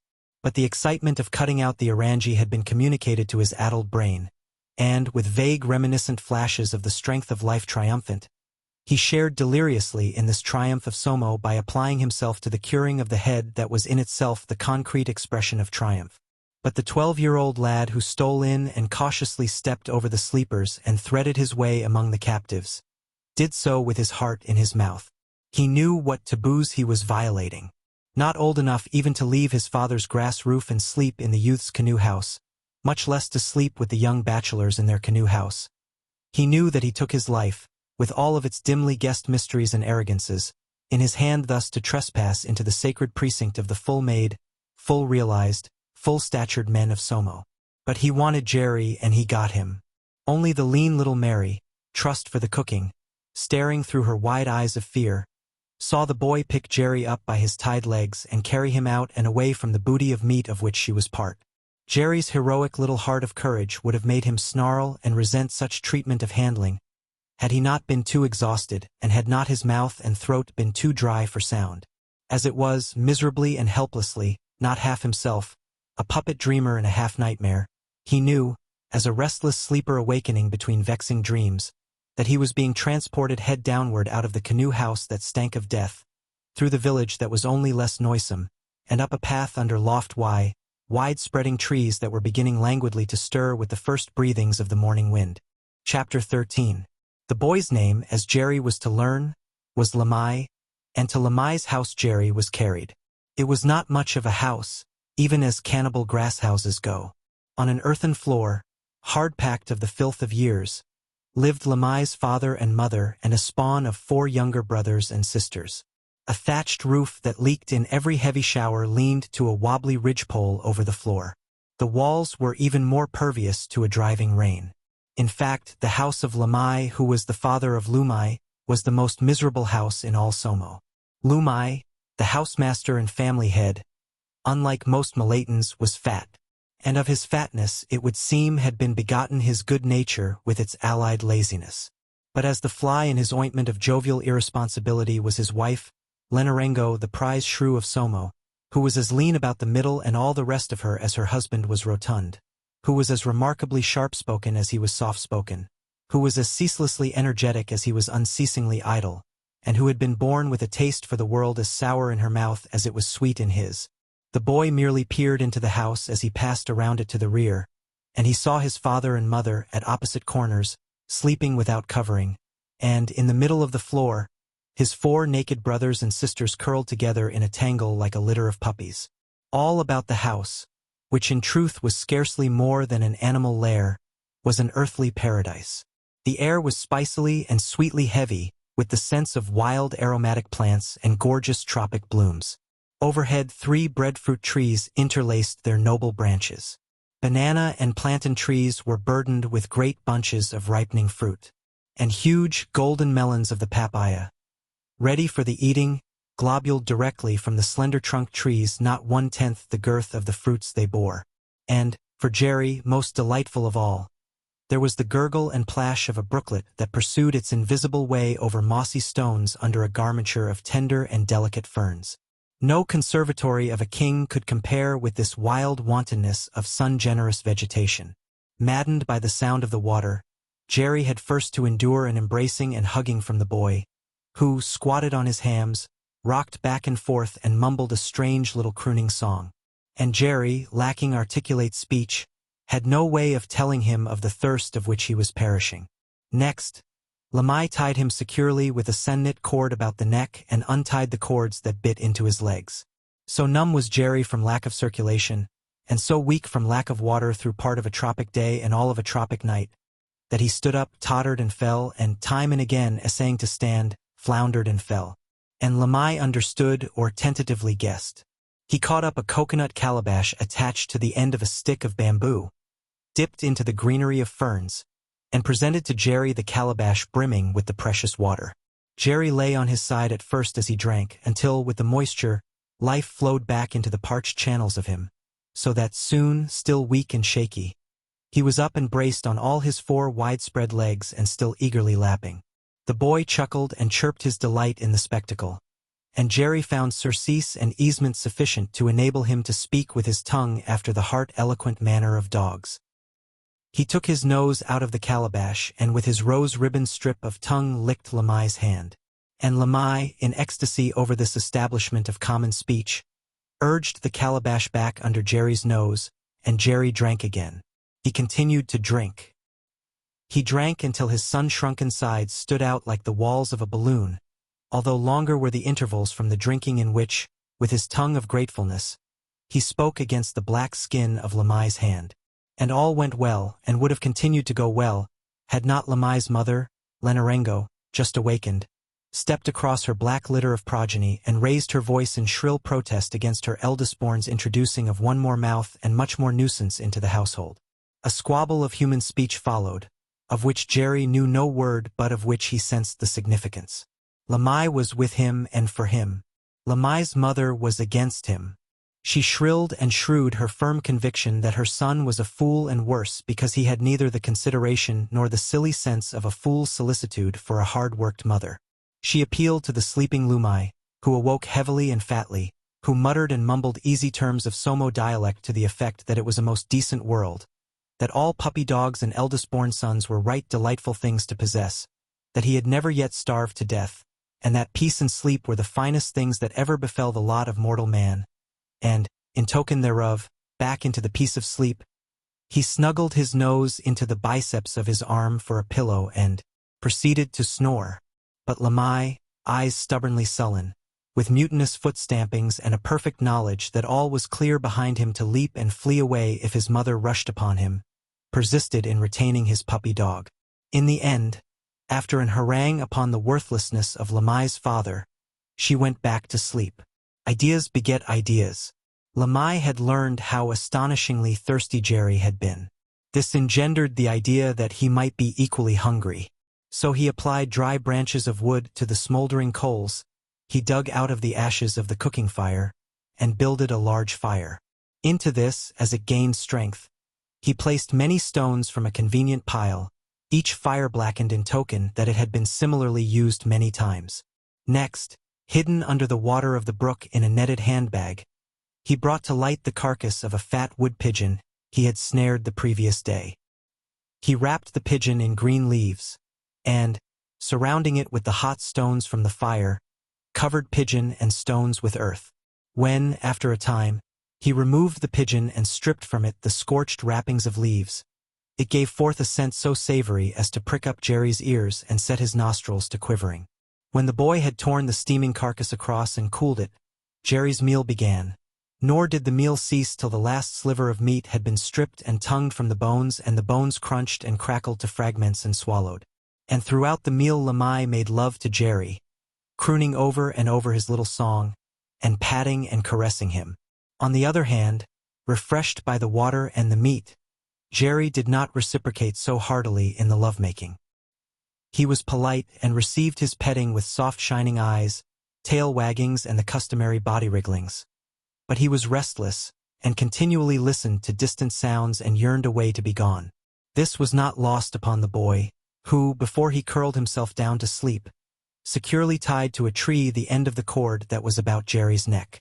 After straining against the cord for a time, Jerry surrendered and slept. But not for long. Skipper was too much with him. He knew, and yet he did not know, the irretrievable ultimate disaster to Skipper. So it was, after low whinings and whimperings, that he applied his sharp first teeth to the senknit cord and chewed upon it till it parted. Free like a homing pigeon, he headed blindly and directly for the beach and the salt sea over which had floated the Orangie, on her deck Skipper in command. Somo was largely deserted, and those that were in it were sunk in sleep. So no one vexed him as he trotted through the winding pathways between the many houses and past the obscene king-posts of totemic heraldry, where the forms of men, carved from single tree trunks, were seated in the gaping jaws of carved sharks. For Somo, tracing back to Somo its founder, worshipped the shark god and the saltwater deities as well as the deities of the bush and swamp and mountain. Turning to the right until he was past the seawall, Jerry came on down to the beach. No Orangie was to be seen on the placid surface of the lagoon. All about him was the debris of the feast, and he scented the smoldering odors of dying fires and burnt meat. Many of the feasters had not troubled to return to their houses, but lay about on the sand, in the mid-morning sunshine, men, women, and children and entire families, wherever they had yielded to slumber. Down by the water's edge, so close that his 4 feet rested in the water, Jerry sat down. His heart bursting for Skipper, thrust his nose heavenward at the sun, and wailed his woe as dogs have ever wailed since they came in from the wild woods to the fires of men. And here Lamai found him, hushed his grief against his breast with cuddling arms, and carried him back to the grass house by the brook. Water he offered, but Jerry could drink no more. Love he offered, but Jerry could not forget his torment of desire for Skipper. In the end, disgusted with so unreasonable a puppy, Lamai forgot his love in his boyish savageness, clout Jerry over the head, right side and left, and tied him as few white men's dogs have ever been tied. For, in his way, Lamai was a genius. He had never seen the thing done with any dog, yet he devised, on the spur of the moment, the invention of tying Jerry with a stick. The stick was of bamboo, 4 feet long. One end he tied shortly to Jerry's neck, the other end, just as shortly to a tree. All that Jerry's teeth could reach was the stick, and dry and seasoned bamboo can defy the teeth of any dog. Chapter 14. For many days, tied by the stick, Jerry remained Lemai's prisoner. It was not a happy time, for the house of Lemai was a house of perpetual bickering and quarreling. Lemai fought pitched battles with his brothers and sisters for teasing Jerry, and these battles invariably culminated in Lenarengo taking a hand and impartially punishing all her progeny. After that, as a matter of course and on general principles, she would have it out with Lemai, whose soft voice always was for quiet and repose, and who always, at the end of a tongue-lashing, took himself off to the canoe house for a couple of days. Here Lenarengo was helpless. Into the canoe house of the stags no Mary might venture. Lenarengo had never forgotten the fate of the last Mary who had broken the taboo. It had occurred many years before, when she was a girl, and the recollection was ever vivid of the unfortunate woman hanging up in the sun by one arm for all of a day, and for all of a second day by the other arm. After that she had been feasted upon by the stags of the canoe house, and for long afterward all women had talked softly before their husbands. Jerry did discover liking for Lemai, but it was not strong nor passionate. Rather was it out of gratitude, for only Lemai saw to it that he received food and water. Yet this boy was no skipper, no Mr. Hagen, nor was he even a derby or a bob. He was that inferior man-creature, a nigger, and Jerry had been thoroughly trained all his brief days to the law that the white men were the superior two-legged gods.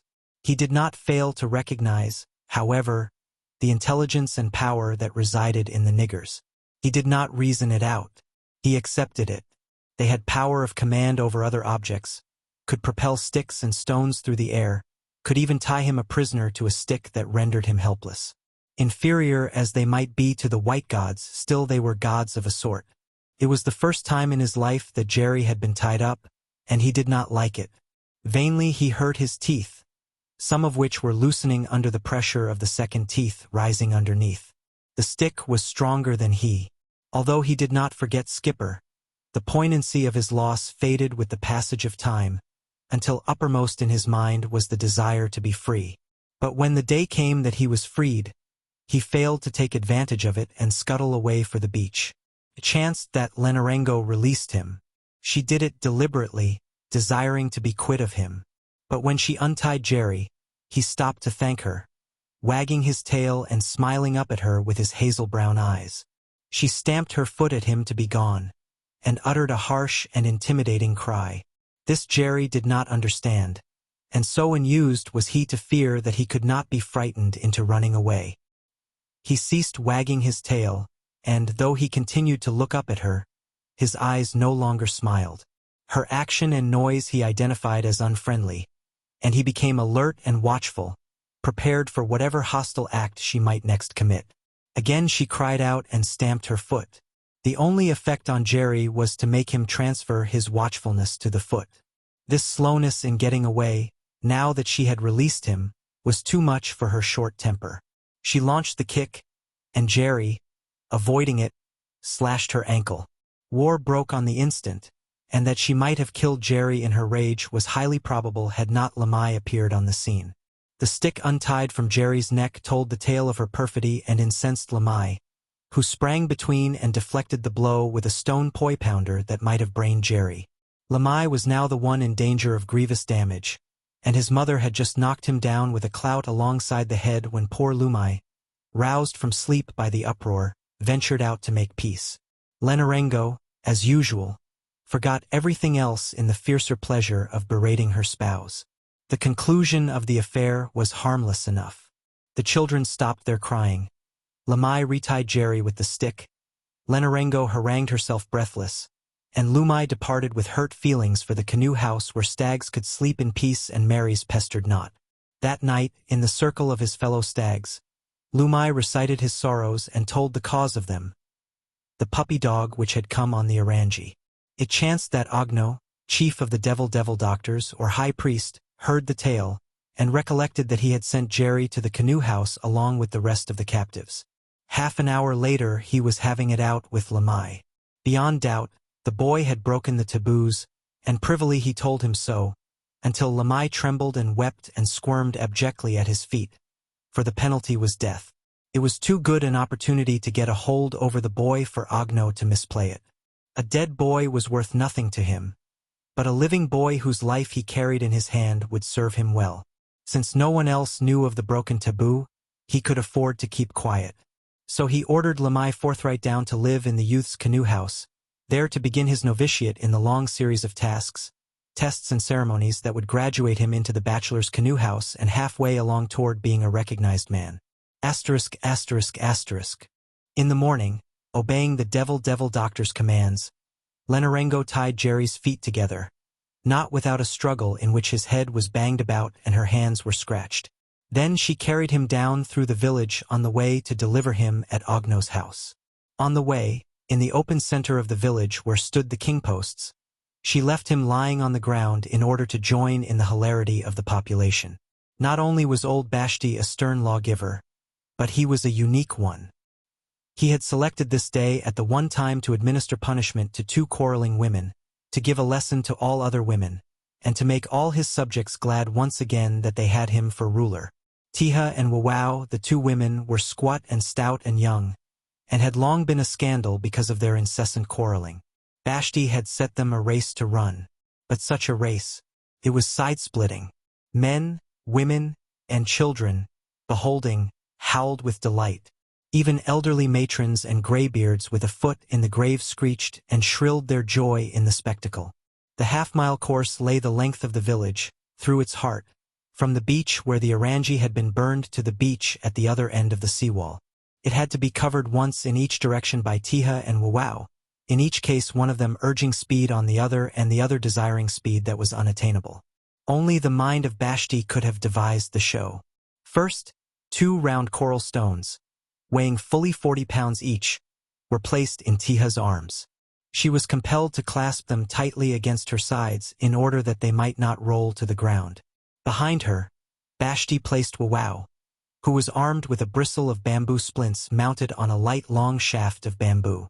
The splints were sharp as needles, being indeed the needles used in tattooing, and on the end of the pole they were intended to be applied to Tiha's back in the same way that men apply ox goads to oxen.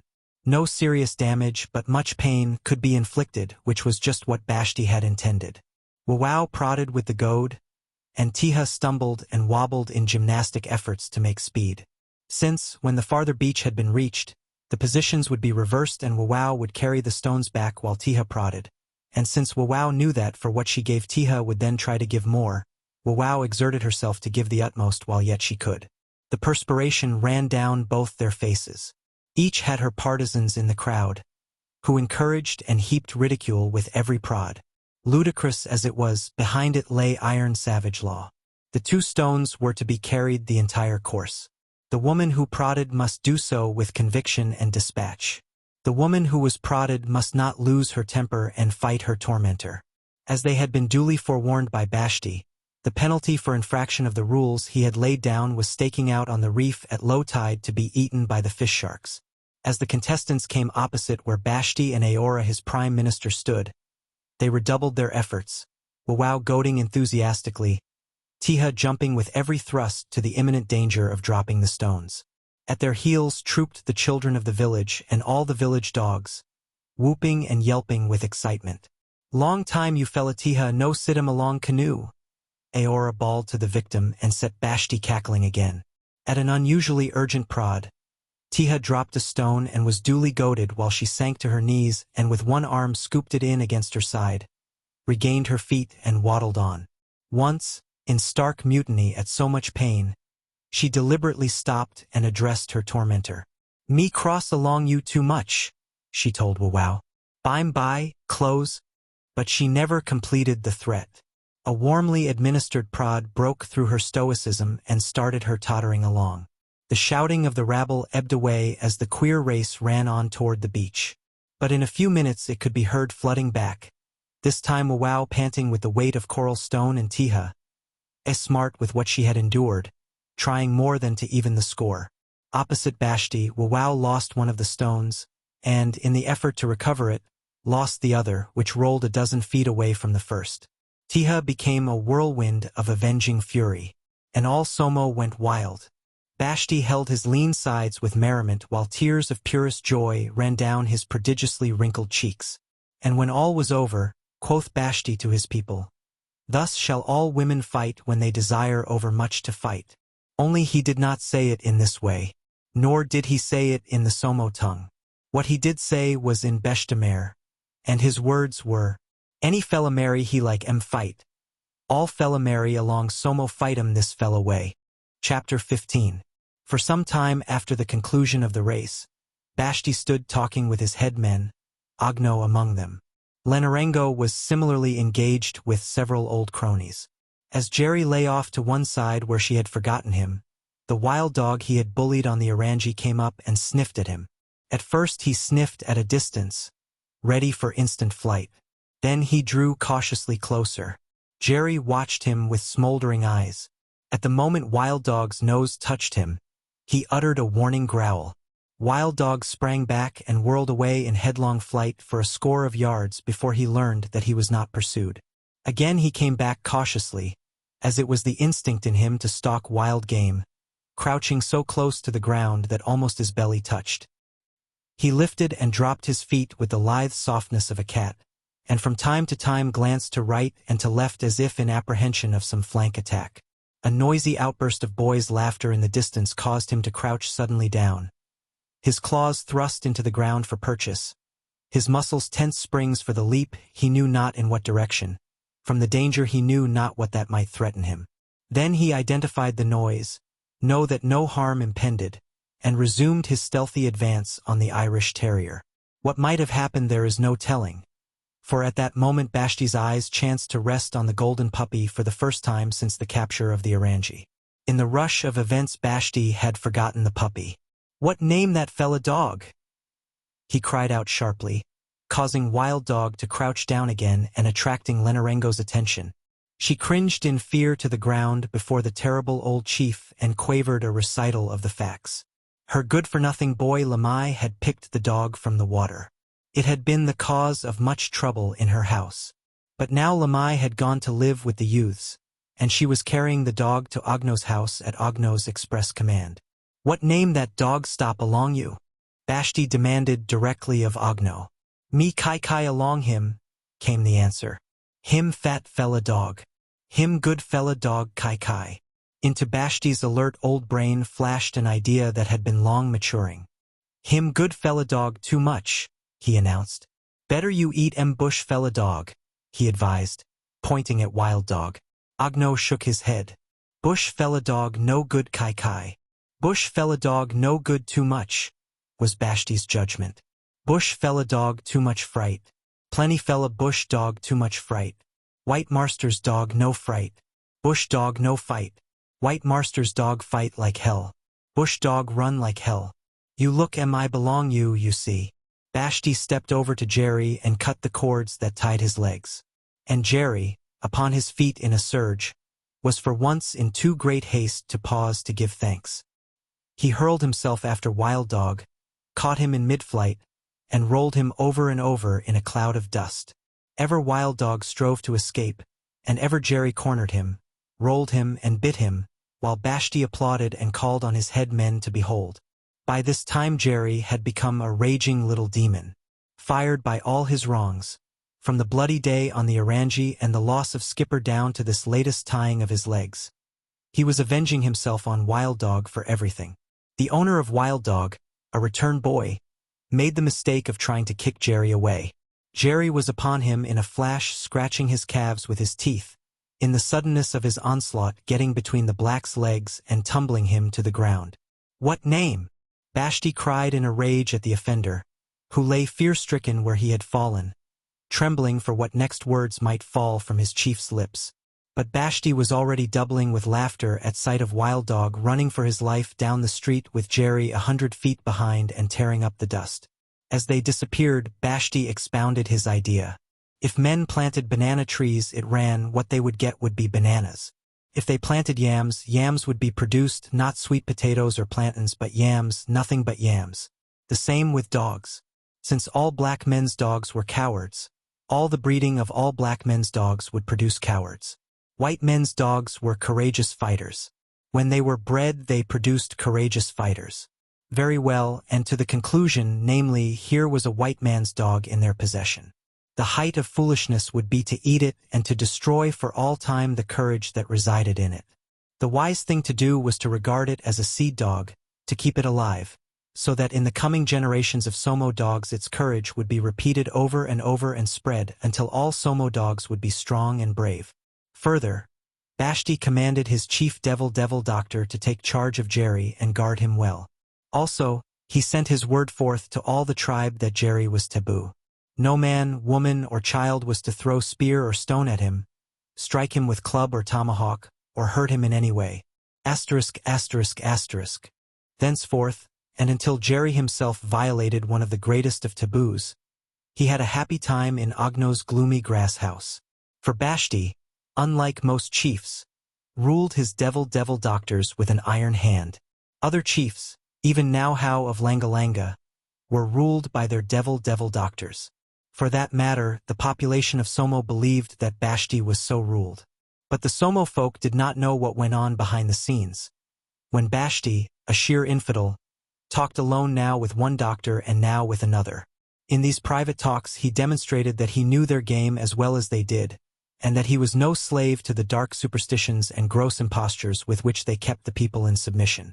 Also, he exposited the theory, as ancient as priests and rulers, that priests and rulers must work together in the orderly governance of the people. He was content that the people should believe that the gods, and the priests who were the mouthpieces of the gods, had the last word, but he would have the priests know that in private the last word was his. Little as they believed in their trickery, he told them he believed less. He knew taboo and the truth behind taboo. He explained his personal taboos and how they came to be. Never must he eat clam meat, he told Ogno. It was so selected by himself because he did not like clam meat. It was old Nino, high priest before Ogno, with an ear open to the voice of the shark god, who had so laid the taboo. But he, Vashti, had privily commanded Nino to lay the taboo against clam meat upon him, because he, Vashti, did not like clam meat and had never liked clam meat. Still further, since he had lived longer than the oldest priest of them, his had been the appointing of every one of them. He knew them, had made them, had placed them, and they lived by his pleasure. And they would continue to take program from him, as they had always taken it, or else they would swiftly and suddenly pass. He had but to remind them of the passing of Corey, the devil doctor who had believed himself stronger than his chief, and who, for his mistake, had screamed in pain for a week ere what composed him had ceased to scream and forever ceased to scream. *****. In Ogno's large grass house was little light and much mystery. There was no mystery there for Jerry, who merely knew things or did not know things, and who never bothered about what he did not know. Dried heads and other cured and moldy portions of human carcasses impressed him no more than the dried alligators and dried fish that contributed to the festooning of Ogno's dark abode. Jerry found himself well cared for. No children nor wives cluttered the devil doctor's house. Several old women, a fly-flapping girl of 11, and 2 young men who had graduated from the canoe house of the youths and who were studying priestcraft under the master, composed the household and waited upon Jerry. Food of the choicest was his. After Ogno had eaten first cut of pig, Jerry was served second. Even the 2 acolytes and the fly-flapping made 8 after him, leaving the debris for the several old women. And, unlike the mere bush dogs, who stole shelter from the rain under overhanging eaves, Jerry was given a dry place under the roof where the heads of bushmen and of forgotten sandalwood traders hung down from above in the midst of a dusty confusion of dried viscera of sharks, crocodile skulls, and skeletons of Solomon's rats that measured 2/3 of a yard in length from bone-tip of nose to bone-tip of tail. A number of times, all freedom being his, Jerry stole away across the village to the house of Lumai. But never did he find Lamai, who, since Skipper, was the only human he had met that had placed a bid to his heart. Jerry never appeared openly, but from the thick fern of the brookside observed the house and scented out its occupants. No scent of Lamai did he ever obtain, and, after a time, he gave up his vain visits and accepted the devil doctor's house as his home and the devil doctor as his master. But he bore no love for this master. Ogno, who had ruled by fear so long in his house of mystery, did not know love. Nor was affection any part of him, nor was geniality. He had no sense of humor, and was as frostily cruel as an icicle. Next to Vashti he stood in power, and all his days had been embittered in that he was not first in power. He had no softness for Jerry. Because he feared Vashti, he feared to harm Jerry. The months passed, and Jerry got his firm, massive second teeth and increased in weight and size. He came as near to being spoiled as is possible for a dog. Himself taboo, he quickly learned to lord it over the Somo folk and to have his way and will in all matters. No one dared to dispute with him with stick or stone. Ogno hated him, he knew that. But also he gleaned the knowledge that Ogno feared him and would not dare to hurt him. But Ogno was a chill-blooded philosopher and bided his time, being different from Jerry in that he possessed human prevision and could adjust his actions to remote ends. From the edge of the lagoon into the waters of which, remembering the crocodile taboo he had learned on Meringa, he never ventured, Jerry ranged to the outlying bush villages of Vashti's domain. All made way for him. All fed him when he desired food. For the taboo was upon him, and he might unchidden invade their sleeping mats or food calabashes. He might bully as he pleased, and be arrogant beyond decency, and there was no one to say him nay. Even had Vashti's word gone forth that if Jerry were attacked by the full-grown bush dogs, it was the duty of the Somo folk to take his part and kick and stone and beat the bush dogs. And thus his own four-legged cousins came painfully to know that he was taboo. And Jerry prospered. Fat to stupidity he might well have become, had it not been for his high-strung nerves and his insatiable, eager curiosity. With the freedom of all Somo he was ever a foot over it, learning its metes and bounds and the ways of the wild creatures that inhabited its swamps and forests and that did not acknowledge his taboo. Many were his adventures. He fought 2 battles with the wood rats that were almost of his size, and that, being mature and wild and cornered, fought him as he had never been fought before. The first he had killed, unaware that it was an old and feeble rat. The second, in prime of vigor, had so punished him that he crawled back, weak and sick, to the devil doctor's house, where, for a week under the dried emblems of death, he licked his wounds and slowly came back to life and health. He stole upon the dugong and joyed to stampede that silly timid creature by sudden ferocious onslaughts which he knew himself to be all sound and fury, but which tickled him and made him laugh with the consciousness of playing a successful joke.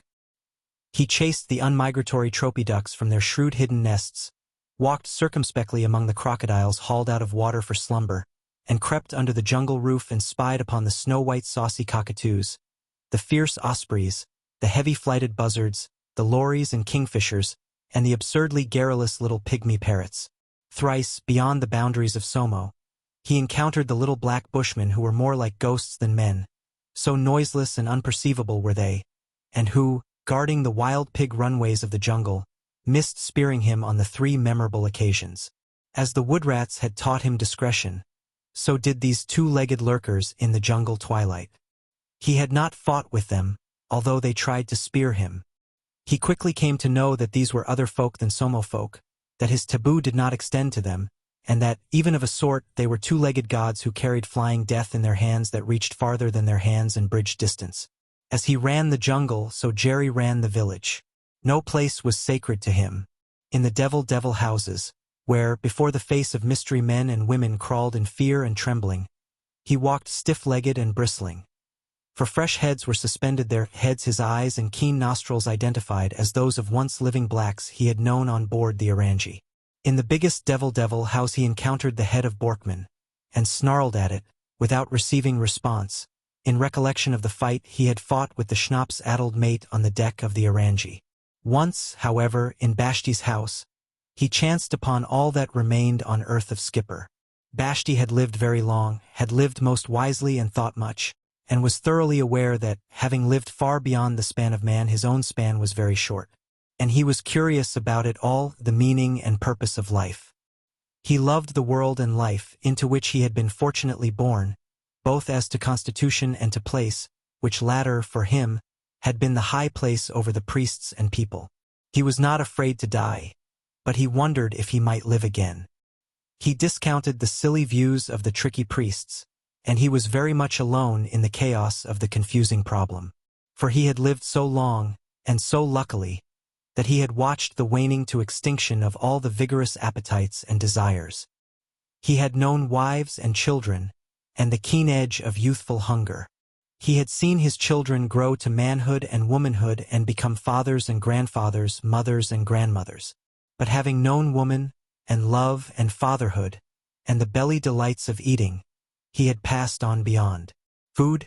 Scarcely did he know its meaning, so little did he eat.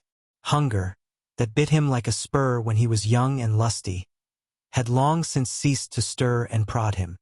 He ate out of a sense of necessity and duty, and cared little for what he ate, save for one thing: the eggs of the megapodes that were, in season, laid in his private, personal, strictly tabooed megapode laying yard.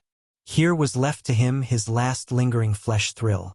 As for the rest, he lived in his intellect, ruling his people, seeking out data from which to induce laws that would make his people stronger and rivet his people's clinch upon life. But he realized clearly the difference between that abstract thing, the tribe, and that most concrete of things, the individual. The tribe persisted. Its members passed.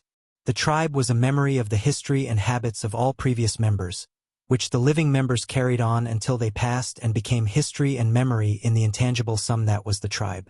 He, as a member, soon or late, and late was very near, must pass. But pass to what? There was the rub. And so it was, on occasion, that he ordered all forth from his big grass house, and, alone with his problem, lowered from the roof beams the matting-wrapped parcels of heads of men he had once seen live and who had passed into the mysterious nothingness of death.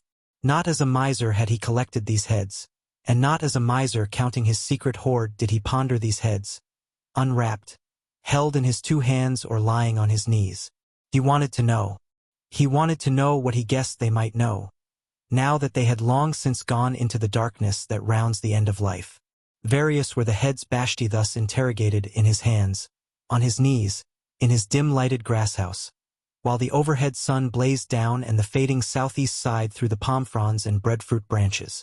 There was the head of a Japanese, the only one he had ever seen or heard of. Before he was born it had been taken by his father. Ill-cured it was, and battered and marred with ancientness and rough usage. Yet he studied its features, decided that it had once had 2 lips as live as his own and a mouth as vocal and hungry as his had often been in the past. 2 eyes and a nose it had, a thatched crown of roof, and a pair of ears like to his own. 2 legs and a body it must once have had, and desires and lusts, heats of wrath and of love, so he decided, had also been its once on a time when it never thought to die. A head that amazed him much, whose history went back before his father's and grandfather's time, was the head of a Frenchman, although Vashti knew it not. Nor did he know it was the head of La Perouse, the doughty old navigator, who had left his bones, the bones of his crews, and the bones of his 2 frigates, the Astrolabe and the Boussole, on the shores of the cannibal Solomons. Another head, for Vashti was a confirmed head collector, went back 2 centuries before La Perouse to Alvaro de Mendana, the Spaniard. It was the head of one of Mendana's armorers, lost in a beach scrimmage to one of Vashti's remote ancestors. Still another head, the history of which was vague, was a white woman's head. What wife of what navigator there was no telling.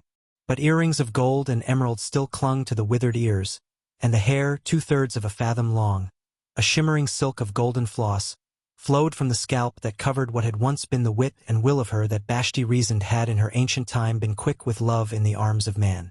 Ordinary heads, of bushmen and saltwater men, and even of schnapps-drinking white men like Borkman, he relegated to the canoe houses and devil houses. For he was a connoisseur in the matter of heads. There was a strange head of a German that lured him much. Red-bearded it was and red-haired, but even in dry death there was an ironness of feature and a massive brow that hinted to him of mastery of secrets beyond his ken. No more than did he know it once had been a German, did he know it was a German professor's head, an astronomer's head, a head that in its time had carried within its content profound knowledge of the stars in the vasty heavens, of the way of star-directed ships upon the sea, and of the way of the earth on its starry course through space that was a myriad million times beyond the slight concept of space that he possessed. Last of all, sharpest of bite in his thought, was the head of Van Horn. And it was the head of Van Horn that lay on his knees under his contemplation when Jerry, who possessed the freedom of Somo, trotted into Vashti's grass house, scented and identified the mortal remnant of Skipper, wailed first in woe over it, then bristled into rage. Vashti did not notice at first, for he was deep in interrogation of Van Horn's head. Only short months before this head had been alive, he pondered, quick with wit, attached to a two-legged body that stood erect and that swaggered about, a loincloth and a belted automatic around its middle, more powerful, therefrom, than Vashti, but with less wit, for had not he, Vashti, with an ancient pistol put darkness inside that skull where wit resided, and removed that skull from the soddenly relaxed framework of flesh and bone on which it had been supported to tread the earth and the deck of the Orangi? What had become of that wit? Had that wit been all of the arrogant, upstanding Van Horn, and had it gone out as the flickering flame of a splinter of wood goes out when it is quite burnt to a powder fluff of ash? Had all that made Van Horn passed like the flame of the splinter? Had he passed into the darkness forever into which the beast passed, into which passed the speared crocodile, the hooked bonita, the netted mullet, the slain pig that was fat to eat? Was Van Horn's darkness as the darkness of the bluebottle fly that his fly-flapping made smashed and disrupted in mid-flight of the air? As the darkness into which passed the mosquito that knew the secret of flying, and that, despite its perfectness of flight, with almost an unthought action, he squashed with the flat of his hand against the back of his neck when it bit him? What was true of this white man's head, so recently alive and erectly dominant, Vashti knew was true of himself. What had happened to this white man, after going through the dark gate of death, would happen to him. Wherefore he questioned the head, as if its dumb lips might speak to him from out of the mystery and tell him the meaning of life, and the meaning of death that inevitably laid life by the heels. Jerry's long-drawn howl of woe at sight and scent of all that was left of Skipper roused Vashti from his reverie.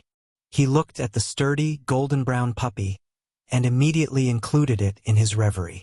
It was alive. It was like man. It knew hunger and pain, anger and love. It had blood in its veins, like man, that a thrust of a knife could make redly gush forth and denude it to death. Like the race of man it loved its kind, and birthed and breast-nourished its young. And passed. Aye, it passed. For many a dog, as well as a human, had he, Vashti, devoured in his heyday of appetite and youth, when he knew only motion and strength, and fed motion and strength out of the calabashes of feasting. But from woe Jerry went on into anger. He stalked stiff-legged, with a snarl writ hen on his lips, and with recurrent waves of hair bristling along his back and up his shoulders and neck. And he stalked not the head of Skipper, where rested his love, but Vashti, who held the head on his knees. As the wild wolf in the upland pasture stalks the mare mother with her newly delivered colt, so Jerry stalked Vashti. And Vashti, who had never feared death all his long life and who had laughed a joke with his forefinger blown off by the bursting flintlock pistol, smiled gleefully to himself, for his glee was intellectual and in admiration of this half-grown puppy, whom he rapped on the nose with a short, hardwood stick and compelled to keep distance. No matter how often and fiercely Jerry rushed him, he met the rush with the stick and chuckled aloud, understanding the puppy's courage, marveling at the stupidity of life that impelled him continually to thrust his nose to the hurt of the stick, and that drove him, by passion of remembrance of a dead man, to dare the pain of the stick again and again. This, too, was life, Vashti meditated, as he deftly wrapped the screaming puppy away from him. Four-legged life it was, young and silly and hot, heart-prompted, that was like any young man making love to his woman in the twilight, or like any young man fighting to the death with any other young man over a matter of passion, hurt pride, or thwarted desire. As much as in the dead head of Van Horn or of any man, he realized that in this live puppy might reside the clue to existence, the solution of the riddle. So he continued to rap Jerry on the nose away from him, and to marvel at the persistence of the vital something within him that impelled him to leap forward always to the stick that hurt him and made him recoil. The valor and motion, the strength and the unreasoning of youth he knew it to be, and he admired it sadly, and envied it, willing to exchange for it all his lean gray wisdom if only he could find the way. Some dog, that dog, sure some dog, he might have uttered in Van Horn's fashion of speech. Instead, in bêche de mer, which was as habitual to him as his own Somo speech, he thought, "My word, that fella dog no fright along me." But age wearied sooner of the play, and Vashti put an end to it by rapping Jerry heavily behind the ear and stretching him out stunned. The spectacle of the puppy, so alive and raging the moment before, and, the moment after, lying as if dead, caught Vashti's speculative fancy. The stick, with a single sharp rap of it, had effected the change. Where had gone the anger and wit of the puppy? Was that all it was? The flame of the splinter that could be quenched by any chance gust of air? One instant Jerry had raged and suffered, snarled and leaped, willed and directed his actions. The next instant he lay limp and crumpled in the little death of unconsciousness. In a brief space, Vashti knew, consciousness, sensation, motion, and direction would flow back into the wilted little carcass. But where, in the meanwhile, at the impact of the stick, had gone all the consciousness and sensitiveness and will? Vashti sighed wearily, and wearily wrapped the heads in their grass mat coverings, all but Van Horn's, and hoisted them up in the air to hang from the roof beams, to hang, as he debated, long after he was dead and out of it, even as some of them had so hung from long before his father's and his grandfather's time. The head of Van Horn he left lying on the floor, while he stole out himself to peer in through a crack and see what next the puppy might do. Jerry quivered at first, and in the matter of a minute struggled feebly to his feet where he stood swaying and dizzy. And thus Vashti, his eye to the crack, saw the miracle of life flow back through the channels of the inert body and stiffen the legs to upstanding, and saw consciousness, the mystery of mysteries, flood back inside the head of bone that was covered with hair, smolder and glow in the opening eyes, and direct the lips to writhe away from the teeth and the throat to vibrate to the snarl that had been interrupted when the stick smashed him down into darkness. And more Vashti saw. At first, Jerry looked about for his enemy, growling and bristling his neck hair. Next, in lieu of his enemy, he saw Skipper's head, and crept to it and loved it, kissing with his tongue the hard cheeks, the closed lids of the eyes that his love could not open, the immobile lips that would not utter one of the love words they had been used to utter to the little dog. Next, in profound desolation, Jerry sat down before Skipper's head, pointed his nose toward the lofty ridgepole, and howled mournfully and long. Finally, sick and subdued, he crept out of the house and away to the house of his devil master, where, for the round of 24 hours, he waked and slept and dreamed centuries of nightmares. For ever after in Somo, Jerry feared that grass house of Vashti. He was not in fear of Vashti. His fear was indescribable and unthinkable. In that house was the nothingness of what once was Skipper. It was the token of the ultimate catastrophe to life that was wrapped and twisted into every fiber of his heredity. One step advanced beyond this, Jerry's uttermost, the folk of Somo, from the contemplation of death, had achieved concepts of the spirits of the dead still living in immaterial and supersensuous realms.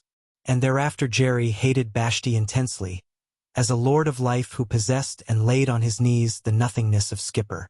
Not that Jerry reasoned it out.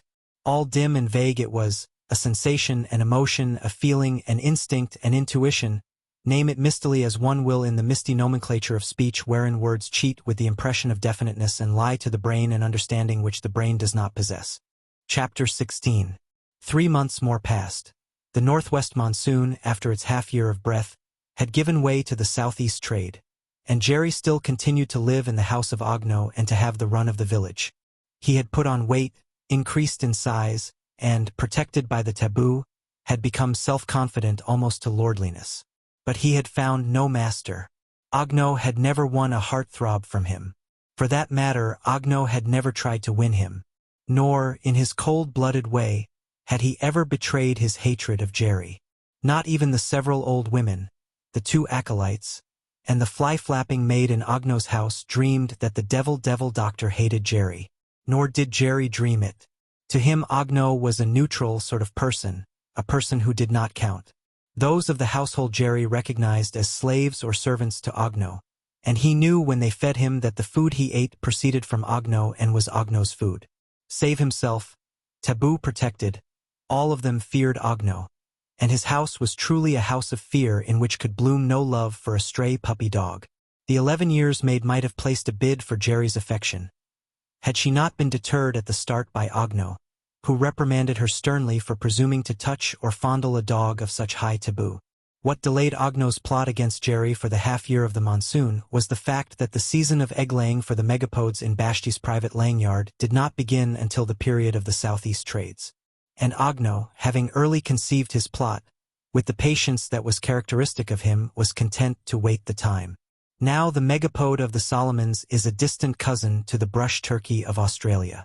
No larger than a large pigeon, it lays an egg the size of a domestic duck's. The megapode, with no sense of fear, is so silly that it would have been annihilated hundreds of centuries before had it not been preserved by the taboos of the chiefs and priests. As it was, the chiefs were compelled to keep cleared patches of sand for it, and to fence out the dogs. It buried its eggs 2 feet deep, depending on the heat of the sun for the hatching. And it would dig and lay, and continue to dig and lay, while a black dug out its eggs within 2 or 3 feet of it. The laying yard was Vashti's. During the season, he lived almost entirely on megapode eggs. On rare occasion, he even had megapodes that were near to finishing their laying killed for his kai-kai. This was no more than a whim, however, prompted by pride in such exclusiveness of diet only possible to one in such high place. In truth, he cared no more for megapode meat than for any other meat. All meat tasted alike to him, for his taste for meat was one of the vanished pleasures in the limbo of memory. But the eggs, he liked to eat them. They were the only article of food he liked to eat. They gave him reminiscent thrills of the ancient food desires of his youth. Actually was he hungry when he had megapode eggs, and the well-nigh dried founts of saliva and of internal digestive juices were stimulated to flow again at contemplation of a megapode egg prepared for the eating. Wherefore, he alone of all Somo, barred rigidly by taboo, ate megapode eggs. And, since the taboo was essentially religious, to Agno was deputed the ecclesiastical task of guarding and cherishing and caring for the royal laying yard. But Agno was no longer young. The acid bite of belly desire had long since deserted him, and he, too, ate from a sense of duty, all meat tasting alike to him. Megapode eggs only stung his taste alive and stimulated the flow of his juices. Thus it was that he broke the taboos he imposed, and, privily, before the eyes of no man, woman, or child ate the eggs he stole from Vashti's private preserve. So it was, as the laying season began, and when both Vashti and Agno were acutely egg-yearning after 6 months of abstinence, that Agno led Jerry along the taboo path through the mangroves, where they stepped from root to root above the muck that ever steamed and stank in the stagnant air where the wind never penetrated. The path, which was not an ordinary path and which consisted, for a man, in wide strides from root to root, and for a dog in 4-legged leaps and plunges, was new to Jerry. In all his ranging of Somo, because it was so unusual a path, he had never discovered it. The unbending of Agno, thus to lead him, was a surprise and a delight to Jerry, who, without reasoning about it, in a vague way felt the preliminary sensations that possibly Agno, in a small way, might prove the master which his dog's soul continually sought. Emerging from the swamp of mangroves, abruptly they came upon a patch of sand, still so salt and inhospitable from the sea's deposit that no great trees rooted and interposed their branches between it and the sun's heat. A primitive gate gave entrance, but Agno did not take Jerry through it. Instead, with weird little chirrupings of encouragement and excitation, he persuaded Jerry to dig a tunnel beneath the rude palisade of fence. He helped with his own hands, dragging out the sand in quantities, but imposing on Jerry the leaving of the indubitable marks of a dog's paws and claws. And when Jerry was inside, Agno, passing through the gate, enticed and seduced him into digging out the eggs. But Jerry had no taste of the eggs. 8 of them Agno sucked raw, and 2 of them he tucked whole into his armpits to take back to his house of the devils. The shells of the 8 he sucked he broke to fragments as a dog might break them, and, to build the picture he had long visioned, of the 8th egg he reserved a tiny portion which he spread, not on Jerry's jowls where his tongue could have erased it, but high up about his eyes and above them, where it would remain and stand witness against him according to the plot he had planned. Even worse, in high priestly sacrilege, he encouraged Jerry to attack a megapode hen in the act of laying. And, while Jerry slew it, knowing that the lust of killing, once started, would lead him to continue killing the silly birds, Agno left the laying yard to hotfoot it through the mangrove swamp and present to Vashti an ecclesiastical quandary. The taboo of the dog, as he expounded it, had prevented him from interfering with the taboo dog when it ate the taboo egg layers. Which taboo might be the greater was beyond him. And Vashti, who had not tasted a megapode egg in half a year, and who was keen for the one recrudescent thrill of remote youth still left to him, led the way back across the mangrove swamp at so prodigious a pace as quite to wind his high priest who was many years younger than he. And he arrived at the laying yard and caught Jerry, red-pawed and red-mouthed, in the midst of his fourth kill of an egg-layer, the raw yellow yolk of the portion of one egg, plastered by Ogno to represent many eggs, still about his eyes and above his eyes to the bulge of his forehead. In vain Vashti looked about for one egg, the 6 months' hunger stronger than ever upon him in the thick of the disaster. And Jerry, under the consent and encouragement of Ogno, wagged his tail to Vashti in a bid for recognition, of prowess, and laughed with his red-dripping jowls and yellow-plastered eyes. Vashti did not rage as he would have done had he been alone.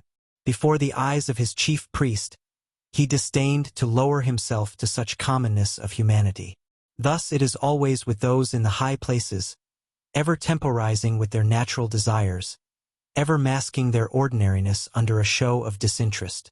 So it was that Vashti displayed no vexation at the disappointment to his appetite. Ogno was a shade less controlled, for he could not quite chase away the eager light in his eyes. Vashti glimpsed it and mistook it for simple curiosity of observation, not guessing its real nature. Which goes to show two things of those in the high place. One, that they may fool those beneath them.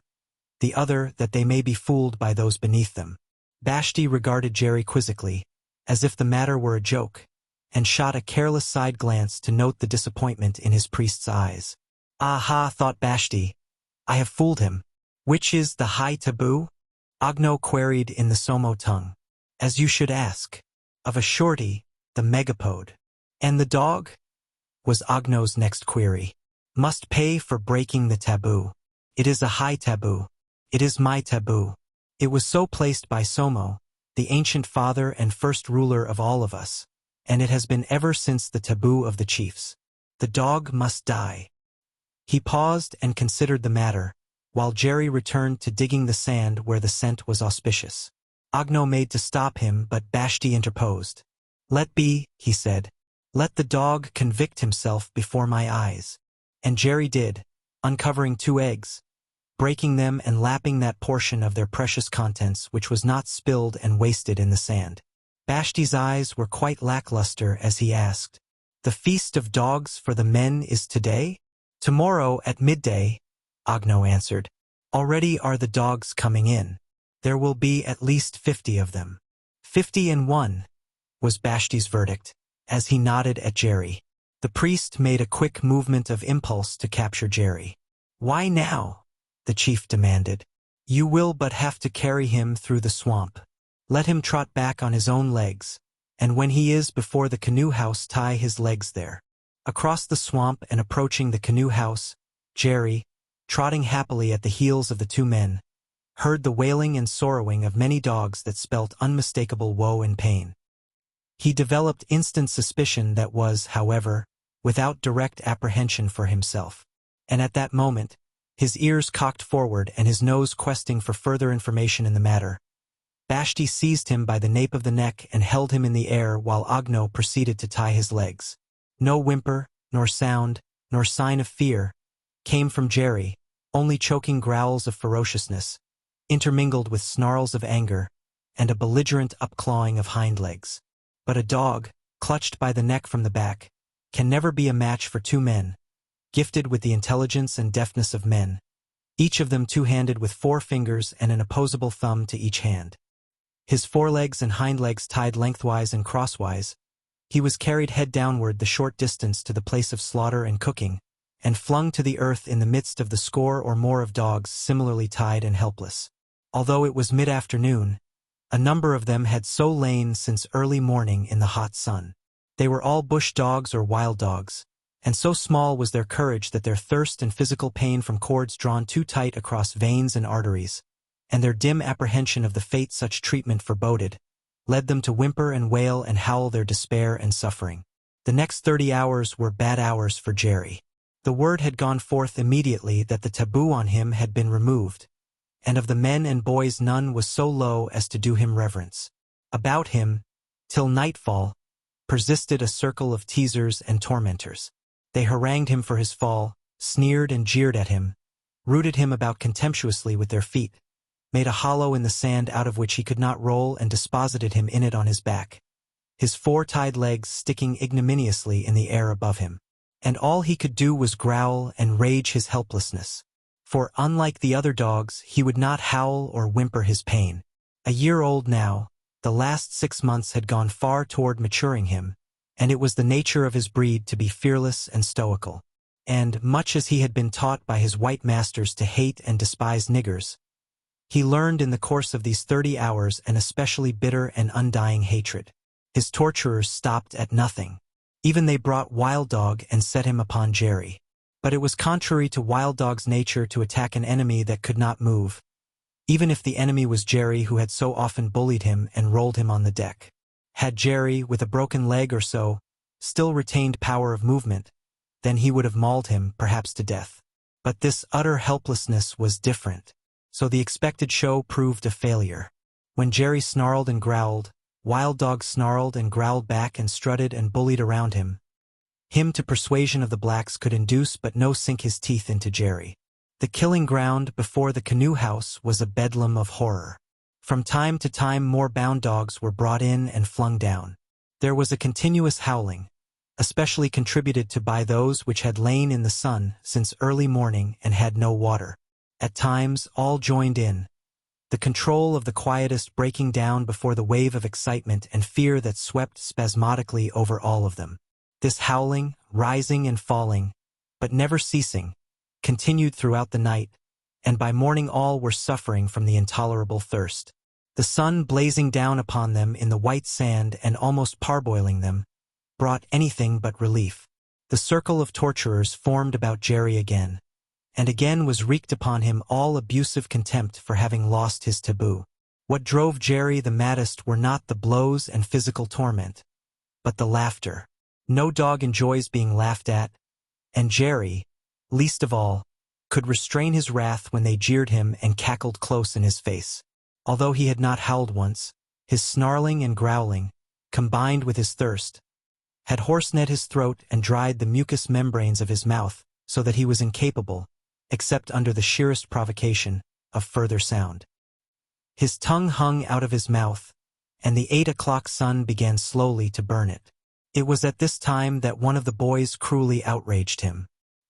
He rolled Jerry out of the hollow in which he had lain all night on his back, turned him over on his side, and presented to him a small calabash filled with water. Jerry lapped it so fanatically that not for half a minute did he become aware that the boy had squeezed into it many hot seeds of ripe red peppers. The circle shrieked with glee, and what Jerry's thirst had been before was as nothing compared with this new thirst to which had been added the stinging agony of pepper. Next an event, and a most important event it was to prove, came Nalisu. Nalisu was an old man of 80 years, and he was blind, walking with a large staff with which he prodded his path. In his free hand he carried a small pig by its tied legs. "They say the white master's dog is to be eaten," he said in the Somo speech. "Where is the white master's dog? Show him to me." Agno, who had just arrived, stood beside him as he bent over Jerry and examined him with his fingers. Nor did Jerry offer to snarl or bite, although the blind man's hands came within reach of his teeth more than once. For Jerry sensed no enmity in the fingers that passed so softly over him. Next, Nalisu felt over the pig, and several times, as if calculating, alternated between Jerry and the pig. Nalisu stood up and voiced judgment. "The pig is as small as the dog. They are of a size, but the pig has more meat on it for the eating. Take the pig, and I shall take the dog." "Nay," said Agno. "The white master's dog has broken the taboo. It must be eaten. Take any other dog and leave the pig. Take a big dog." "I will have the white master's dog," Nalisu persisted. "Only the white master's dog and no other."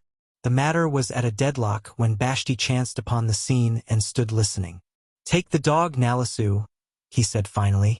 "It is a good pig, and I shall myself eat it. But he has broken the taboo, your great taboo of the laying yard, and must go to the eating." Agno interposed quickly.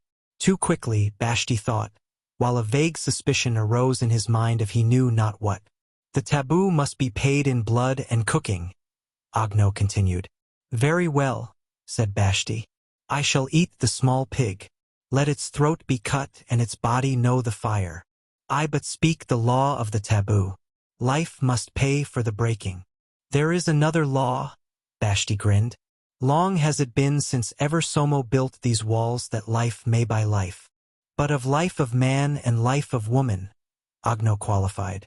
I know the law, Vashti held steadily on. Somo made the law. Never has it been said that animal life may not buy animal life. It has never been practiced, was the devil doctor's fling. And for reason enough, the old chief retorted. Never before has a man been fool enough to give a pig for a dog. It is a young pig, and it is fat and tender. Take the dog, Nalisu. Take the dog now. But the devil doctor was not satisfied. As you said, O Vashti, in your very great wisdom, he is the seed dog of strength and courage. Let him be slain. When he comes from the fire, his body shall be divided into many small pieces so that every man may eat of him and thereby get his portion of strength and courage. Better is it for Somo that its men be strong and brave rather than its dogs. But Vashti held no anger against Jerry. He had lived too long and too philosophically to lay blame on a dog for breaking a taboo which it did not know. Of course, dogs often were slain for breaking the taboos, but he allowed this to be done because the dogs themselves in no wise interested him, and because their deaths emphasized the sacredness of the taboo. Further, Jerry had more than slightly interested him. Often, since Jerry had attacked him because of Van Horn's head, he had pondered the incident. Baffling as it was, as all manifestations of life were baffling, it had given him food for thought. Then there was his admiration for Jerry's courage and that inexplicable something in him that prevented him crying out from the pain of the stick. And, without thinking of it as beauty, the beauty of line and color of Jerry had insensibly penetrated him with a sense of pleasantness. It was good to look upon. There was another angle to Vashti's conduct. He wondered why his devil doctor so earnestly desired a mere dog's death. There were many dogs. Then why this particular dog? That the weight of something was on the other's mind was patent, although what it was Vashti could not guess, unless it might be revenge incubated the day he had prevented Agno from eating the dog. If such were the case, it was a state of mind he could not tolerate in any of his tribespeople. But whatever was the motive, guarding as he always did against the unknown, he thought it well to discipline his priest and demonstrate once again whose word was the last word in Somo. Wherefore Vashti replied, I have lived long and eaten many pigs.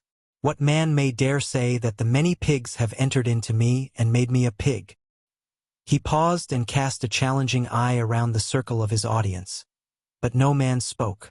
Instead, some men grinned sheepishly and were restless on their feet, while Agno's expression advertised sturdy unbelief that there was anything pig-like about his chief.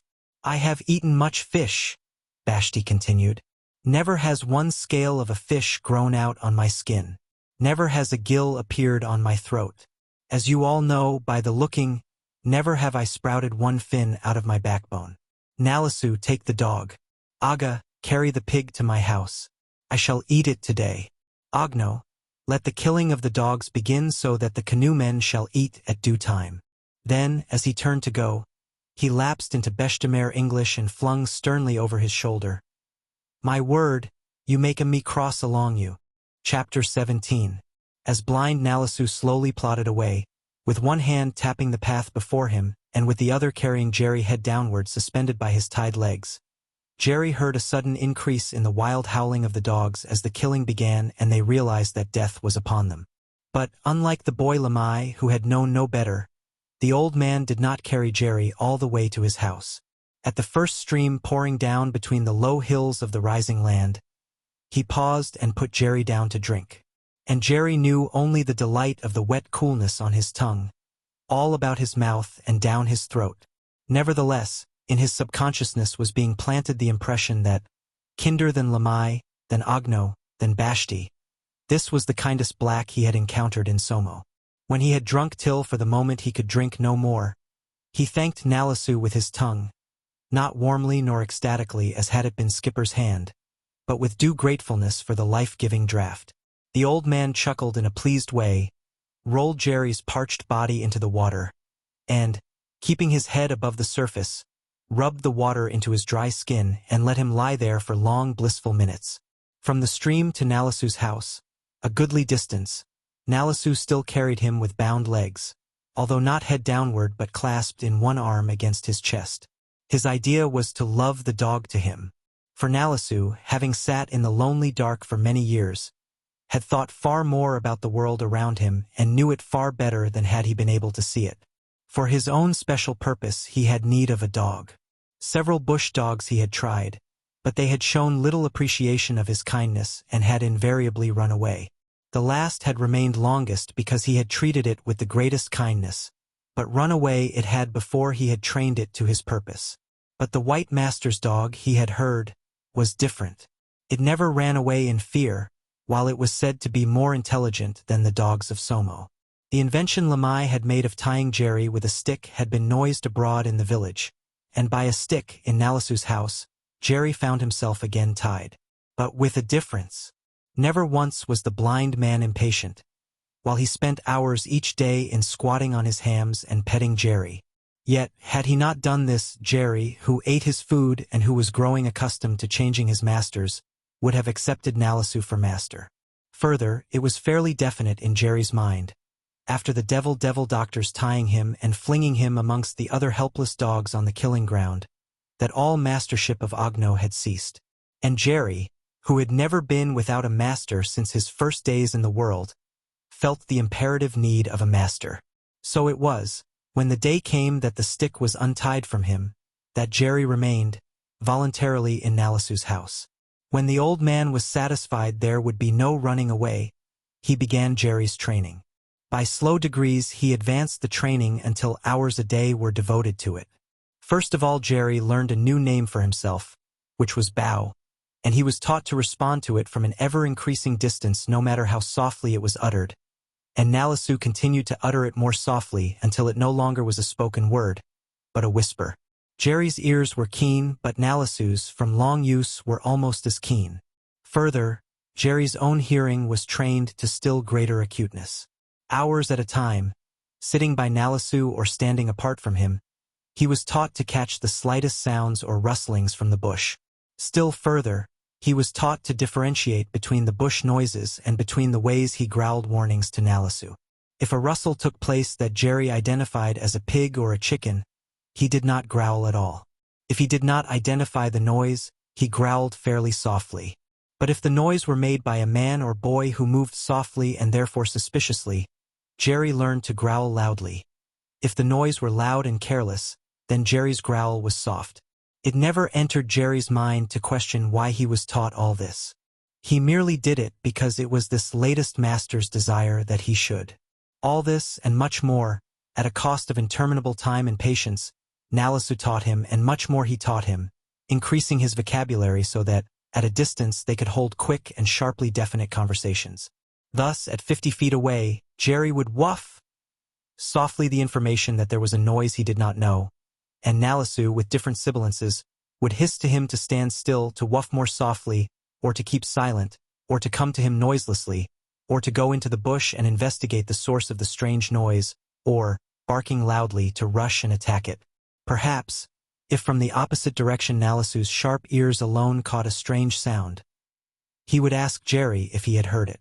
And Jerry, alert to his toes to listen, by an alteration in the quantity or quality of his woof, would tell Nalisu that he did not hear. Next, that he did hear, and perhaps finally that it was a strange dog or a wood rat or a man or a boy, all in the softest of sounds that were scarcely more than breath exhalations, all monosyllables, a veritable shorthand of speech. Nalisu was a strange old man. He lived by himself in a small grass house on the edge of the village. The nearest house was quite a distance away, while his own stood in a clearing in the thick jungle which approached nowhere nearer than 60 feet. Also, this cleared space he kept continually free from the fast-growing vegetation. Apparently he had no friends. At least no visitors ever came to his dwelling. Years had passed since he discouraged the last. Further, he had no kindred. His wife was long since dead, and his 3 sons, not yet married, in a foray behind the bounds of Somo, had lost their heads in the jungle runways of the higher hills and been devoured by their bushman slayers. For a blind man he was very busy. He asked favor of no one and was self-supporting. In his house clearing he grew yams, sweet potatoes, and taro. In another clearing, because it was his policy to have no trees close to his house, he had plantains, bananas, and half a dozen coconut palms. Fruits and vegetables he exchanged down in the village for meat and fish and tobacco. He spent a good portion of his time on Jerry's education, and, on occasion, would make bows and arrows that were so esteemed by his tribespeople as to command a steady sale. Scarcely a day passed in which he did not himself practice with bow and arrow. He shot only by direction of sound, and whenever a noise or rustle was heard in the jungle, and when Jerry had informed him of its nature, he would shoot an arrow at it.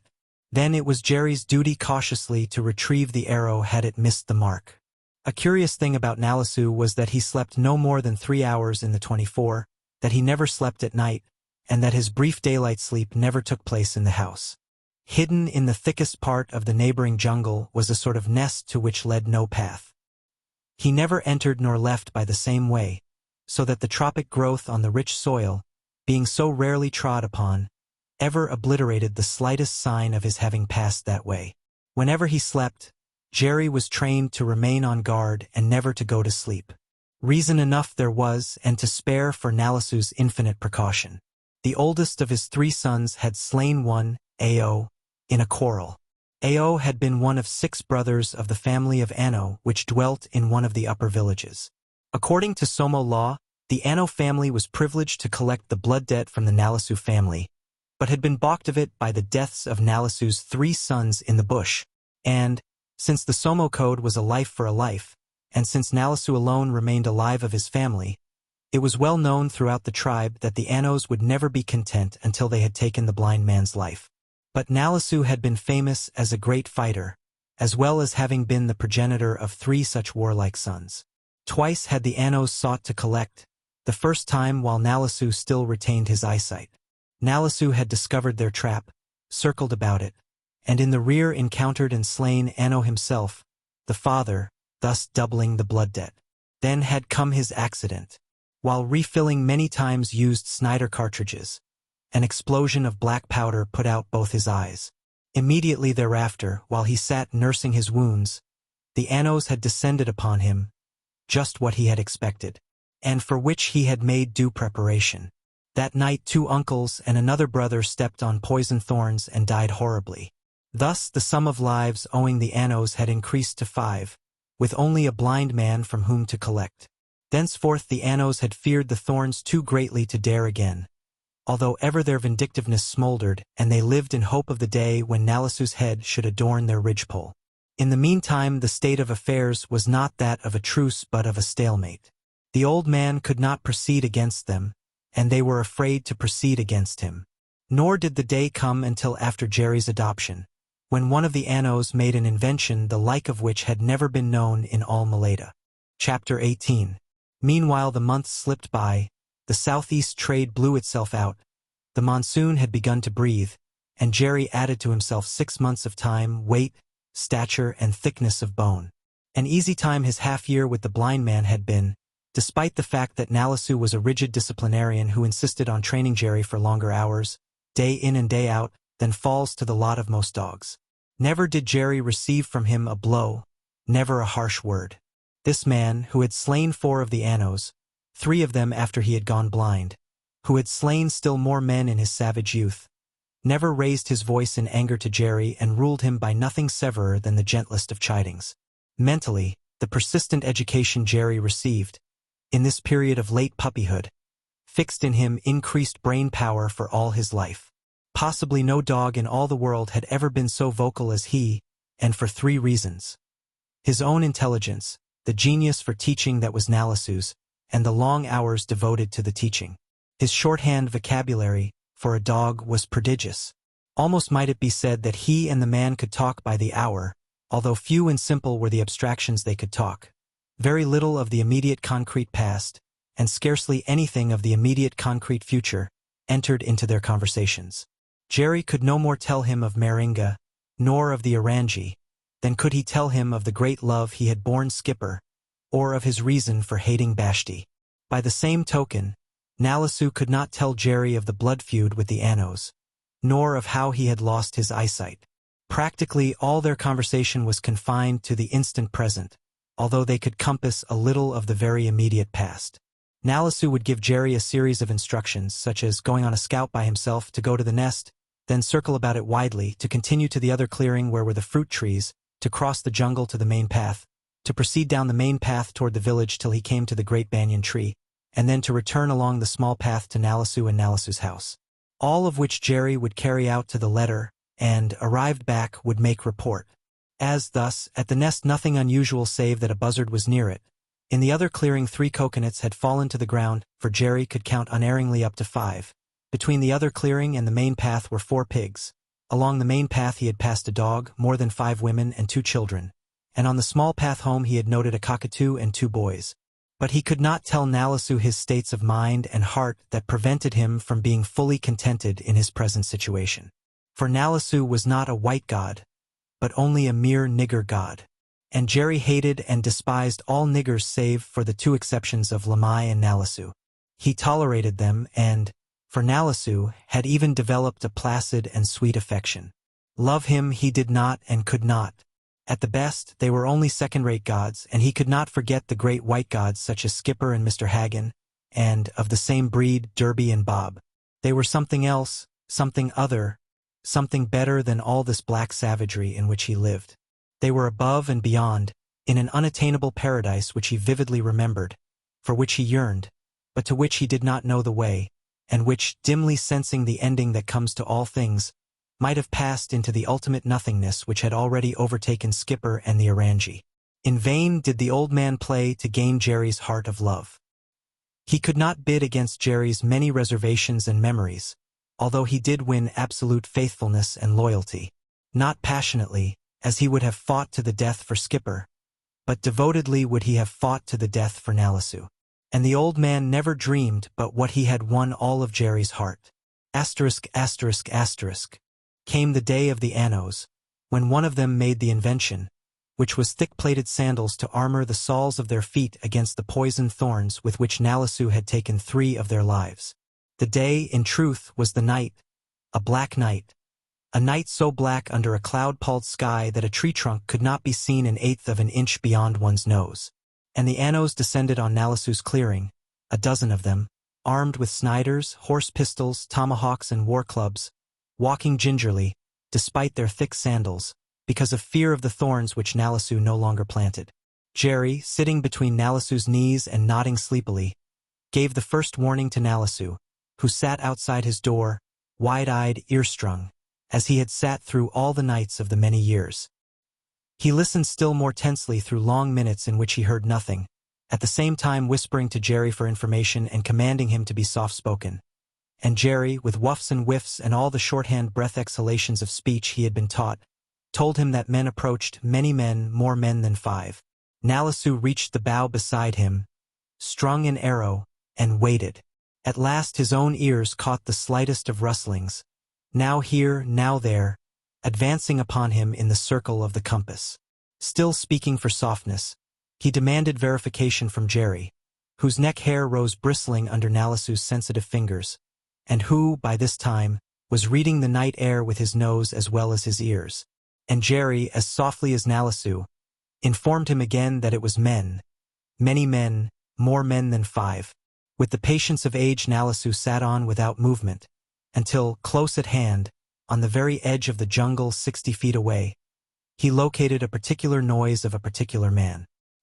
He stretched his bow, loosed the arrow, and was rewarded by a gasp and a groan strangely commingled.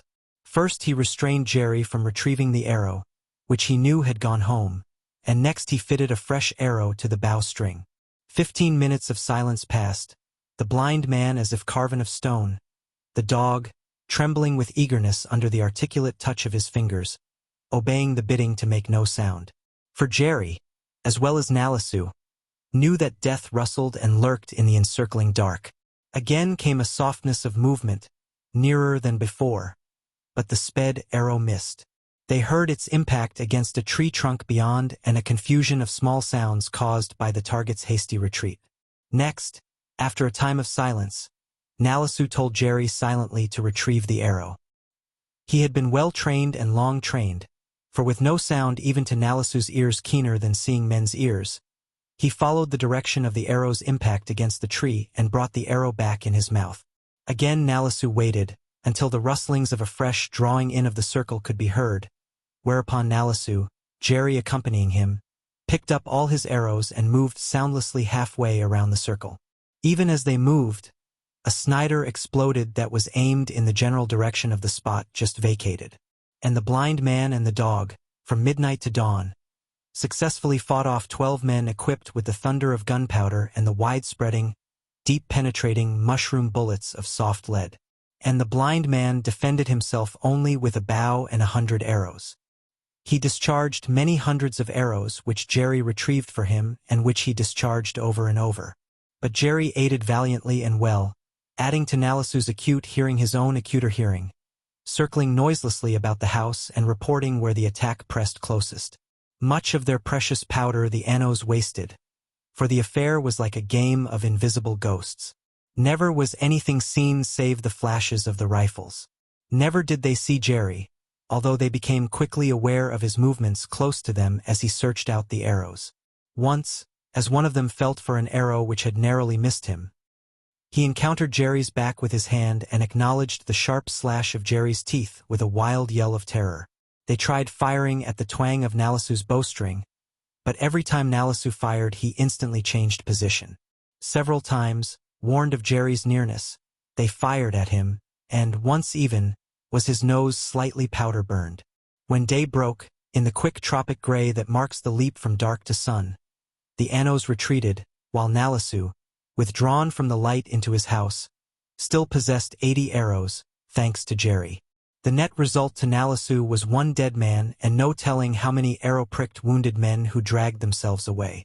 And half the day Nalisu crouched over Jerry, fondling and caressing him for what he had done. Then he went abroad, Jerry with him, and told of the battle. Vashti paid him a visit ere the day was done, and talked with him earnestly. As an old man to an old man I talk, was Vashti's beginning. I am older than you, O Nalisu. I have ever been unafraid, yet never have I been braver than you. I would that every man of the tribe were as brave as you. Yet do you give me great sorrow. Of what worth are your courage and cunning, when you have no seed to make your courage and cunning live again? I am an old man, Nalisu began.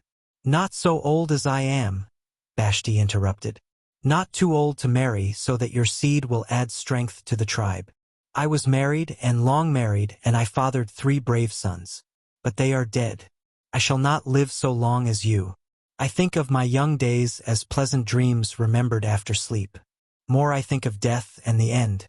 Of marriage I think not at all. I am too old to marry. I am old enough to make ready to die, and a great curiousness have I about what will happen to me when I am dead. Will I be forever dead? Will I live again in a land of dreams? A shadow of a dream myself that will still remember the days when I lived in the warm world, the quick juices of hunger in my mouth, in the chest of the body of me the love of woman. Vashti shrugged his shoulders. I too have thought much on the matter, he said. Yet do I arrive nowhere. I do not know. You do not know. We will not know until we are dead, if it happens that we know anything when what we are we no longer are. But this we know, you and I, the tribe lives. The tribe never dies. Wherefore, if there be meaning at all to our living, we must make the tribe strong. Your work in the tribe is not done. You must marry so that your cunning and your courage live after you. I have a wife for you, nay, 2 wives. For your days are short, and I shall surely live to see you hang with my fathers from the canoe house ridgepole. I will not pay for a wife, Nalisu protested. I will not pay for any wife. I would not pay a stick of tobacco or a cracked coconut for the best woman in Somo. Worry not, Vashti went on placidly. I shall pay you for the price of the wife of the 2 wives. There is Bubu. For half a case of tobacco shall I buy her for you. She is broad and square, round-legged, broad-hipped, with generous breasts of richness. There is Nina. Her father sets a stiff price upon her, a whole case of tobacco. I will buy her for you as well. Your time is short. We must hurry. I will not marry, the old blind man proclaimed hysterically. You will. I have spoken. No, I say, and say again, no, no, no, no. Wives are nuisances. They are young things, and their heads are filled with foolishness. Their tongues are loose with idleness of speech. I am old. I am quiet in my ways. The fires of life have departed from me. I prefer to sit alone in the dark and think, chattering young things about me, with nothing but foam and spume in their heads, on their tongues, would drive me mad. Of a surety they would drive me mad. So mad that I will spit into every clam shell, make faces at the moon, and bite my veins and howl. And if you do, what of it? So long as your seed does not perish. I shall pay for the wives to their fathers and send them to you in 3 days. I will have nothing to do with them, Nalisu asserted wildly. You will, Vashti insisted calmly. Because if you do not, you will have to pay me. It will be a sore, hard debt. I will have every joint of you unhinged so that you will be like a jellyfish, like a fat pig with the bones removed, and I will then stake you out in the midmost center of the dog-killing ground to swell in pain under the sun. And what is left of you I shall fling to the dogs to eat. Your seed shall not perish out of Somo. I Vashti so tell you. In 3 days I shall send to you your 2 wives. He paused, and a long silence fell upon them. Well, Vashti reiterated. It is wives or staking out unhinged in the sun. You choose, but think well before you choose the unhinging. At my age, with all the vexations of youngness so far behind me, Nalisu complained. Choose. You will find there is vexation, and liveliness and much of it, in the center of the dog-killing yard when the sun cooks your sore joints till the grease of the leanness of you bubbles like the tender fat of a cooked sucking pig. Then send me the wives, Nalisu managed to utter after a long pause. But send them in 3 days, not in 2, nor tomorrow. It is well, Vashti nodded gravely. You have lived at all only because of those before you, now long in the dark, who worked so that the tribe might live and you might come to be. You are. They paid the price for you. It is your debt. You came into being with this debt upon you. You will pay the debt before you pass out of being. It is the law. It is very well. Chapter 19. And had Vashti hastened delivery of the wives by 1 day, or by even 2 days, Nalisu would have entered the feared purgatory of matrimony. But Vashti kept his word, and on the 3rd day was too busy, with a more momentous problem, to deliver Bubu and Nina to the blind old man who apprehensively waited their coming. For the morning of the 3rd day all the summits of leeward Malaita smoked into speech. A warship was on the coast, so the tale ran. A big warship that was heading in through the reef islands at Langalanga. The tale grew. The warship was not stopping at Langalanga. The warship was not stopping at Binu. It was directing its course toward Somo. Nalisu, blind, could not see the smoke speech written in the air. Because of the isolation of his house, no one came and told him. His first warning was when shrill voices of women, cries of children, and wailings of babes in nameless fear came to him from the main path that led from the village to the upland boundaries of Somo. He read only fear and panic from the sounds, deduced that the village was fleeing to its mountain fastnesses, but did not know the cause of the flight. He called Jerry to him and instructed him to scout to the great banyan tree, where Nalisu's path and the main path joined, and to observe and report. And Jerry sat under the banyan tree and observed the flight of all Somo. Men, women, and children, the young and the aged, babes at breast and patriarchs leaning on sticks and staffs passed before his eyes, betraying the greatest haste and alarm.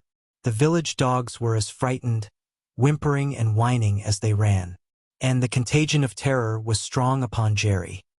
He knew the prod of impulse to join in this rush away from some unthinkably catastrophic event that impended and that stirred his intuitive apprehensions of death.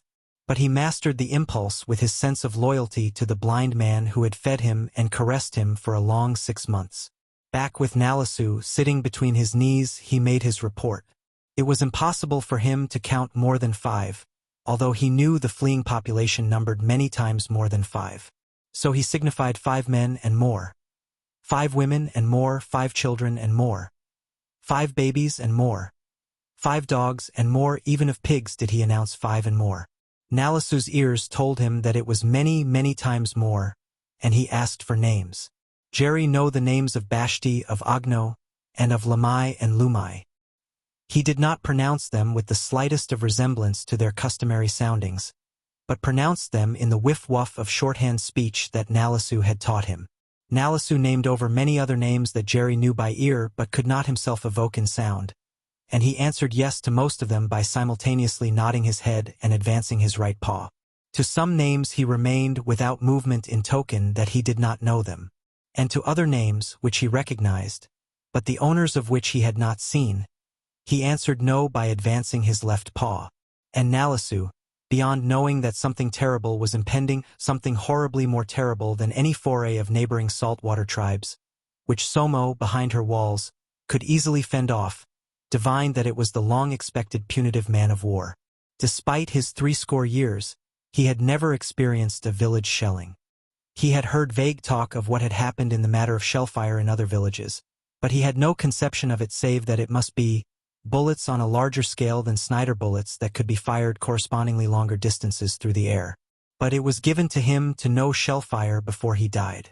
Bashti, who had long waited the cruiser that was to avenge the destruction of the Orangi and the taking of the heads of the 2 white men, and who had long calculated the damage to be wrought, had given the command to his people to flee to the mountains. First in the vanguard, borne by a dozen young men, went his mat-wrapped parcels of heads. The last slow trailers in the rear of the exodus were just passing, and Nalisu, his bow and his 80 arrows clutched to him, Jerry at his heels, made his first step to follow, when the air above him was rent by a prodigiousness of sound. Nalisu sat down abruptly. It was his first shell, and it was 1,000 times more terrible than he had imagined. It was a rip-snorting, sky-splitting sound as of a cosmic fabric being torn asunder between the hands of some powerful god. For all the world it was like the roughest tearing across of sheets that were thick as blankets, that were broad as the earth and wide as the sky. Not only did he sit down just outside his door, but he crouched his head to his knees and shielded it with the arch of his arms. And Jerry, who had never heard shellfire, much less imagined what it was like, was impressed with the awfulness of it. It was to him a natural catastrophe such as had happened to the Orangi when she was flung down reeling on her side by the shouting wind. But, true to his nature, he did not crouch down under the shriek of that first shell. On the contrary, he bristled his hair and snarled up with menacing teeth at whatever the thing was which was so enormously present and yet invisible to his eyes. Nalisu crouched closer when the shell burst beyond, and Jerry snarled and rippled his hair afresh. Each repeated his actions with each fresh shell, for while they screamed no more loudly, they burst in the jungle more closely. And Nalisu, who had lived a long life most bravely in the midst of perils he had known, was destined to die a coward out of his fear of the thing unknown, the chemically propelled missile of the White Masters. As the dropping shells burst nearer and nearer, what final self-control he possessed left him. Such was his utter panic that he might well have bitten his veins and howled. With a lunatic scream, he sprang to his feet and rushed inside the house as if forsooth its grass thatch could protect his head from such huge projectiles. He collided with the door jamb, and, ere Jerry could follow him, whirled around in a part circle into the center of the floor just in time to receive the next shell squarely upon his head. Jerry had just gained the doorway when the shell exploded. The house went into flying fragments, and Nalisu flew into fragments with it. Jerry, in the doorway, caught in the outdraft of the explosion, was flung a score of feet away. All in the same fraction of an instant, earthquake, tidal wave, volcanic eruption, the thunder of the heavens and the fire flashing of an electric bolt from the sky smote him and smote consciousness out of him. He had no conception of how long he lay. 5 minutes passed before his legs made their first spasmodic movements, and, as he stumbled to his feet and rocked giddily, he had no thought of the passage of time. He had no thought about time at all. As a matter of course, his own idea, on which he proceeded to act without being aware of it, was that, a part of a second before, he had been struck a terrific blow magnified incalculable times beyond the blow of a stick at a nigger's hands.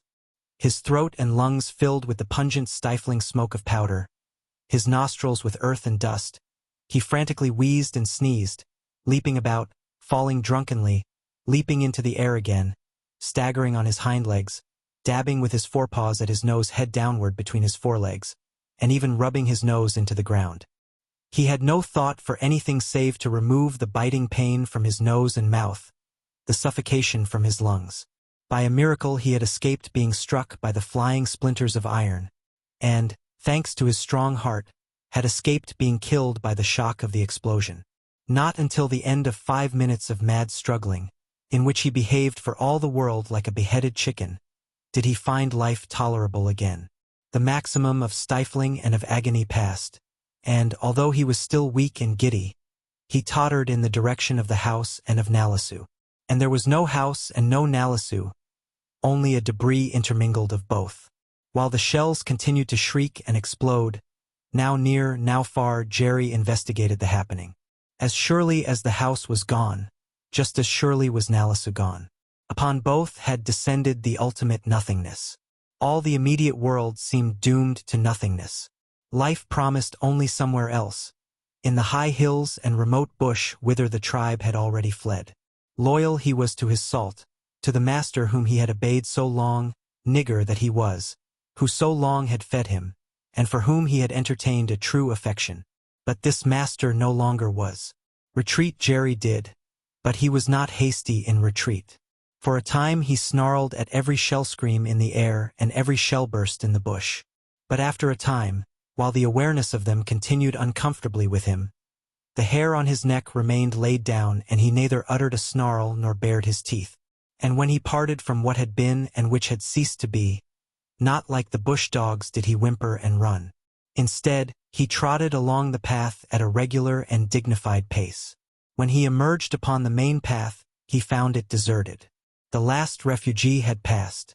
The path, always traveled from daylight to dark, and which he had so recently seen glutted with humans, now in its emptiness affected him profoundly with the impression of the endingness of all things in a perishing world.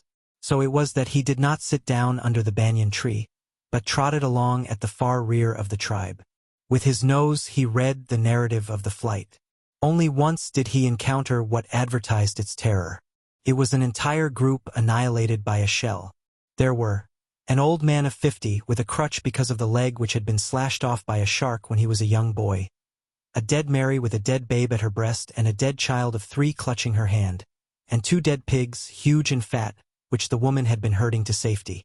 And Jerry's nose told him of how the stream of the fugitives had split and flooded past on each side and flowed together again beyond. Incidents of the flight he did encounter. A part-chewed joint of sugarcane some child had dropped, a clay pipe, the stem short from successive breakages, a single feather from some young man's hair, and a calabash, full of cooked yams and sweet potatoes, deposited carefully beside the trail by some Mary for whom its weight had proved too great. The shell fire ceased as Jerry trotted along. Next he heard the rifle fire from the landing party, as it shot down the domestic pigs on Somo's streets. He did not hear, however, the chopping down of the coconut trees, any more than did he ever return to behold what damage the axes had wrought. For right here occurred with Jerry a wonderful thing that thinkers of the world have not explained. He manifested in his dog's brain the free agency of life, by which all the generations of metaphysicians have postulated God, and by which all the deterministic philosophers have been led by the nose despite their clear denouncement of it as sheer illusion. What Jerry did he did. He did not know how or why he did it any more than does the philosopher know how or why he decides on mush and cream for breakfast instead of 2 soft-boiled eggs. What Jerry did was to yield an action to a brain impulse to do, not what seemed the easier and more usual thing, but to do what seemed the harder and more unusual thing. Since it is easier to endure the known than to fly to the unknown, since both misery and fear love company, the apparent easiest thing for Jerry to have done would have been to follow the tribe of Somo into its fastnesses. Yet what Jerry did was to diverge from the line of retreat and to start northward, across the bounds of Somo, and continue northward into a strange land of the unknown. Had Nalisu not been struck down by the ultimate nothingness, Jerry would have remained. This is true, and this, perhaps, to the one who considers his action, might have been the way he reasoned. But he did not reason it, did not reason at all, he acted on impulse. He could count 5 objects and pronounce them by name and number, but he was incapable of reasoning that he would remain in Somo if Nalisu lived, depart from Somo if Nalisu died. He merely departed from Somo because Nalisu was dead, and the terrible shellfire passed quickly into the past of his consciousness, while the present became vivid after the way of the present. Almost on his toes did he tread the wild bushman's trails, tense with apprehension of the lurking death he knew infested such paths. His ears cocked alertly for jungle sounds, his eyes following his ears to discern what made the sounds. No more doughty nor daring was Columbus, venturing all that he was to the unknown, than was Jerry in venturing this jungle darkness of Black Maleta. And this wonderful thing, this seeming great deed of free will, he performed in much the same way that the itching of feet and tickle of fancy have led the feet of men over all the earth. Though Jerry never laid eyes on Somo again, Vashti returned with his tribe the same day, grinning and chuckling as he appraised the damage. Only a few grass houses had been damaged by the shells. Only a few coconuts had been chopped down. And as for the slain pigs, lest they spoil, he made of their carcasses a great feast. One shell had knocked a hole through his seawall. He enlarged it for a launching ways, faced the sides of it with dry-fitted coral rock, and gave orders for the building of an additional canoe house. The only vexation he suffered was the death of Nalisu and the disappearance of Jerry. His 2 experiments in primitive eugenics. Chapter 20. A week Jerry spent in the bush, deterred always from penetrating to the mountains by the bushmen who ever guarded the runways. And it would have gone hard with him in the matter of food, had he not, on the second day, encountered a lone small pig, evidently lost from its litter. It was his first hunting adventure for a living, and it prevented him from traveling farther, for, true to his instinct, he remained by his kill until it was nearly devoured. True, he ranged widely about the neighborhood, finding no other food he could capture. But always, until it was gone, he returned to the slain pig. Yet he was not happy in his freedom. He was too domesticated, too civilized. Too many thousands of years had elapsed since his ancestors had run freely wild. He was lonely. He could not get along without man. Too long had he, and the generations before him, lived in intimate relationship with the 2-legged gods. Too long had his kind loved man, served him for love, endured for love, died for love, and, in return, been partly appreciated, less understood and roughly loved. So great was Jerry's loneliness that even a 2-legged black god was desirable, since white gods had long since faded into the limbo of the past. For all he might have known, had he been capable of conjecturing, the only white gods in existence had perished. Acting on the assumption that a black god was better than no god, when he had quite finished the little pig, he deflected his course to the left, downhill toward the sea. He did this, again without reasoning, merely because in the subtle processes of his brain experience worked. His experience had been to live always close by the sea. Humans he had always encountered close by the sea, and downhill had invariably led to the sea. He came out upon the shore of the reef-sheltered lagoon where ruined grass houses told him men had lived. The jungle ran riot through the place. 6-inch trees, throated with rotten remnants of thatched roofs through which they had aspired toward the sun, rose about him. Quick-growing trees had shadowed the king-posts so that the idols and totems, seated in carved shark jaws, grinned greenly and monstrously at the futility of man through a rime of moss and mottled fungus. A poor little seawall, never much at its best, sprawled in ruin from the coconut roots to the placid sea. Bananas, plantains, and breadfruit lay rotting on the ground. Bones lay about, human bones, and Jerry nosed them out, knowing them for what they were, emblems of the nothingness of life. Skulls he did not encounter, for the skulls that belonged to the scattered bones ornamented the devil houses in the upland bush villages. The salt tang of the sea gladdened his nostrils, and he snorted with the pleasure of the stench of the mangrove swamp. But, another Crusoe chancing upon the footprint of another man Friday. His nose, not his eyes, shocked him electrically alert as he smelled the fresh contact of a living man's foot with the ground. It was a nigger's foot, but it was alive, it was immediate, and, as he traced it a score of yards, he came upon another foot scent, indubitably a white man's. Had there been an onlooker, he would have thought Jerry had gone suddenly mad. He rushed frantically about, turning and twisting his course, now his nose to the ground, now up in the air, whining as frantically as he rushed, leaping abruptly at right angles as new scents reached him, scurrying here and there and everywhere as if in a game of tag with some invisible playfellow. But he was reading the full report which many men had written on the ground. A white man had been there, he learned, and a number of blacks. Here a black had climbed a coconut tree and cast down the nuts. There a banana tree had been despoiled of its clustered fruit. And, beyond, it was evident that a similar event had happened to a breadfruit tree. One thing, however, puzzled him, a scent new to him that was neither black man's nor white man's. Had he had the necessary knowledge and the wit of eye observance, he would have noted that the footprint was smaller than a man's, and that the toe prints were different from a Mary's in that they were close together and did not press deeply into the earth. What bothered him in his smelling was his ignorance of talcum powder. Pungent it was in his nostrils, but never, since first he had smelled out the footprints of man, had he encountered such a scent. And with this were combined other and fainter scents that were equally strange to him. Not long did he interest himself in such mystery. A white man's footprints he had smelled, and through the maze of all the other prints, he followed the one print down through a breach of seawall to the sea-pounded coral sand lapped by the sea. Here the latest freshness of many feet drew together where the nose of a boat had rested on the beach and where men had disembarked and embarked again. He smelled up all the story, and, his forelegs in the water till it touched his shoulders, he gazed out across the lagoon where the disappearing trail was lost to his nose. Had he been half an hour sooner he would have seen a boat, without oars, gasoline-propelled, shooting across the quiet water.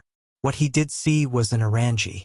True, it was far larger than the orangie he had known, but it was white, it was long, it had masts, and it floated on the surface of the sea. It had 3 masts, skylofty and all of a size, but his observation was not trained to note the difference between them and the one long and the one short mast of the orangie. The one floating world he had known was the white-painted orangie.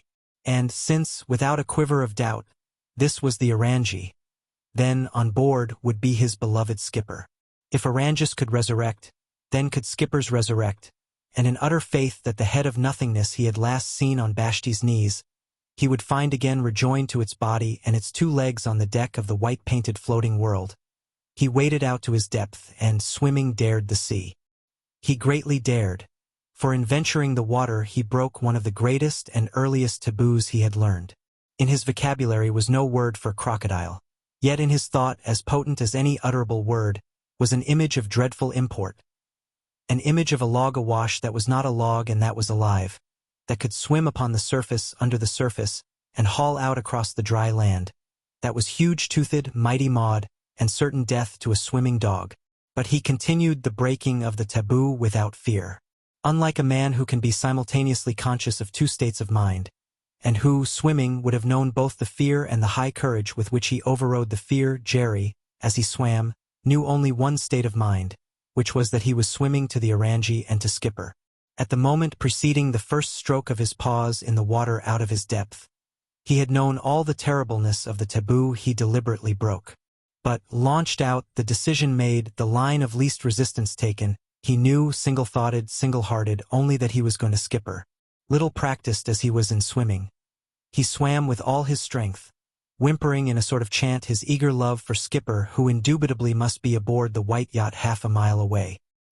His little song of love, fraught with keenness of anxiety, came to the ears of a man and woman lounging in deckchairs under the awning, and it was the quick-eyed woman who first saw the golden head of Jerry and cried out what she saw.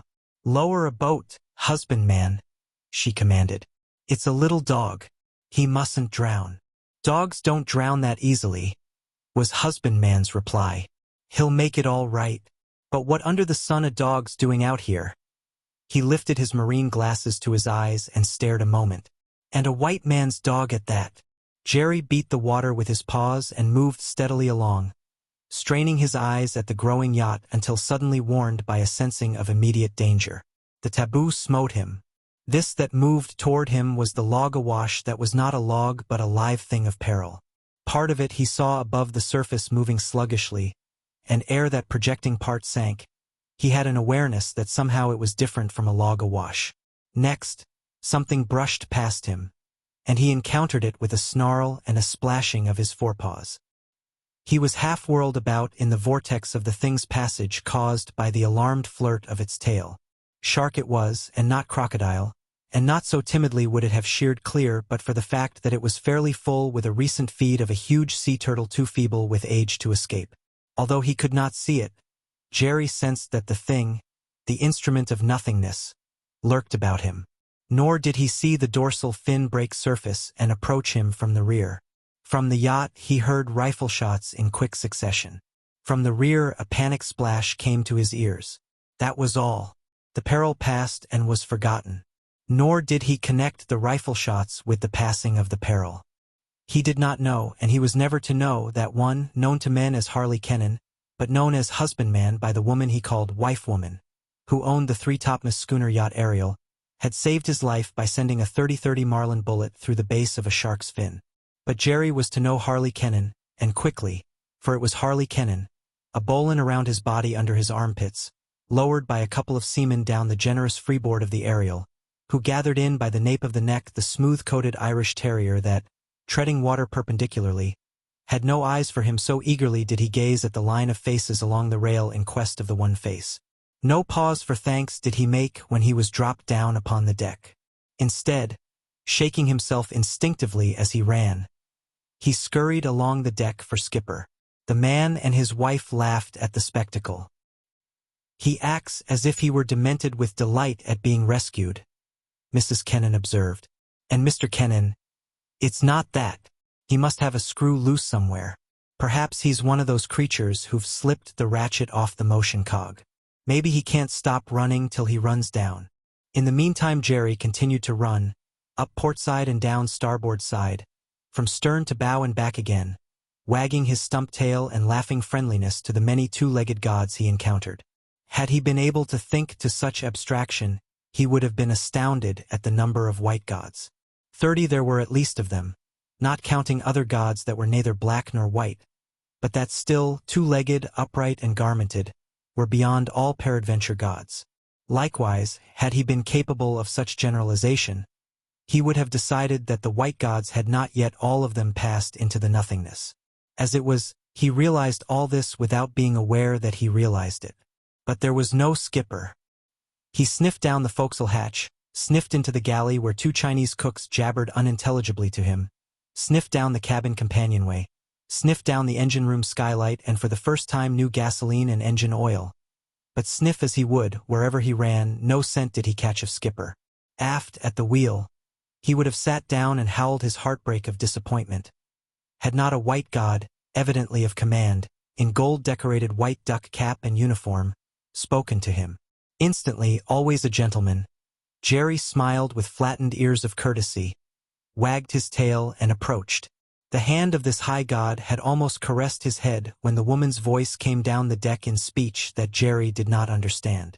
The words and terms of it were beyond him, but he sensed power of command in it, which was verified by the quick withdrawal of the hand of the god in white and gold who had almost caressed him. This god stiffened electrically and pointed Jerry along the deck, and, with mouth encouragements and urgings the import of which Jerry could only guess, directed him toward the one who so commanded by saying, "Send him, please, along to me, Captain Winters." Jerry wriggled his body in delight of obeying, and would loyally have presented his head to her outreaching caress of hand, had not the strangeness and difference of her deterred him. He broke off in mid-approach and with a show of teeth snarled himself back and away from the wind-blown skirt of her. The only human females he had known were naked Marys. This skirt, flapping in the wind like a sail, reminded him of the menacing mainsail of the Orange when it had jarred and crashed and swooped above his head. The noises her mouth made were gentle and ingratiating, but the fearsome skirt still flapped in the breeze. "You ridiculous dog," she laughed. "I'm not going to bite you." But her husband thrust out a rough, sure hand and drew Jerry into him, and Jerry wriggled in ecstasy under the god's caress, kissing the hand with a red flicker of tongue. Next, Harley Canine directed him toward the woman sitting up in the deck chair and bending forward, with hovering hands of greeting. Jerry obeyed. He advanced with flattened ears and laughing mouth, but, just ere she could touch him, the wind fluttered the skirt again and he backed away with a snarl. "It's not you that he's afraid of, Villa," he said, "but of your skirt. Perhaps he's never seen a skirt before." You mean, Villa Kennan challenged, that these headhunting cannibals ashore here keep records of pedigrees and maintain kennels? For surely this absurd adventurer of a dog is as proper an Irish Terrier as the Ariel is an Oregon pine-planked schooner. Harley Kennan laughed in acknowledgement. Villa Kennan laughed too. And Jerry knew that these were a pair of happy gods, and himself laughed with them. Of his own initiative, he approached the lady god again, attracted by the talcum powder and other minor fragrances he had already identified as the strange scents encountered on the beach. But the unfortunate trade wind again fluttered her skirt, and again he backed away, not so far, this time, with much less of a bristle of his neck and shoulder hair, and with no more of a snarl than a mere half-baring of his fangs. "He's afraid of your skirt," Harley insisted. "Look at him. He wants to come to you, but the skirt keeps him away. Tuck it under you so that it won't flutter, and see what happens." Villa Kennan carried out the suggestion, and Jerry came circumspectly, bent his head to her hand and writhed his back under it, the while he sniffed her feet, stocking-clad and shoe-covered, and knew them as the feet which had trod uncovered the ruined ways of the village ashore. "No doubt of it," Harley agreed. "He's white man selected, white man bred and born. He has a history. He knows adventure from the ground roots up. If he could tell his story, we'd sit listening entranced for days. Depend on it, he's not known blacks all his life. Let's try him on Johnny." Johnny, whom Kennan beckoned up to him, was a loan from the resident commissioner of the British Solomons at Tulagi, who had come along as pilot and guide to Kennan rather than as philosopher and friend. Johnny approached grinning, and Jerry's demeanor immediately changed. His body stiffened under Villa Kennan's hand as he drew away from her and stalked stiff-legged to the black. Jerry's ears did not flatten, nor did he laugh fellowship with his mouth, as he inspected Johnny and smelt his calves for future reference. Cavalier he was to the extreme, and, after the briefest of inspection, he turned back to Villa Kennan. "What did I say?" her husband exulted. "He knows the color line. He's a white man's dog that has been trained to it." "My word," spoke up Johnny. "Me know that fella dog. Me know papa and mama belong along him. Big fella white Mars ter Mr. Hagen stop along Meringa. Mama and papa stop along him that fella place." Harley Kennan uttered a sharp exclamation. "Of course," he cried. "The commissioner told me all about it. The Orangi, that the Somo people captured, sailed last from Meringa Plantation. Johnny recognizes the dog as the same breed as the Perhagen of Meringa must possess. But that was a long time ago. He must have been a little puppy. Of course he's a white man's dog. And yet you've overlooked the crowning proof of it," Villa Kennan teased. "The dog carries the evidence around with him." Harley looked Jerry over carefully. "Indisputable evidence," she insisted. After another prolonged scrutiny, Kennan shook his head. "Blamed if I can see anything so indisputable as to leave conjecture out." "The tail," his wife gurgled. "Surely the natives do not bob the tails of their dogs. Do they, Johnny? Do black man stop along Maleta chop 'em off tail along dog?" "No chop 'em off," Johnny agreed. "Mr. Hagen along Meringa he chop 'em off. My word, he chop 'em that fella tail, you bet." "Then he's the sole survivor of the Orangi," Villa Kennan concluded. "Don't you agree, Mr. Sherlock Holmes Kennan?" "I salute you, Mrs. S. Holmes," her husband acknowledged gallantly. "And all that remains is for you to lead me directly to the head of La Perouse himself. The sailing directions record that he left it somewhere in these islands."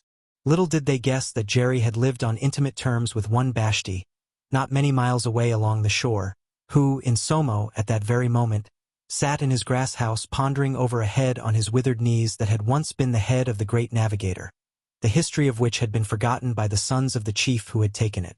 Chapter 21. The fine, three-topmast schooner Ariel, on a cruise around the world, had already been out a year from San Francisco when Jerry boarded her. As a world, and as a white god world, she was to him beyond compare. She was not small like the Orangi, nor was she cluttered fore and aft, on deck and below, with a spawn of niggers. The only black Jerry found on her was Johnny, while her spaciousness was filled principally with two-legged white gods. He met them everywhere, at the wheel, on lookout, washing decks, polishing brasswork, running aloft, or tailing on to sheets and tackles half a dozen at a time. But there was a difference. There were gods and gods, and Jerry was not long in learning that in the hierarchy of the heaven of these white gods on the Ariel, the sailorizing, shipworking ones were far beneath the captain and his two white and gold-clad officers. These, in turn, were less than Harlequin and Villaquin. For them, it came quickly to him, Harlequin commanded. Nevertheless, there was one thing he did not learn and was destined never to learn, namely, the supreme god over all on the Ariel. Although he never tried to know, being unable to think to such a distance, he never came to know whether it was Harlequin who commanded Villa, or Villaquin who commanded Harley. In a way, without vexing himself with the problem, he accepted their overlordship of the world as dual. Neither outranked the other. They seemed to rule co-equal, while all others bowed before them. It is not true that to feed a dog is to win a dog's heart. Never did Harley or Villa feed Jerry. Yet it was to them he elected to belong, them he elected to love and serve rather than to the Japanese steward who regularly fed him. For that matter, Jerry, like any dog, was able to differentiate between the mere direct food giver and the food source. That is, subconsciously, he was aware that not alone his own food, but the food of all on board found its source in the man and woman. They it was who fed all and ruled all. Captain Winters might give orders to the sailors, but Captain Winters took orders from Harlequin. Jerry knew this as indubitably as he acted upon it, although all the while it never entered his head as an item of conscious knowledge. And, as he had been accustomed all his life, as with Mr. Hagen, skipper, and even with Bashti and the chief devil doctor of Somo, he attached himself to the high gods themselves, and from the gods under them received deference accordingly. As skipper on the Orangi and Bashti and Somo had promulgated taboos, so the man and the woman on the Ariel protected Jerry with taboos. From Sano, the Japanese steward, and from him alone, did Jerry receive food. Not from any sailor in whaleboat or launch could he accept, or would he be offered, a bit of biscuit or an invitation to go ashore for a run. Nor did they offer it. Nor were they permitted to become intimate, to the extent of romping and playing with him, nor even of whistling to him along the deck. By nature a one-man dog, all this was very acceptable to Jerry. Differences of degree there were, of course, but no one more delicately and definitely knew those differences than did Jerry himself. Thus, it was permissible for the two officers to greet him with a hello or a good morning, and even to touch a hand in a brief and friendly pat to his head. With Captain Winters, however, greater familiarity obtained. Captain Winters could rub his ears, shake hands with his, scratch his back, and even roughly catch him by the jowls. But Captain Winters invariably surrendered him up when the one man and the one woman appeared on deck. When it came to liberties, delicious, wanton liberties, Jerry alone of all on board could take them with the man and woman, and, on the other hand, they were the only two to whom he permitted liberties. Any indignity that Villaquin chose to inflict upon him he was throbbingly glad to receive, such as doubling his ears inside out till they stuck, at the same time making him sit upright, with helpless forefeet paddling the air for equilibrium, while she blew roguishly in his face and nostrils. As bad was Harlequin's trick of catching him gloriously asleep on an edge of Villa's skirt and of tickling the hair between his toes and making him kick involuntarily in his sleep, until he kicked himself awake to hearing of gurgles and snickers of laughter at his expense. In turn, at night on deck, wriggling her toes at him under a rug to simulate some strange and crawling creature of an invader, he would dare to simulate his own befuddlement and quite disrupt Villa's bed with his frantic ferocious attack on the thing that he knew was only her toes. In gales of laughter, intermingled with half-genuine cries of alarm as almost his teeth caught her toes, she always concluded by gathering him into her arms and laughing the last of her laughter away into his flattened ears of joy and love. Who else, of all on board the Ariel, would have dared such devilishness with the Lady God's bed? This question it never entered his mind to ask himself. Yet he was fully aware of how exclusively favored he was. Another of his deliberate tricks was one discovered by accident. Thrusting his muzzle to meet her in love, he chanced to encounter her face with his soft hard little nose with such force as to make her recoil and cry out. When, another time, in all innocence this happened again, he became conscious of it and of its effect upon her. And thereafter, when she grew too wildly wild, too wantonly facetious in her teasing playful love of him. He would thrust his muzzle at her face and make her throw her head back to escape him. After a time, learning that if he persisted, she would settle the situation by gathering him into her arms and gurgling into his ears, he made it a point to act his part until such delectable surrender and joyful culmination were achieved. Never, by accident, in this deliberate game, did he hurt her chin or cheek so severely as he hurt his own tender nose, but in the hurt itself he found more of delight than pain. All of fun it was all through, and, in addition, it was love fun. Such hurt was more than fun. Such pain was heart pleasure. All dogs are God worshippers. More fortunate than most dogs, Jerry won to a pair of gods that, no matter how much they commanded, loved more. Although his nose might threaten grievously to hurt the cheek of his adored god, rather than have it really hurt, he would have spilled out all the love tide of his heart that constituted the life of him. He did not live for food, for shelter, for a comfortable place between the darknesses that rounded existence. He lived for love, and as surely as he gladly lived for love, would he have died gladly for love. Not quickly, in Somo, had Jerry's memory of Skipper and Mr. Hagen faded. Life in the cannibal village had been too unsatisfying. There had been too little love. Only love can erase the memory of love, or rather, the hurt of lost love. And on board the Ariel such erasement occurred quickly. Jerry did not forget Skipper and Mr. Hagen, but at the moments he remembered them, the yearning that accompanied the memory grew less pronounced and painful. The intervals between the moments widened, nor did Skipper and Mr. Hagen take form and reality so frequently in his dreams. For, after the manner of dogs, he dreamed much and vividly. Chapter 22. Northward, along the leeward coast of Maleta, the Ariel worked her leisurely way, threading the color-riotous lagoon that lay between the shore reefs and outer reefs, daring passages so narrow and coral-patched that Captain Winters averred each day added 1,000 gray hairs to his head, and dropping anchor off every walled inlet of the outer reef and every mangrove swamp of the mainland that looked promising of cannibal life. For Harley and Villa Kennan were in no hurry. So long as the way was interesting, they dared not how long it proved from anywhere to anywhere. During this time Jerry learned a new name for himself, or, rather, an entire series of names for himself. This was because of an aversion on Harley Kennan's part against renaming a named thing. A name he must have had, he argued to Villa. Hagen must have named him before he sailed on the Orangi. Therefore, nameless he must be until we get back to Tulagi and find out his real name. What's in a name? Villa had begun to tease. Everything, her husband retorted. Think of yourself shipwrecked, called by your rescuers Mrs. Riggs, or Mademoiselle de Maupin, or just plain Topsy. And think of me being called Benedict Arnold, or Judas, or Haman. No, keep him nameless, until we find out his original name. Must call him something, she objected. Can't think of him without thinking something. Then call him many names, but never the same name twice. Call him Dog today, and Mr. Dog tomorrow, and the next day something else. So it was, more by tone and emphasis and context of situation than by anything else, that Jerry came hazily to identify himself with names such as Dog, Mr. Dog, Adventurer, Strong Useful One, Sing-Song Silly, No Name, and Quivering Loveheart. These were a few of the many names lavished on him by Villa. Harley, in turn, addressed him as Man-Dog, Incorruptible One, Brass Tacks, then some Sin of Gold, South Sea Satrap, Nimrod, Young Nick, and Lionslayer. In brief, the man and woman competed with each other to name him most without naming him ever the same.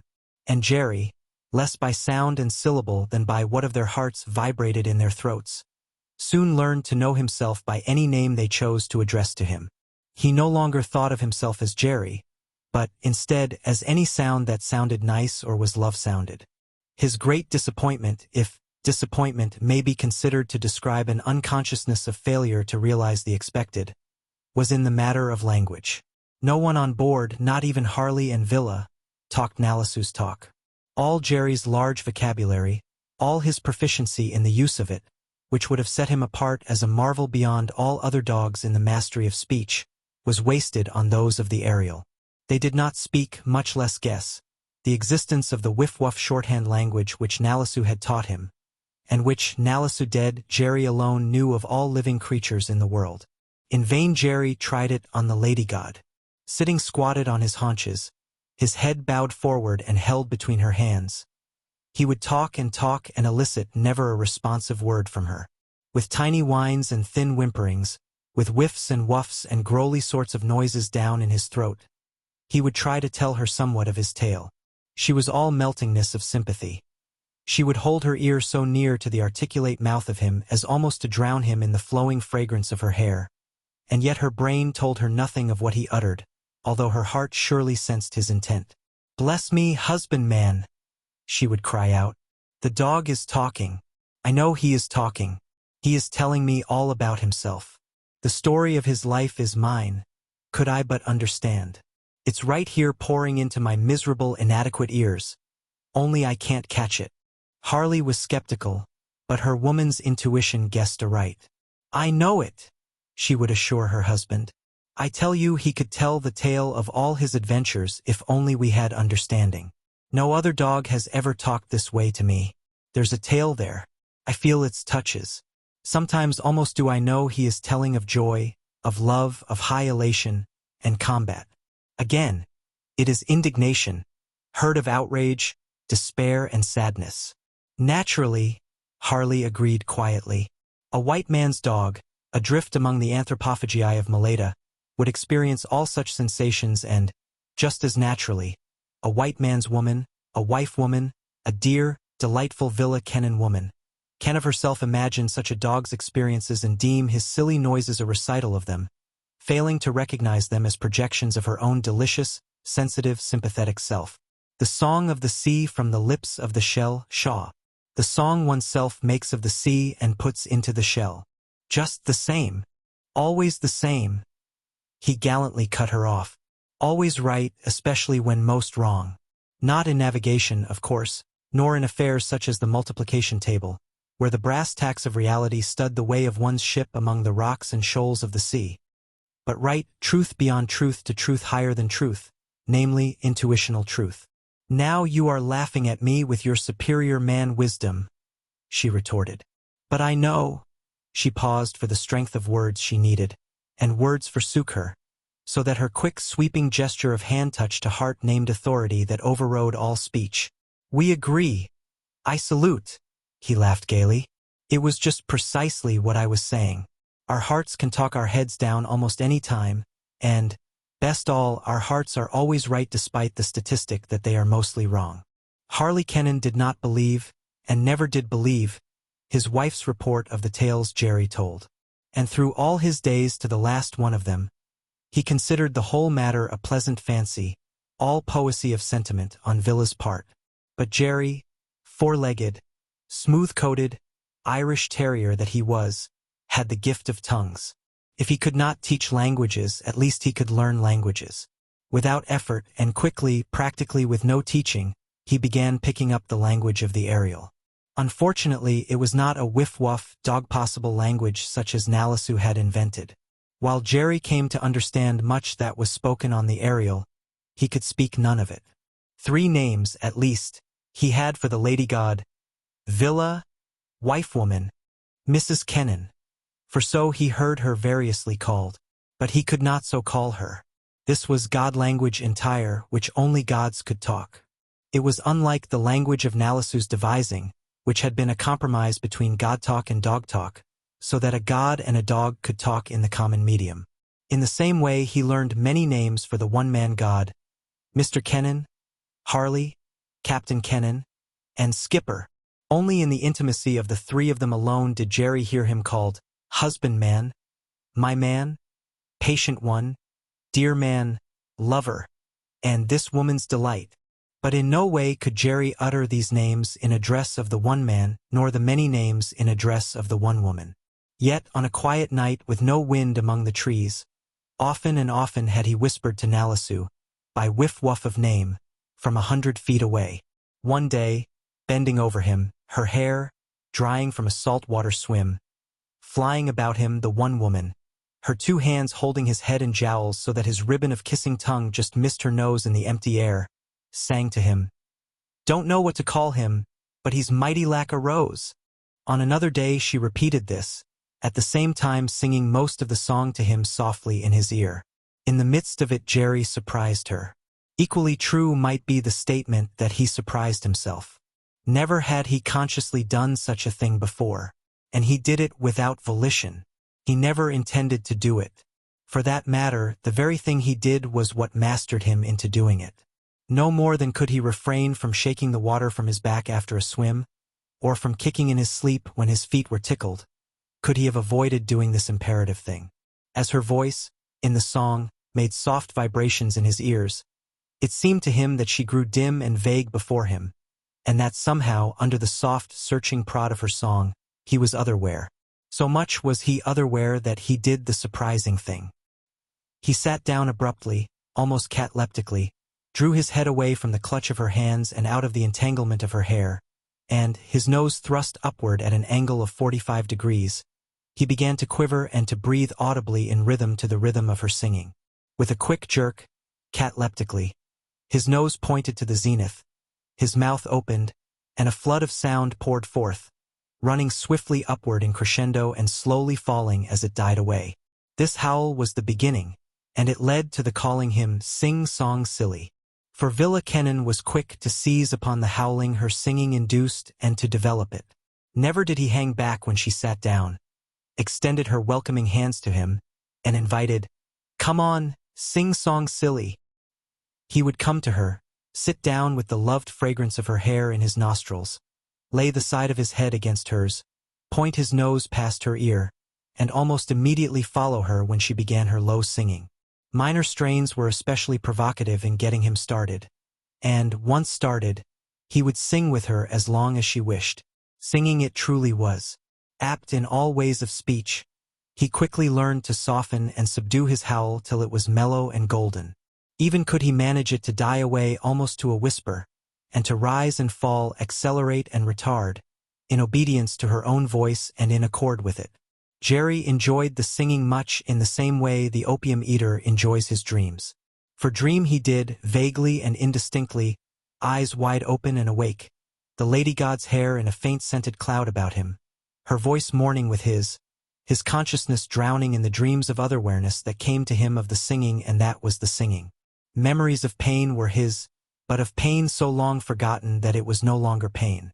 Rather did it permeate him with a delicious sadness, and lift him away and out of the aerial, lying at anchor in some coral lagoon, to that unreal place of otherwhere. For visions were his at such times. In the cold bleakness of night, it would seem he sat on a bare hill and raised his howl to the stars, while out of the dark, from far away, would drift to him an answering howl.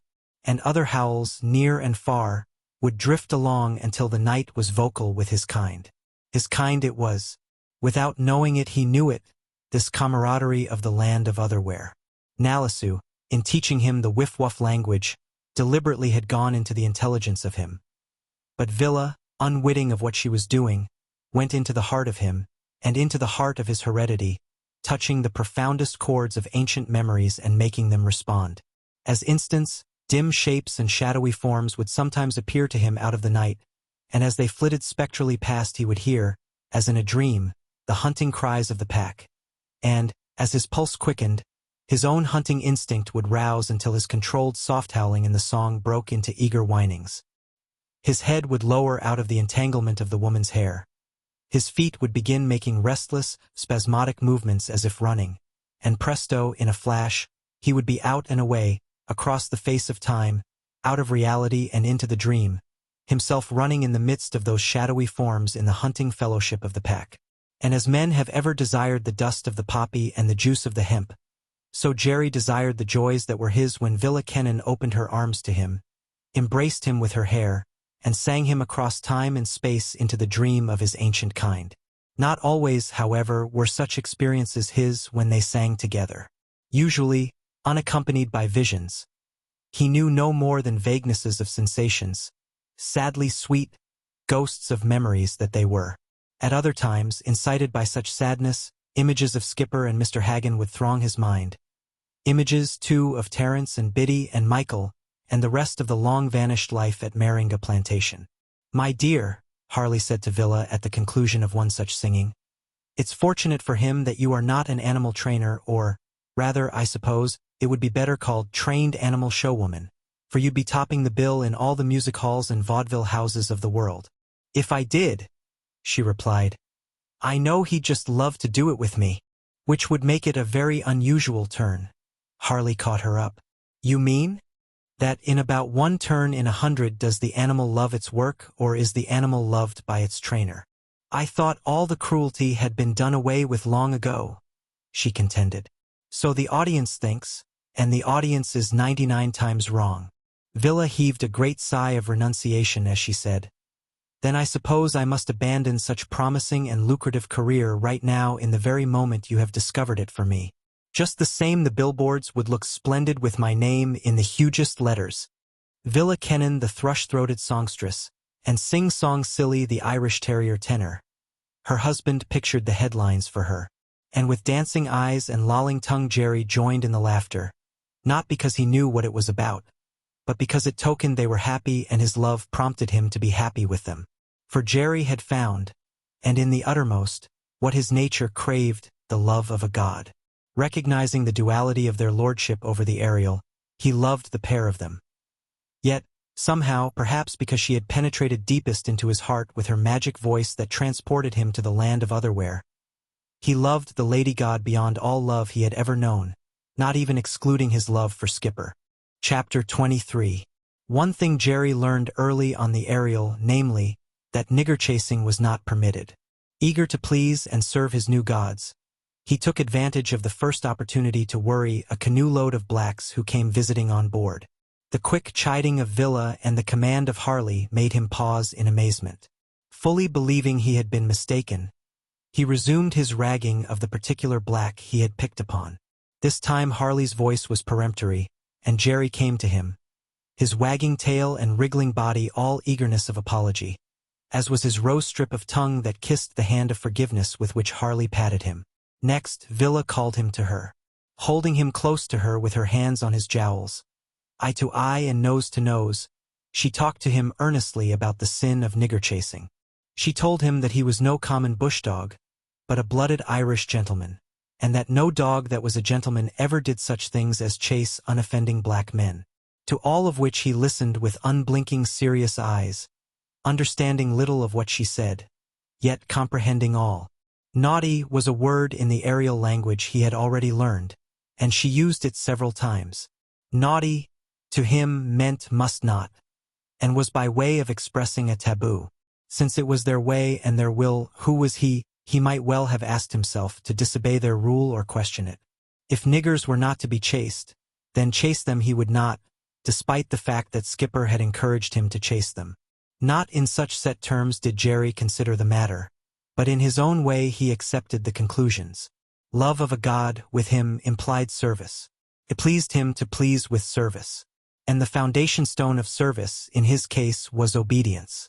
Yet it strained him sore for a time to refrain from snarl and snap when the legs of strange and presumptuous blacks passed near him along the Ariel's white deck. But there were times and times, as he was to learn, and the time came when Villa Kennan wanted a bath, a real bath in fresh, rain-descended, running water, and when Johnny, the black pilot from Tulagi, made a mistake. The chart showed a mile of the Suli River where it emptied into the sea. Why it showed only a mile was because no white man had ever explored it farther. When Villa proposed the bath, her husband advised with Johnny. Johnny shook his head. No fella boy stop em along that place, he said. No make em trouble along you. Bush fella boy stop em long way too much. So it was that the launch went ashore, and, while its crew lolled in the shade of the beach coconuts, Villa, Harley, and Jerry followed the river inland 1/4 of a mile to the first likely pool. One can never be too sure, Harley said, taking his automatic pistol from its holster and placing it on top his heap of clothes.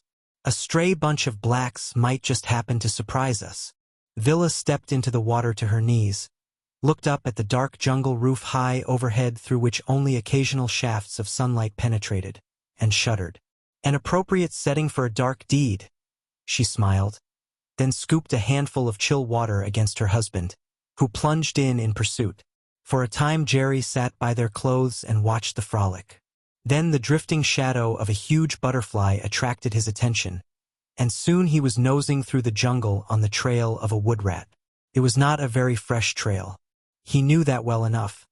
But in the deeps of him were all his instincts of ancient training, instincts to hunt, to prowl, to pursue living things, in short, to play the game of getting his own meat, though for ages man had got the meat for him and his kind. So it was, exercising faculties that were no longer necessary, but that were still alive in him and clamorous for exercise. He followed the long-since-past woodrat with all the soft-footed crouching craft of the meat pursuer and with utmost fineness of reading the scent. The trail crossed a fresh trail, a trail very fresh, very immediately fresh. As if a rope had been attached to it, his head was jerked abruptly to right angles with his body. The unmistakable smell of a black was in his nostrils. Further, it was a strange black, for he did not identify it with the many he possessed filed away in the pigeonholes of his brain. Forgotten was the stale woodrat as he followed the new trail. Curiosity and play impelled him. He had no thought of apprehension for Villa and Harley, not even when he reached the spot where the black, evidently startled by hearing their voices, had stood and debated, and so left a very strong scent. From this point the trail swerved off toward the pool. Nervously alert, strung to extreme tension, but without alarm, still playing at the game of tracking, Jerry followed. From the pool came occasional cries and laughter, and each time they reached his ears Jerry experienced glad little thrills. Had he been asked, and had he been able to express the sensations of emotion in terms of thought, he would have said that the sweetest sound in the world was any sound of Villa Kennan's voice, and that next sweetest was any sound of Harley Kennan's voice. Their voices thrilled him, always, reminding him of his love for them and that he was beloved of them. With the first sight of the strange black, which occurred close to the pool, Jerry's suspicions were aroused. He was not conducting himself as an ordinary black, not on evil intent, should conduct himself. Instead, he betrayed all the actions of one who lurked in the perpetration of harm. He crouched on the jungle floor, peering around a great root of a bored tree. Jerry bristled and himself crouched as he watched. Once, the black raised his rifle halfway to his shoulder. But, with an outburst of splashing and laughter, his unconscious victims evidently removed themselves from his field of vision. His rifle was no old-fashioned Snider, but a modern, repeating Winchester, and he showed habituation to firing it from his shoulder rather than from the hip after the manner of most Malaytons. Not satisfied with his position by the bored tree, he lowered his gun to his side and crept closer to the pool. Jerry crouched low and followed. So low did he crouch that his head, extended horizontally forward, was much lower than his shoulders, which were humped up queerly and composed the highest part of him. When the black paused, Jerry paused, as if instantly frozen. When the black moved, he moved, but more swiftly, cutting down the distance between them. And all the while the hair of his neck and shoulders bristled in recurrent waves of ferocity and wrath. No golden dog this, ears flattened and tongue laughing in the arms of the lady god. No sing-song silly chanting ancient memories in the cloud entanglement of her hair, but a four-legged creature of battle, a fanged killer ripe to rend and destroy. Jerry intended to attack as soon as he had crept sufficiently near. He was unaware of the aerial taboo against nigger chasing. At that moment it had no place in his consciousness. All he knew was that harm threatened the man and woman and that this nigger intended this harm. So much had Jerry gained on his quarry, that when again the black squatted for his shot, Jerry deemed he was near enough to rush. The rifle was coming to shoulder when he sprang forward. Swiftly as he sprang, he made no sound, and his victim's first warning was when Jerry's body, launched like a projectile, smote the black squarely between the shoulders. At the same moment his teeth entered the back of the neck, but too near the base in the lumpy shoulder muscles to permit the fangs to penetrate to the spinal cord. In the first fright of surprise, the black's finger pulled the trigger and his throat loosed an unearthly yell. Knocked forward on his face, he rolled over and grappled with Jerry, who slashed cheekbone and cheek and ribboned an ear. For it is the way of an Irish Terrier to bite repeatedly and quickly rather than to hold a bulldog grip. When Harley Kennan, automatic in hand and naked as Adam, reached the spot, he found dog and man locked together and tearing up the forest mold in their struggle. The black, his face streaming blood, was throttling Jerry with both hands around his neck, and Jerry, snorting, choking, snarling, was scratching for dear life with the claws of his hind feet. No puppy claws were they, but the stout claws of a mature dog that were stiffened by a backing of hard muscles. And they ripped naked chest and abdomen full length again and again until the whole front of the man was streaming red. Harley Cannon did not dare chance a shot, so closely were the combatants locked. Instead, stepping in close, he smashed down the butt of his automatic upon the side of the man's head. Released by the relaxing of the stunned black's hands, Jerry flung himself in a flash upon the exposed throat, and only Harley's hand on his neck and Harley's sharp command made him cease and stand clear. He trembled with rage and continued to snarl ferociously, although he would desist long enough to glance up with his eyes, flatten his ears, and wag his tail each time Harley uttered "good boy." Good boy he knew for praise, and he knew beyond any doubt, by Harley's repetition of it, that he had served him and served him well. "Do you know the beggar intended to bushwhack us?" Harley told Villa, who, half-dressed and still dressing, had joined him. "It wasn't 50 feet and he couldn't have missed. Look at the Winchester. No old smoothbore. And a fellow with a gun like that would know how to use it." "But why didn't he?" she queried. Her husband pointed to Jerry. Villa's eyes brightened with quick comprehension. "You mean?" she began. He nodded. "Just that. Sing-song silly beat him to it." He bent, rolled the man over, and discovered the lacerated back of the neck. "That's where he landed on him first, and he must have had his finger on the trigger, drawing down on you and me, most likely me first, when Sing-Song Silly broke up his calculations." Villa was only half hearing, for she had Jerry in her arms and was calling him "blessed dog," the while she stilled his snarling and soothed down the last bristling hair.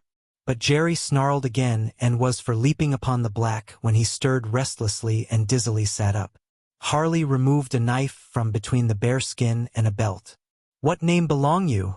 he demanded. But the black had eyes only for Jerry, staring at him in wondering amaze until he pieced the situation together in his growing clarity of brain and realized that such a small chunky animal had spoiled his game. "My word," he grinned to Harley. "That fella dog put him crimp along me any amount." He felt out the wounds of his neck and face, while his eyes embraced the fact that the white master was in possession of his rifle. "You give em musket belong me," he said impudently.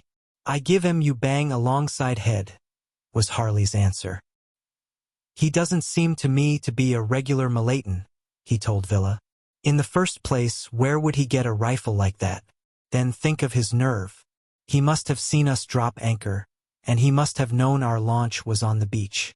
Yet he played to take our heads and get away with them back into the bush." "What name belong you?" he again demanded. But not until Johnny and the launch crew arrived breathless from their run did he learn. Johnny's eyes gloated when he beheld the prisoner, and he addressed Cannon in evident excitement. "You give em me that fella boy," he begged. "Eh? You give em me that fella boy. What name you want em?" Not for some time would Johnny answer this question, and then only when Cannon told him that there was no harm done and that he intended to let the black go. At this Johnny protested vehemently. "Maybe you fetch em that fella boy along Government House. Tulagi, Government House give em you 20 pounds. Him plenty bad fella boy too much. Makawao he name stop along him. Bad fella boy too much. Him Queensland boy." "What name Queensland?" Cannon interrupted. "He belong that fella place?" Johnny shook his head. "Him belong along Maleta first time. Long time before too much he recruit him along schooner go work along Queensland." "He's a return Queenslander," Harley interpreted to Villa. "You know, when Australia went all white, the Queensland plantations had to send all the blackbirds back. This Makawao is evidently one of them, and a hard case as well, if there's anything in Johnny's gammon about 20 pounds reward for him. That's a big price for a black." Johnny continued his explanation which, reduced to flat and sober English, was to the effect that Makawao had always borne a bad character. In Queensland he had served a total of 4 years in jail for thefts, robberies, and attempted murder. Returned to the Solomons by the Australian government, he had recruited on Bewley Plantation for the purpose, as was afterwards proved, of getting arms and ammunition. For an attempt to kill the manager he had received 50 lashes at Tulagi and served a year. Returned to Bewley Plantation to finish his labor service. He had contrived to kill the owner in the manager's absence and to escape in a whaleboat. In the whaleboat with him he had taken all the weapons and ammunition of the plantation, the owner's head, 10 Maleta recruits, and 2 recruits from San Cristobal, the 2 last because they were saltwater men and could handle the whaleboat. Himself and the 10 Maletans, being bushmen, were too ignorant of the sea to dare the long passage from Guadalcanar. On the way, he had raided the little islet of Ugi, sacked the store, and taken the head of the solitary trader, a gentle-souled half-caste from Norfolk Island who traced back directly to a Pitcairn ancestry straight from the loins of McCoy of the Bounty. Arrived safely at Maleta, he and his fellows, no longer having any use for the 2 San Cristobal boys, had taken their heads and eaten their bodies. My word, him bad fella boy any amount. Johnny finished his tale. Government house, Tulagi. Damn glad give him 20 pounds along that fella. You blessed sing-song silly. Villa murmured in Jerry's ears. If it hadn't been for you, your head and mine would even now be galumping through the bush as Makawao hit the high places for home. Harley concluded for her. My word, some fella dog that any amount, he added lightly. And I gave him Mary Ned just the other day for nigger chasing, and he knew his business better than I did all the time. If anybody tries to claim him, Villa threatened. Harley confirmed her muttered sentiment with a nod. Anyway, he said with a smile, there would have been one consolation if your head had gone up into the bush. Consolation! She cried, throaty with indignation. Why, yes, because in that case my head would have gone along. You dear and blessed husbandman, she murmured, a quick cloudiness of moisture in her eyes, as with her eyes she embraced him, her arms still around Jerry, who, sensing the ecstasy of the moment, kissed her fragrant cheek with his ribbon tongue of love. Chapter 24. When the Ariel cleared from Malu on the northwest coast of Maleta, Maleta sank down beneath the sea rim astern and, so far as Jerry's life was concerned, remained sunk forever another vanished world, that, in his consciousness, partook of the ultimate nothingness that had befallen Skipper. For all Jerry might have known, though he pondered it not, Maleta was a universe, beheaded and resting on the knees of some brooding lesser god, himself vastly mightier than Vashti, whose knees bore the brooding weight of Skipper's sun-dried, smoke-cured head, this lesser god vexed and questing, feeling and guessing at the dual twin mysteries of time and space and of motion and matter, above, beneath, around, and beyond him. Only, in Jerry's case, there was no pondering of the problem, no awareness of the existence of such mysteries. He merely accepted Maleta as another world that had ceased to be. He remembered it as he remembered dreams.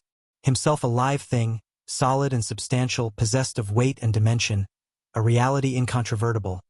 He moved through the space and place of being, concrete, hard, quick, convincing, an absoluteness of something surrounded by the shades and shadows of the fluxing phantasmagoria of nothing. He took his worlds one by one. One by one his worlds evaporated, rose beyond his vision as vapors in the hot alembic of the sun, sank forever beneath sea levels, themselves unreal and passing as the phantoms of a dream. The totality of the minute, simple world of the humans, microscopic and negligible as it was in the sidereal universe, was as far beyond his guessing as is the sidereal universe beyond the starriest guesses and most abysmal imaginings of man. Jerry was never to see the dark island of savagery again, although often in his sleeping dreams it was to return to him in vivid illusion, as he relived his days upon it, from the destruction of the Orangi and the man-eating orgy on the beach to his flight from the shell-scattered house and flesh of Nalisu. These dream episodes constituted for him another land of otherwhere, mysterious, unreal, and evanescent as clouds drifting across the sky or bubbles taking iridescent form and bursting on the surface of the sea. Froth and foam it was, quick vanishing as he awoke, non-existent as Skipper's head on the withered knees of Vashti in the lofty grass house. Maleta the real, Maleta the concrete and ponderable vanished and vanished forever, as Meringa had vanished, as Skipper had vanished into the nothingness. From Maleta the Ariel steered west of north to Ongtong Java and to Tasman great atolls that sweltered under the line not quite awash in the vast waste of the west-south Pacific. After Tasman was another wide sea stretch to the high island of Bougainville. Thence, bearing generally southeast and making slow progress in the dead beat to windward, the Ariel dropped anchor in nearly every harbor of the Solomons, from Choiseul and Renongo Islands, to the islands of Columbangra, Vangunu, Pavuvu, and New Georgia. Even did she ride to anchor, desolately lonely, in the Bay of 1,000 ships. Last of all, so far as concerned the Solomons, her anchor rumbled down and bit into the coral-sanded bottom of the harbor of Tulagi, where, ashore on Florida Island, lived and ruled the resident commissioner. To the commissioner, Harley Kennan duly turned over Makawao, who was committed to a grasshouse jail, well guarded, to sit in leg irons against the time of trial for his many crimes. And Johnny, the pilot, ere he returned to the service of the commissioner, received a fair portion of the 20 pounds of head money that Kennan divided among the members of the launch crew who had raced through the jungle to the rescue the day Jerry had taken Makawao by the back of the neck and startled him into pulling the trigger of his unaimed rifle. "I'll tell you his name," the commissioner said, as they sat on the wide veranda of his bungalow. "It's one of Hagen's terriers, Hagen of Meringa Lagoon. The dog's father is Terence, the mother is Biddy. The dog's own name is Jerry, for I was present at the christening before ever his eyes were open. Better yet, I'll show you his brother. His brother's name is Michael. He's nigger chaser on the Eugenie, the two-topmast schooner that rides abreast of you. Captain Keller is the skipper. I'll have him bring Michael ashore. Beyond all doubt, this Jerry is the sole survivor of the Orangi. When I get the time and a sufficient margin of funds, I shall pay a visit to Chief Bashti. Oh, no British cruiser program. I'll charter a couple of trading ketches, take my own black police force and as many white men as I cannot prevent from volunteering. There won't be any shelling of grass houses. I'll land my shore party down the coast and cut in and come down upon Somo from the rear, timing my vessels to arrive on Somo's seafront at the same time. You will answer slaughter with slaughter? Villa. Kennan objected. I will answer slaughter with law, the commissioner replied. I will teach Somo law. I hope that no accidents will occur. I hope that no life will be lost on either side. I know, however, that I shall recover Captain Van Horn's head, and his mate Borkman's, and bring them back to Tulagi for Christian burial.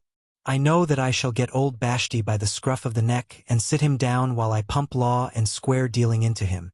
Of course, the commissioner, ascetic-looking, an Oxford graduate, narrow-shouldered and elderly, tired-eyed and bespectacled like the scholar he was, like the scientist he was, shrugged his shoulders. Of course, if they are not amenable to reason, there may be trouble, and some of them and some of us will get hurt. But, one way or the other, the conclusion will be the same. Old Bashti will learn that it is expedient to maintain white men's heads on their shoulders. But how will he learn? Villa Kennan asked. If he is shrewd enough not to fight you, and merely sits and listens to your English law, it will be no more than a huge joke to him. He will no more than pay the price of listening to a lecture for any atrocity he commits. On the contrary, my dear Mrs. Kennan, if he listens peaceably to the lecture, I shall fine him only 100,000 coconuts, 5 tons of ivory nut, 100 fathoms of shell money, and 20 fat pigs. If he refuses to listen to the lecture and goes on the warpath, then, unpleasantly for me, I assure you, I shall be compelled to thrash him and his village first, and next I shall triple the fine he must pay and lecture the law into him a trifle more compendiously. Suppose he doesn't fight, stops his ears to the lecture, and declines to pay? Villa Kennan persisted. Then he shall be my guest, here in Tulagi, until he changes his mind and heart, and does pay, and listens to an entire course of lectures. Asterisk, asterisk, asterisk. So it was that Jerry came to hear his old-time name on the lips of Villa and Harley, and saw once again his full brother Michael. Say nothing, Harley muttered to Villa, as they made out, peering over the bow of the shore-coming whaleboat, the rough coat, red wheaten in color, of Michael. We won't know anything about anything, and we won't even let on we're watching what they do. Jerry, feigning interest in digging a hole in the sand as if he were on a fresh scent, was unaware of Michael's nearness. In fact, so well had Jerry feigned that he had forgotten it was all a game, and his interest was very real as he sniffed and snorted joyously in the bottom of the hole he had dug. So deep was it, that all he showed of himself was his hind legs, his rump, and an intelligent and stiffly erect stump of a tail. Little wonder that he and Michael failed to see each other. And Michael, spilling over with unused vitality from the cramped space of the Eugenie's deck, scampered down the beach in a hurly-burly of joy, scenting 1,000 intimate land scents as he ran, and describing a jerky and eccentric course as he made short dashes and good-natured snaps at the coconut crabs that scuttled across his path to the safety of the water or reared up and menaced him with formidable claws and a spluttering and foaming of the shell lids of their mouths. The beach was only so long. The end of it reached where rose the rugged wall of a headland, and while the commissioner introduced Captain Keller to Mr. and Mrs. Kennan, Michael came tearing back across the wet hard sand. So interested was he in everything that he failed to notice the small rear-end portion of Jerry that was visible above the level surface of the beach. Jerry's ears had given him warning, and, the precise instant that he backed hurriedly up and out of the hole, Michael collided with him. As Jerry was rolled, and as Michael fell clear over him, both erupted into ferocious snarls and growls. They regained their legs, bristled and showed teeth at each other, and stalked stiff-leggedly, in a stately and dignified sort of way, as they drew intimidating semicircles about each other. But they were fooling all the while, and were more than a trifle embarrassed. For in each of their brains were bright identification pictures of the plantation house and compound and beach of Meringa. They knew, but they were reticent of recognition. No longer puppies, vaguely proud of the sedateness of maturity, they strove to be proud and sedate while all their impulse was to rush together in a frantic ecstasy. Michael it was, less traveled in the world than Jerry, by nature not so self-controlled, who threw the play-acting of dignity to the wind, and, with shrill whinings of emotion, with body wrigglings of delight, flashed out his tongue of love and shouldered his brother roughly in eagerness to get near to him. Jerry responded as eagerly with kiss of tongue and contact of shoulder. Then both, springing apart, looked at each other, alert and querying, almost in half-challenge, Jerry's ears pricked into living interrogations, Michael's one good ear similarly questioning, his withered ear retaining its permanent queer and crinkly cock in the tip of it. As one, they sprang away in a wild scurry down the beach, side by side, laughing to each other and occasionally striking their shoulders together as they ran. "No doubt of it," said the commissioner, "the very way their father and mother run. I have watched them often. Asterisk, asterisk, asterisk." But after 10 days of comradeship came the parting. It was Michael's first visit on the Ariel, and he and Jerry had spent a frolicking half-hour on her white deck amid the sound and commotion of hoisting in boats, making sail and heaving out anchor. As the Ariel began to move through the water and heeled to the filling of her canvas by the brisk trade wind, the commissioner and Captain Keller shook last farewells and scrambled down the gangplank to their waiting whaleboats. At the last moment Captain Keller had caught Michael up, tucked him under an arm, and with him dropped into the stern sheets of his whaleboat. Painters were cast off, and in the stern sheets of each boat solitary white men were standing up, heads bared in graciousness of conduct to the furnace stab of the tropic sun, as they waved additional and final farewells. And Michael, swept by the contagion of excitement, barked and barked again, as if it were a festival of the gods being celebrated. "Say goodbye to your brother, Jerry?" Villa Kennan prompted in Jerry's ear, as she held him, his quivering flanks between her two palms, on the rail where she had lifted him. And Jerry, not understanding her speech, torn about with conflicting desires, acknowledged her speech with wriggling body, a quick back-toss of head, and a red flash of kissing tongue, and, the next moment, his head over the rail and lowered to see the swiftly diminishing Michael, was mouthing grief and woe very much akin to the grief and woe his mother, Biddy, had mouthed in the long ago, on the beach of Meringa, when he had sailed away with Skipper.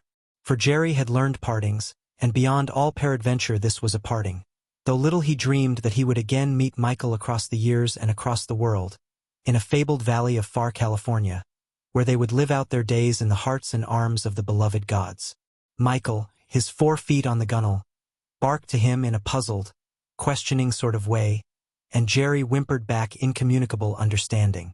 The lady god pressed his 2 flanks together reassuringly, and he turned to her, his cool nose touched questioningly to her cheek. She gathered his body close against her breast in one encircling arm, her free hand resting on the rail, half closed, a pink and white heart of flower, fragrant and seducing. Jerry's nose quested the way of it. The aperture invited. With snuggling, budging, and nudging movements he spread the fingers slightly wider as his nose penetrated into the sheer delight and loveliness of her hand. He came to rest, his golden muzzle soft and folded to the eyes, and was very still, all forgetful of the Ariel showing her copper to the sun under the press of the wind, all forgetful of Michael growing small in the distance as the whaleboat grew small astern. No less still was Villa. Both were playing the game, although to her it was new. As long as he could possibly contain himself, Jerry maintained his stiffness. And then, his love bursting beyond the control of him, he gave a sniff, as prodigious a one as he had sniffed into the tunnel of Skipper's hand in the long ago on the deck of the Orange. And, as Skipper had relaxed into the laughter of love, so did the lady god now. She gurgled gleefully. Her fingers tightened, in a caress that almost hurt, on Jerry's muzzle. Her other hand and arm crushed him against her till he gasped. Yet all the while his stump of tail valiantly bobbed back and forth, and, when released from such blissful contact, his silky ears flattened back and down as, with first a scarlet slash of tongue to cheek, he seized her hand between his teeth and dented the soft skin with a love bite that did not hurt. And so, for Jerry, vanished Tulagi, its commissioner's bungalow on top of the hill, its vessels riding to anchor in the harbor, and Michael, his full-blood brother. He had grown accustomed to such vanishments. In such way had vanished as in the mirage of a dream, Meringa, Somo, and the Orange. In such way had vanished all the worlds and harbors and roadsteads and atoll lagoons where the Ariel had lifted her laid anchor and gone on across and over the erasing sea rim.